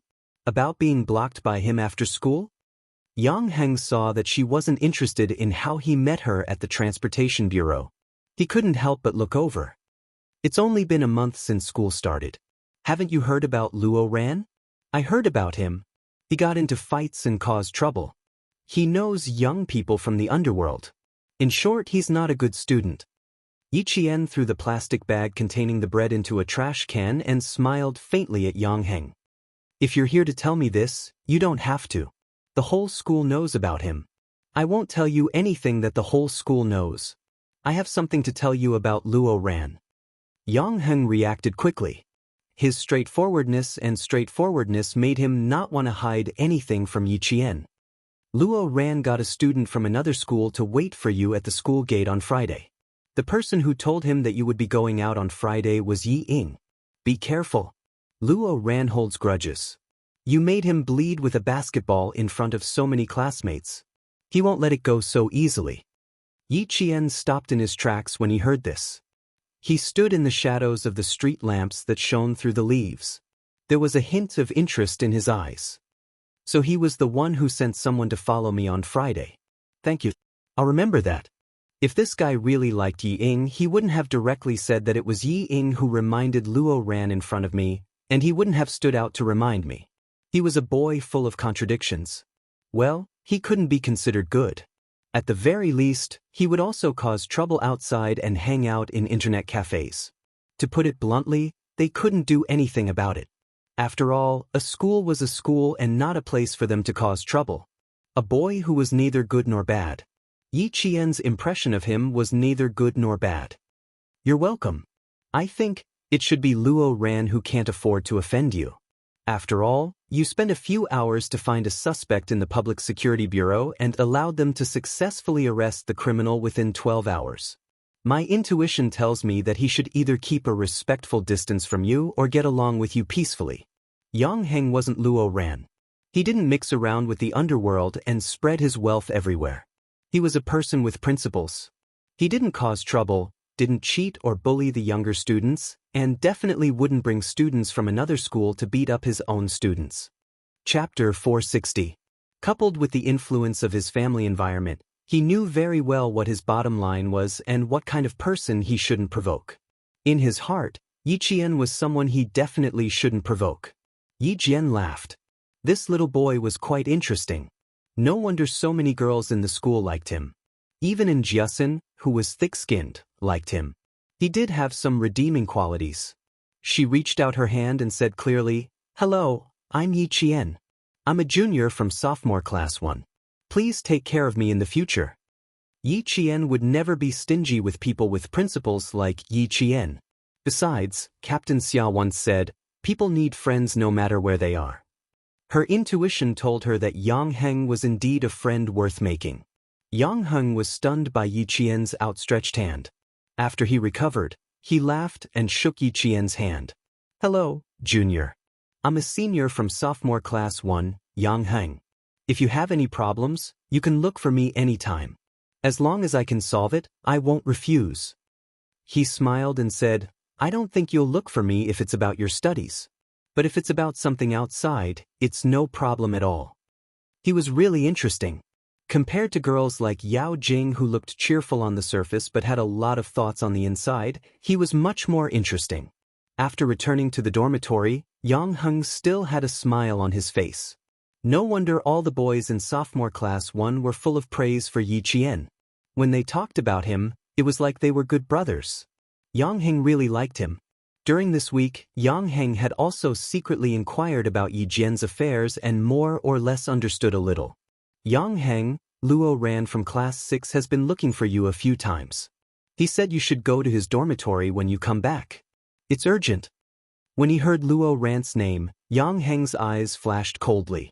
He thanked his roommate and went out again. Well, even if he didn't come looking for him, he would have gone looking for him. Just based on Yi Qian's actions just now, he couldn't let Luo Ran mess around. 5 minutes later, the originally quiet male dormitory was suddenly filled with the sound of something being smashed.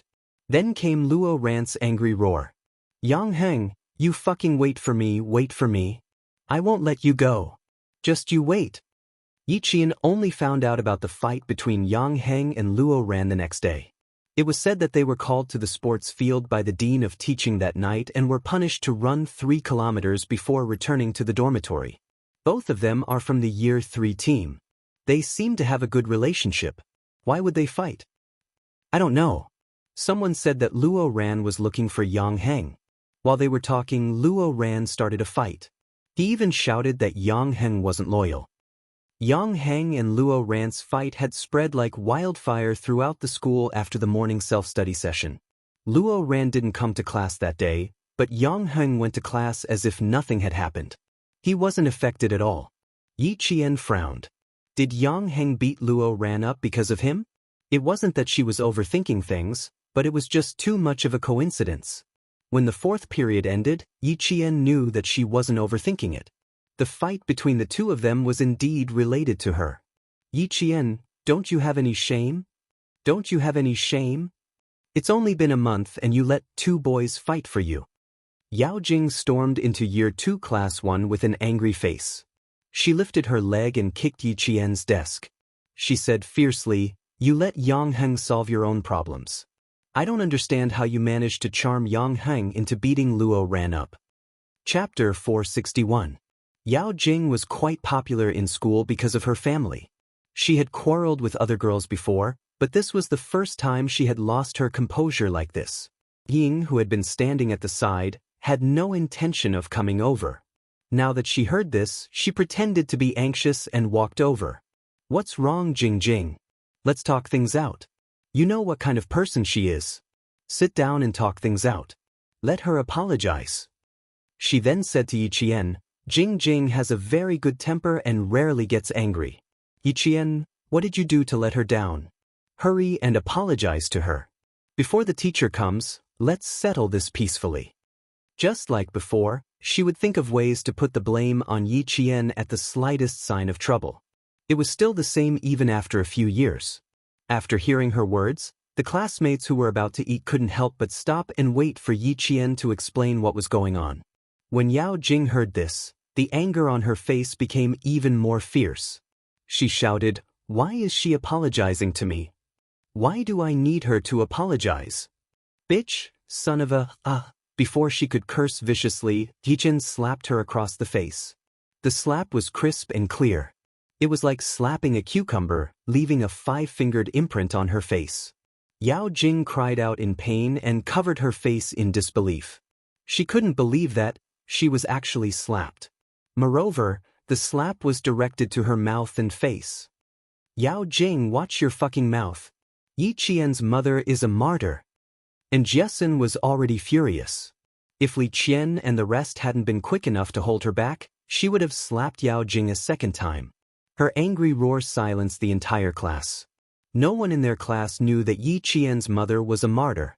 Thinking of Yao Jing's unfinished scolding, the expressions of the students who hadn't left changed slightly. They looked at Yao Jing with a hint of disgust.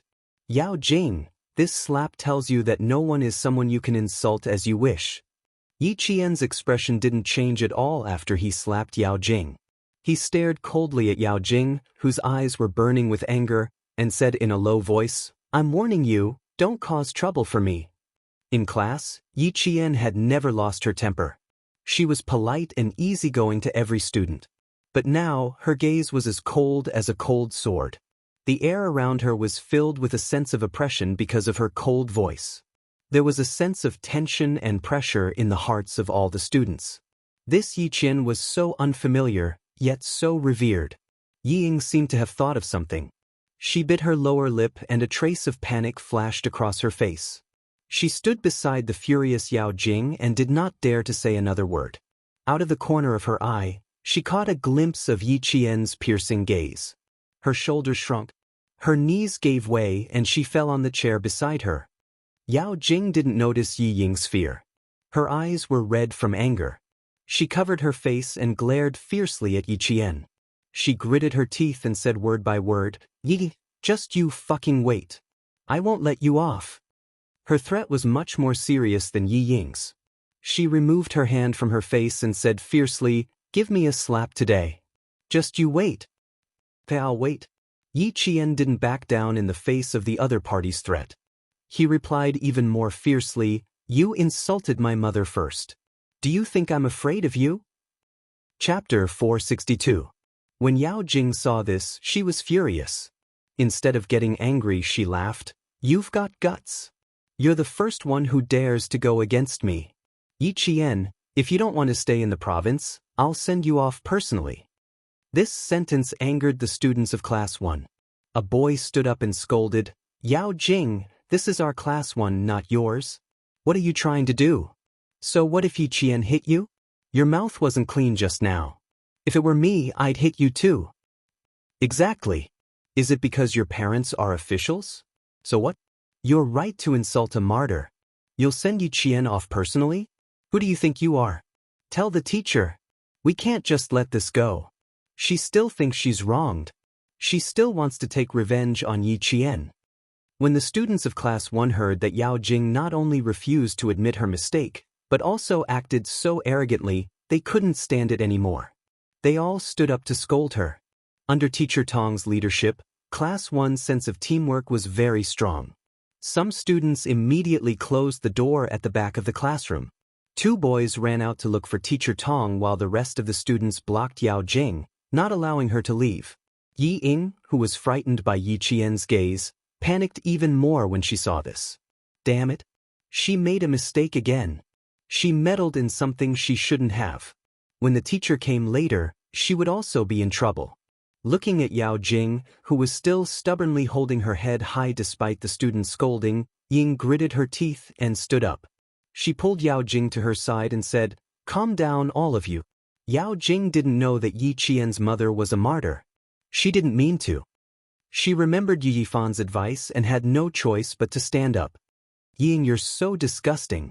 You call Yi Qian sister, but when something happens, you can't wait to jump out and step on Yi Qian. If you really wanted to help Yao Jing just now, you should have pulled her away when she was scolding Yi Qian. You shouldn't have stood aside and fanned the flames. And Jiasun struggled until her eyes were red. She glared fiercely at Ying. You're up to no good. You've made things difficult for Yi Qian time and time again. Are you still human? Even if Yao Jing doesn't know, how could you not know? Yi Qian's mother is your aunt. Following that, Li Qian and Yang Yi held her back, afraid that they would blow things up if they didn't catch her. Yi Qian was afraid that she would break free and rush up to hit her, so he walked over and put his arm around her shoulders. He said softly, Jiasun, calm down. I'll take care of it. When have I ever let myself be taken advantage of? This time is no exception. Yi Ying, who scolded until she almost couldn't raise her head, stared at the strange gazes of her classmates.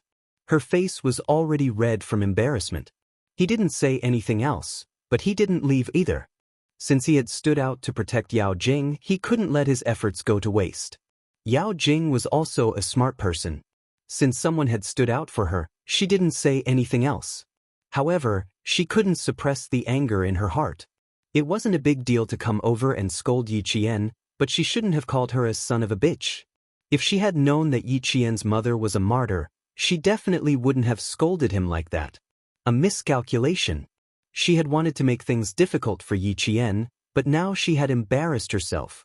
The students of Class 1 all stood beside Yi Qian. Before the teacher arrived, they couldn't speak again. Yao Jing should have been the target of public criticism, but Yi Ying had stepped forward and replaced her. Instead, Yao Jing was temporarily spared from the students' saliva. Teacher Tong arrived quickly. She had already heard the whole story from the 2 boys. When she walked into the classroom, she saw dozens of students gathered together. Just from their backs, she could feel their anger. Chapter 463. She was relieved that although the children were angry, they remained calm. There's no need to gather together. Let's all go for lunch. Yi Qian, Yao Jing, the 3 of you come with me. Teacher Tong, who was standing outside, said sternly, if you have anything to say it in the office. Yao Jing, I've already informed your parents to come over. If you feel wronged, you can ask your parents if it's you or Yi Qian who's wronged. When Yi Ying heard her name being called, her body swayed slightly. Her eyelids trembled slightly as she stepped forward to follow. Insulting a martyr was not a small matter. Yao Jing's parents quickly put down their work and rushed to the school in the car assigned to them by the department. Yi Ying was no longer in the office. After being scolded by Teacher Tong for a few minutes, she was asked to leave. Even so, her image in the class plummeted after she stepped forward. In the office, Yao Jing's parents first criticized their daughter fiercely before personally apologizing to Yi Qian. They also said that their family of 3 would definitely go to the martyrs' cemetery to apologize to Yi Qian's mother with flowers. However, they did not mention a word about Yao Jing being beaten up. Even when Yao Jing's mother saw that her precious daughter's mouth and face were swollen, she did not say a word. They did not dare to speak up for their daughter because there were 2 colonels in the office who rushed over from the provincial military. One of them was a colonel, while the other was a political commissar. The 2 of them sat in the office like door gods. Yao Jing's mother, who originally wanted to talk about this matter on its own, immediately stopped. The people from the provincial military were not just anyone. One of them was Colonel Liu, and the other was political commissar Yen. Principal Chao knew that Yao Jing's parents were officials with real power, so he immediately asked Principal Chen if anyone from the military was coming over. He then made a phone call and invited the 2 of them to come over to watch over Yi Qian. Deputy Director Yao, Yi Qian's mother is a martyr of our country. Before she died, she returned home with national etiquette. The Prime Minister personally covered the flag and lowered it to half-mast to welcome the martyr's return. Deputy Director Yao, we will pursue this matter legally. If something like this happens again, we will inform you directly in the form of a military letter to fulfill our responsibility as a guardian. Political Commissar Yen was not bluffing. It was true. His words caused Father Yao and Mother Yao to break out in cold sweat. The 2 of them quickly exchanged glances and lost all interest in the matter. The flag was lowered to half-mast to welcome the return of the martyrs. Just what was the background of Yi Qian's mother? Even after being dead for so long, he was still able to honor his daughter. Moreover, even the Prime Minister had personally come forward to cover the flag. Don't worry, we'll definitely control Yao Jing well. We'll definitely put an end to such situations. There won't be a second time. Mother Yao made a solemn promise and said to Yi Qian, "Classmate Yi, we will definitely take good care of Yao Jing. Please forgive her this once." Lu Tuan looked up and said calmly, "This child has always been honest. We watched her grow up. Deputy Director Yao, your family shouldn't make things difficult for her if you want her to forgive you. Do you want to get Miss Jian's forgiveness?" He was already being merciful by not slapping the girl until all her teeth fell out. It was obvious that he would not forgive her. Father Yao and Mother Yao's expressions changed slightly. There was no way to get her forgiveness. It would be troublesome if it affected their daughter's college entrance exams. Yao Jing, who knew that she had kicked an iron plate, stood up. She could not even stand straight under the gaze of the 2 military officers. She walked over to Yi Qian and bowed deeply. "I'm sorry, Yi Qian. I was too presumptuous. I'm sorry." Chapter 464. If Yao Jing hadn't apologized to Yi Qian, then Yi Qian would have just laughed it off and wouldn't have cared too much about what she had said. However, she had apologized and didn't say anything similar to Yao Jing's mother, asking for his forgiveness. This showed that Yao Jing was more scheming than Yao Jing's mother. She knew that she had to apologize immediately if she had done something wrong.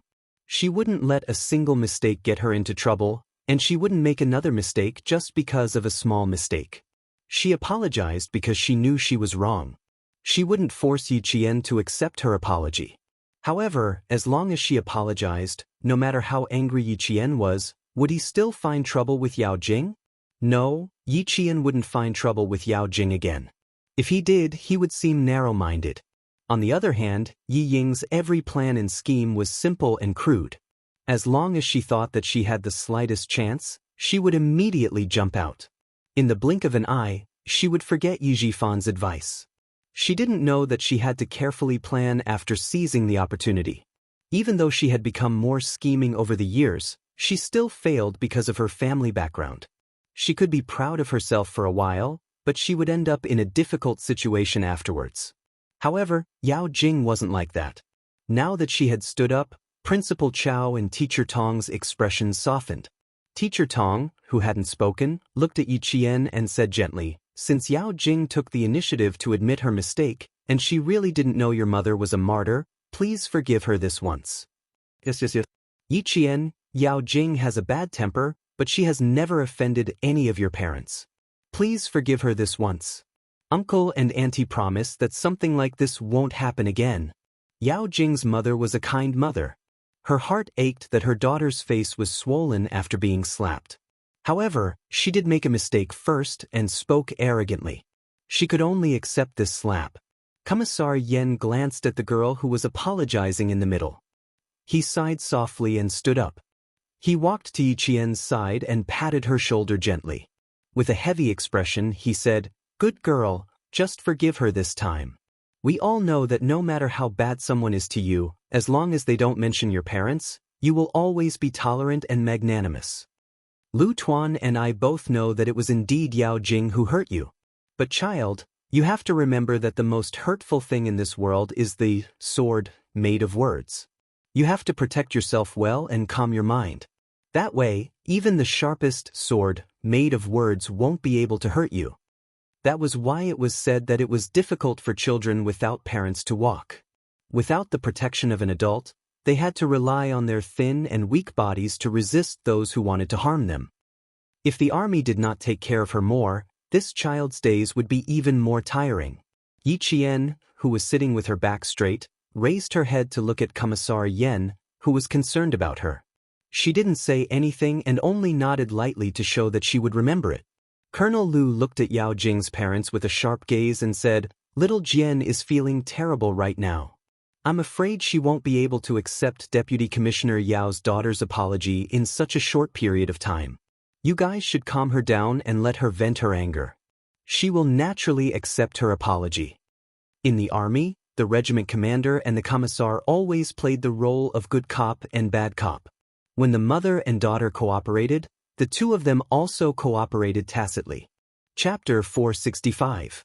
Political Commissar Yen tried to persuade Yi Qian while Regiment Commander Lu defended Yi Qian. The two of them sang the same tune, making Father Yao and Mother Yao's expressions a little awkward. The words of these two military officers made it seem like a family of three was forcing Yi Qian to forgive Yao Jing. "Yao Jing, sit back down." Father Yao's face darkened as he reprimanded, "Do you think your mistakes can be resolved with an apology? You don't know your place and you need to be taught a lesson. If you don't teach you a lesson today, you'll only make it worse in the future." "Dad, I'm apologizing to her. I know I was wrong." Yao Jing didn't listen and stood stubbornly beside Yi Qian. She lowered her posture and said again, "I'm sorry, Yi Qian.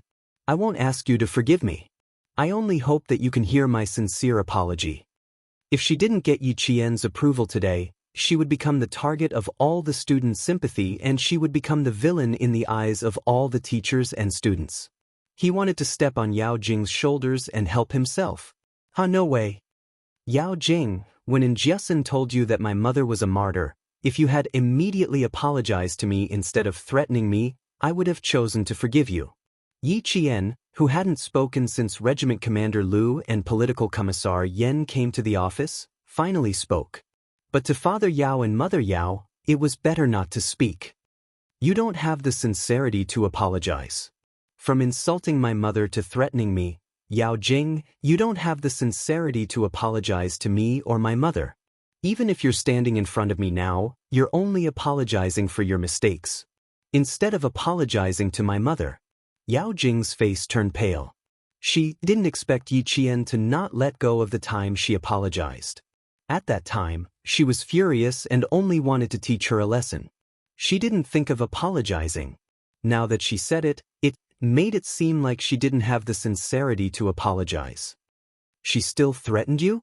What did she say, Yi Qian? Say it now."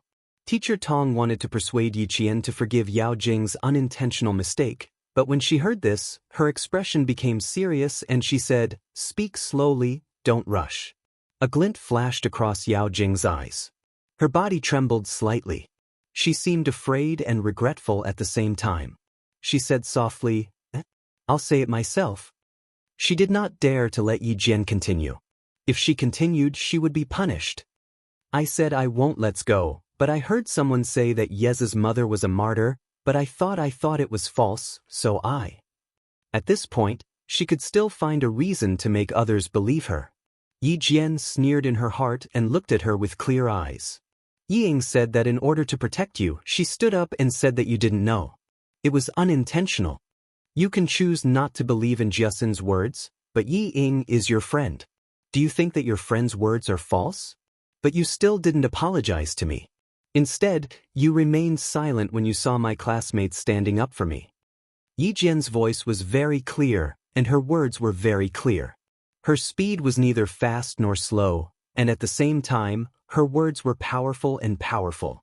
Every word she said could make Yao Jing's expression change continuously. Her gaze was cold, and there was a sternness that could not be violated, forcing Yao Jing to take a few steps back. Chapter 466.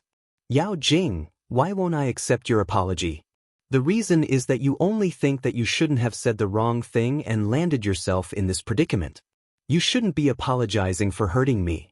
Your apology is only for yourself. It has nothing to do with sincerity. So, I definitely won't accept your apology. No matter how many times you say sorry, I won't accept it. Yao Jing was a smart person. Her threats were much more credible than Yi Ying's threats. The smart thing about her was that she would definitely not put herself in harm's way after harming someone.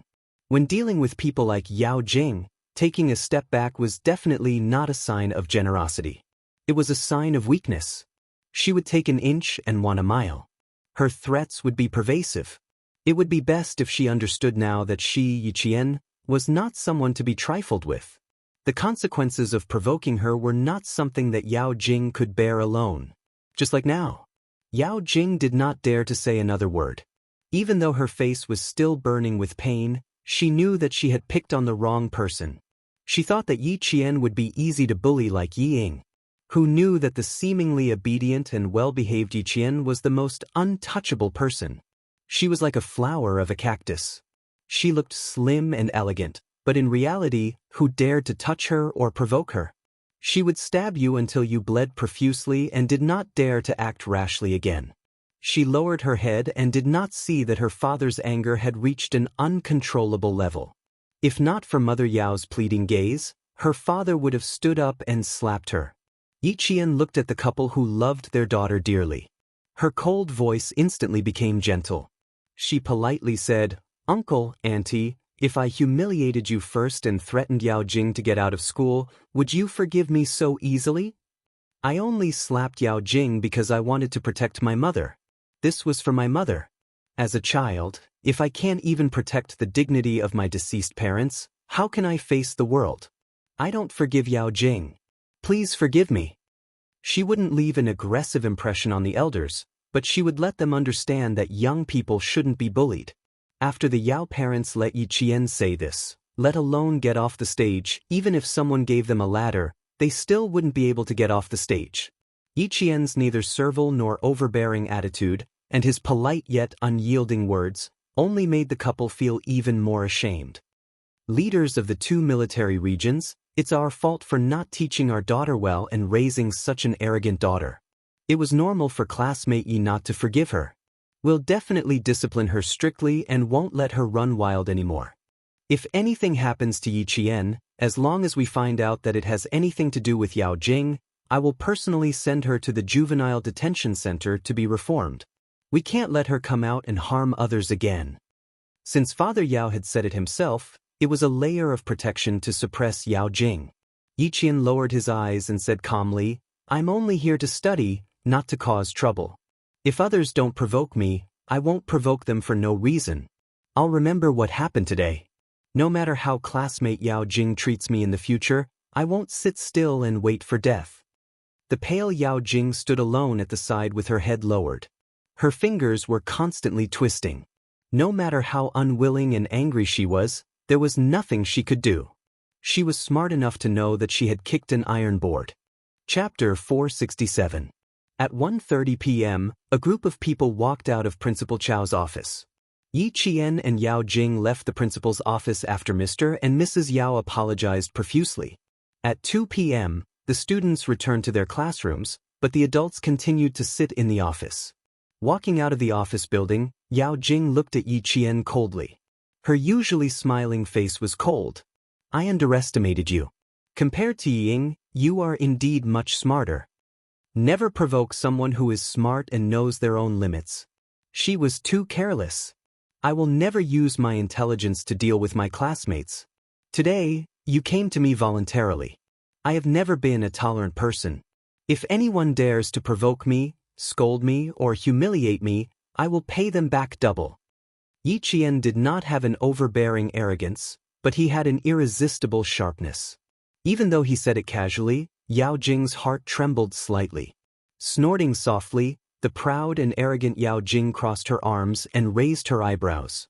She smiled coldly and said, "That's right. You're indeed someone who can't tolerate things. So, you've provoked Luo Ran, the little tyrant. Just wait and see, Yi Qian. I don't need to do anything. Someone will avenge me." Luo Ran was indeed a hidden danger. She knew this without Yao Jing's reminder. Of course, it was impossible for them to leave together. Yi Jian took a shortcut back to the classroom and saw several students surrounding Jiasen, talking about something. "Yi Qian, are you okay?" A classmate saw her and immediately stood up from her desk. She looked at her worriedly. "Did Yao Jing's parents make things difficult for you?" Yi Qian had only known her for a month, but she had already established friendships with her classmates. Although they were not very deep, at least when she was in trouble, her classmates were willing to help her. The corner of her mouth curved into a beautiful smile. She looked at her concerned classmates with a smile. "It's okay. Yao Jing was in the wrong first. With Principal Chow and Teacher Tong here, I am fine. But I didn't accept Yao Jing's apology because I'm still angry with her. I don't want to forgive her so easily." Rather than having Yi Ying misinterpret the facts and spread rumors of her being petty, it was better to make things clear in class so that even if Yi Ying found out something from Yao Jing, she couldn't make sarcastic remarks in class. From today's confrontation, it could be seen that Yao Jing was far smarter than Yi Ying. Perhaps she had already seen through Yi Ying's true colors, but the two of them were just using each other. After all, when they were in the same class, Yi Ying's grades were there for all to see. Yao Jing's intelligence lay in the fact that she would never jump out like Yi Ying after harming someone. She was afraid that others wouldn't know how powerful she was. She would hide and stand behind the scenes, letting others do the dirty work. She wanted to use Yi Ying, and Yi Ying wanted to maintain a good relationship with Yao Jing. Even if she was unwilling, she could only be used. Once the two of them wallow in the mire, it was absolutely possible for them to spread some rumors. This was not a baseless guess by Yi Qian. It was an experience that he had exchanged with his life in exchange for seeing Yi Ying's true colors in his previous life. The classmates agreed with Yi Qian's actions. If it were them, they wouldn't forgive Yao Jing so easily either. Yi Ying applied for sick leave, saying that she had a chest ache and needed to go to the hospital. The whole class knew that she had a heart disease, and they had never seen her apply for sick leave. Who would believe that she had applied for sick leave after today's incident? Chapter 468. The last physical education lesson in the class was not held. Everyone surrounded the field and received their camouflage uniforms for military training. The rest of the classes in class received their camouflage uniforms in the classroom. When school ended, Teacher Tong reiterated that the military training would start tomorrow. All students had to bring their daily necessities to school before 7 p.m. They could not forget their camouflage uniforms. Whoever forgot would have their marks deducted. The bell rang. All the first-year students on the 7-day break were like birds released from cages. They went home happily from school. And Jiasen watched as Yi Qian stuffed her clothes into her small camouflage travel bag. She gritted her teeth and said, "What should I do? I really want to take out all your clothes. Dang, dang, dang. Does it look good? Does it look good? Does it look good?" Yang Yi, who was hiding behind the door to change his clothes, was wearing a camouflage uniform with long sleeves and trousers. He walked out happily and said, "So handsome. I already like military training." Li Qian and the other girl, Lu Lizhen, also changed into camouflage uniforms and walked over. They put on their hats of the same color and the three of them stood in a row and laughed. How is it? How is it? Handsome, right? Add me. The girl sleeping on the upper bunk of Yi Qian, Zhang Yuan, ran over. The four of them stood in a row and raised their chins. Before Yi Qian and Injusin could speak, they were already laughing. I don't know if I'm handsome or not, but I know that if you wear these clothes, you won't have to walk with your breasts in your mouth, especially Li Qian. Injusin blinked. The meaning behind her words was to make everyone laugh. Meanwhile, Li Qian took off her hat and threw it at Injusin with a red face. Li Qian was slightly chubby and had developed very well. She was also shy, so she would walk with her face in her mouth, as if she was afraid that others would see her breasts. Injusin had said this countless times. She directly said, "What a waste." The 5 of them were in a mess. Yi Qian had also packed her luggage.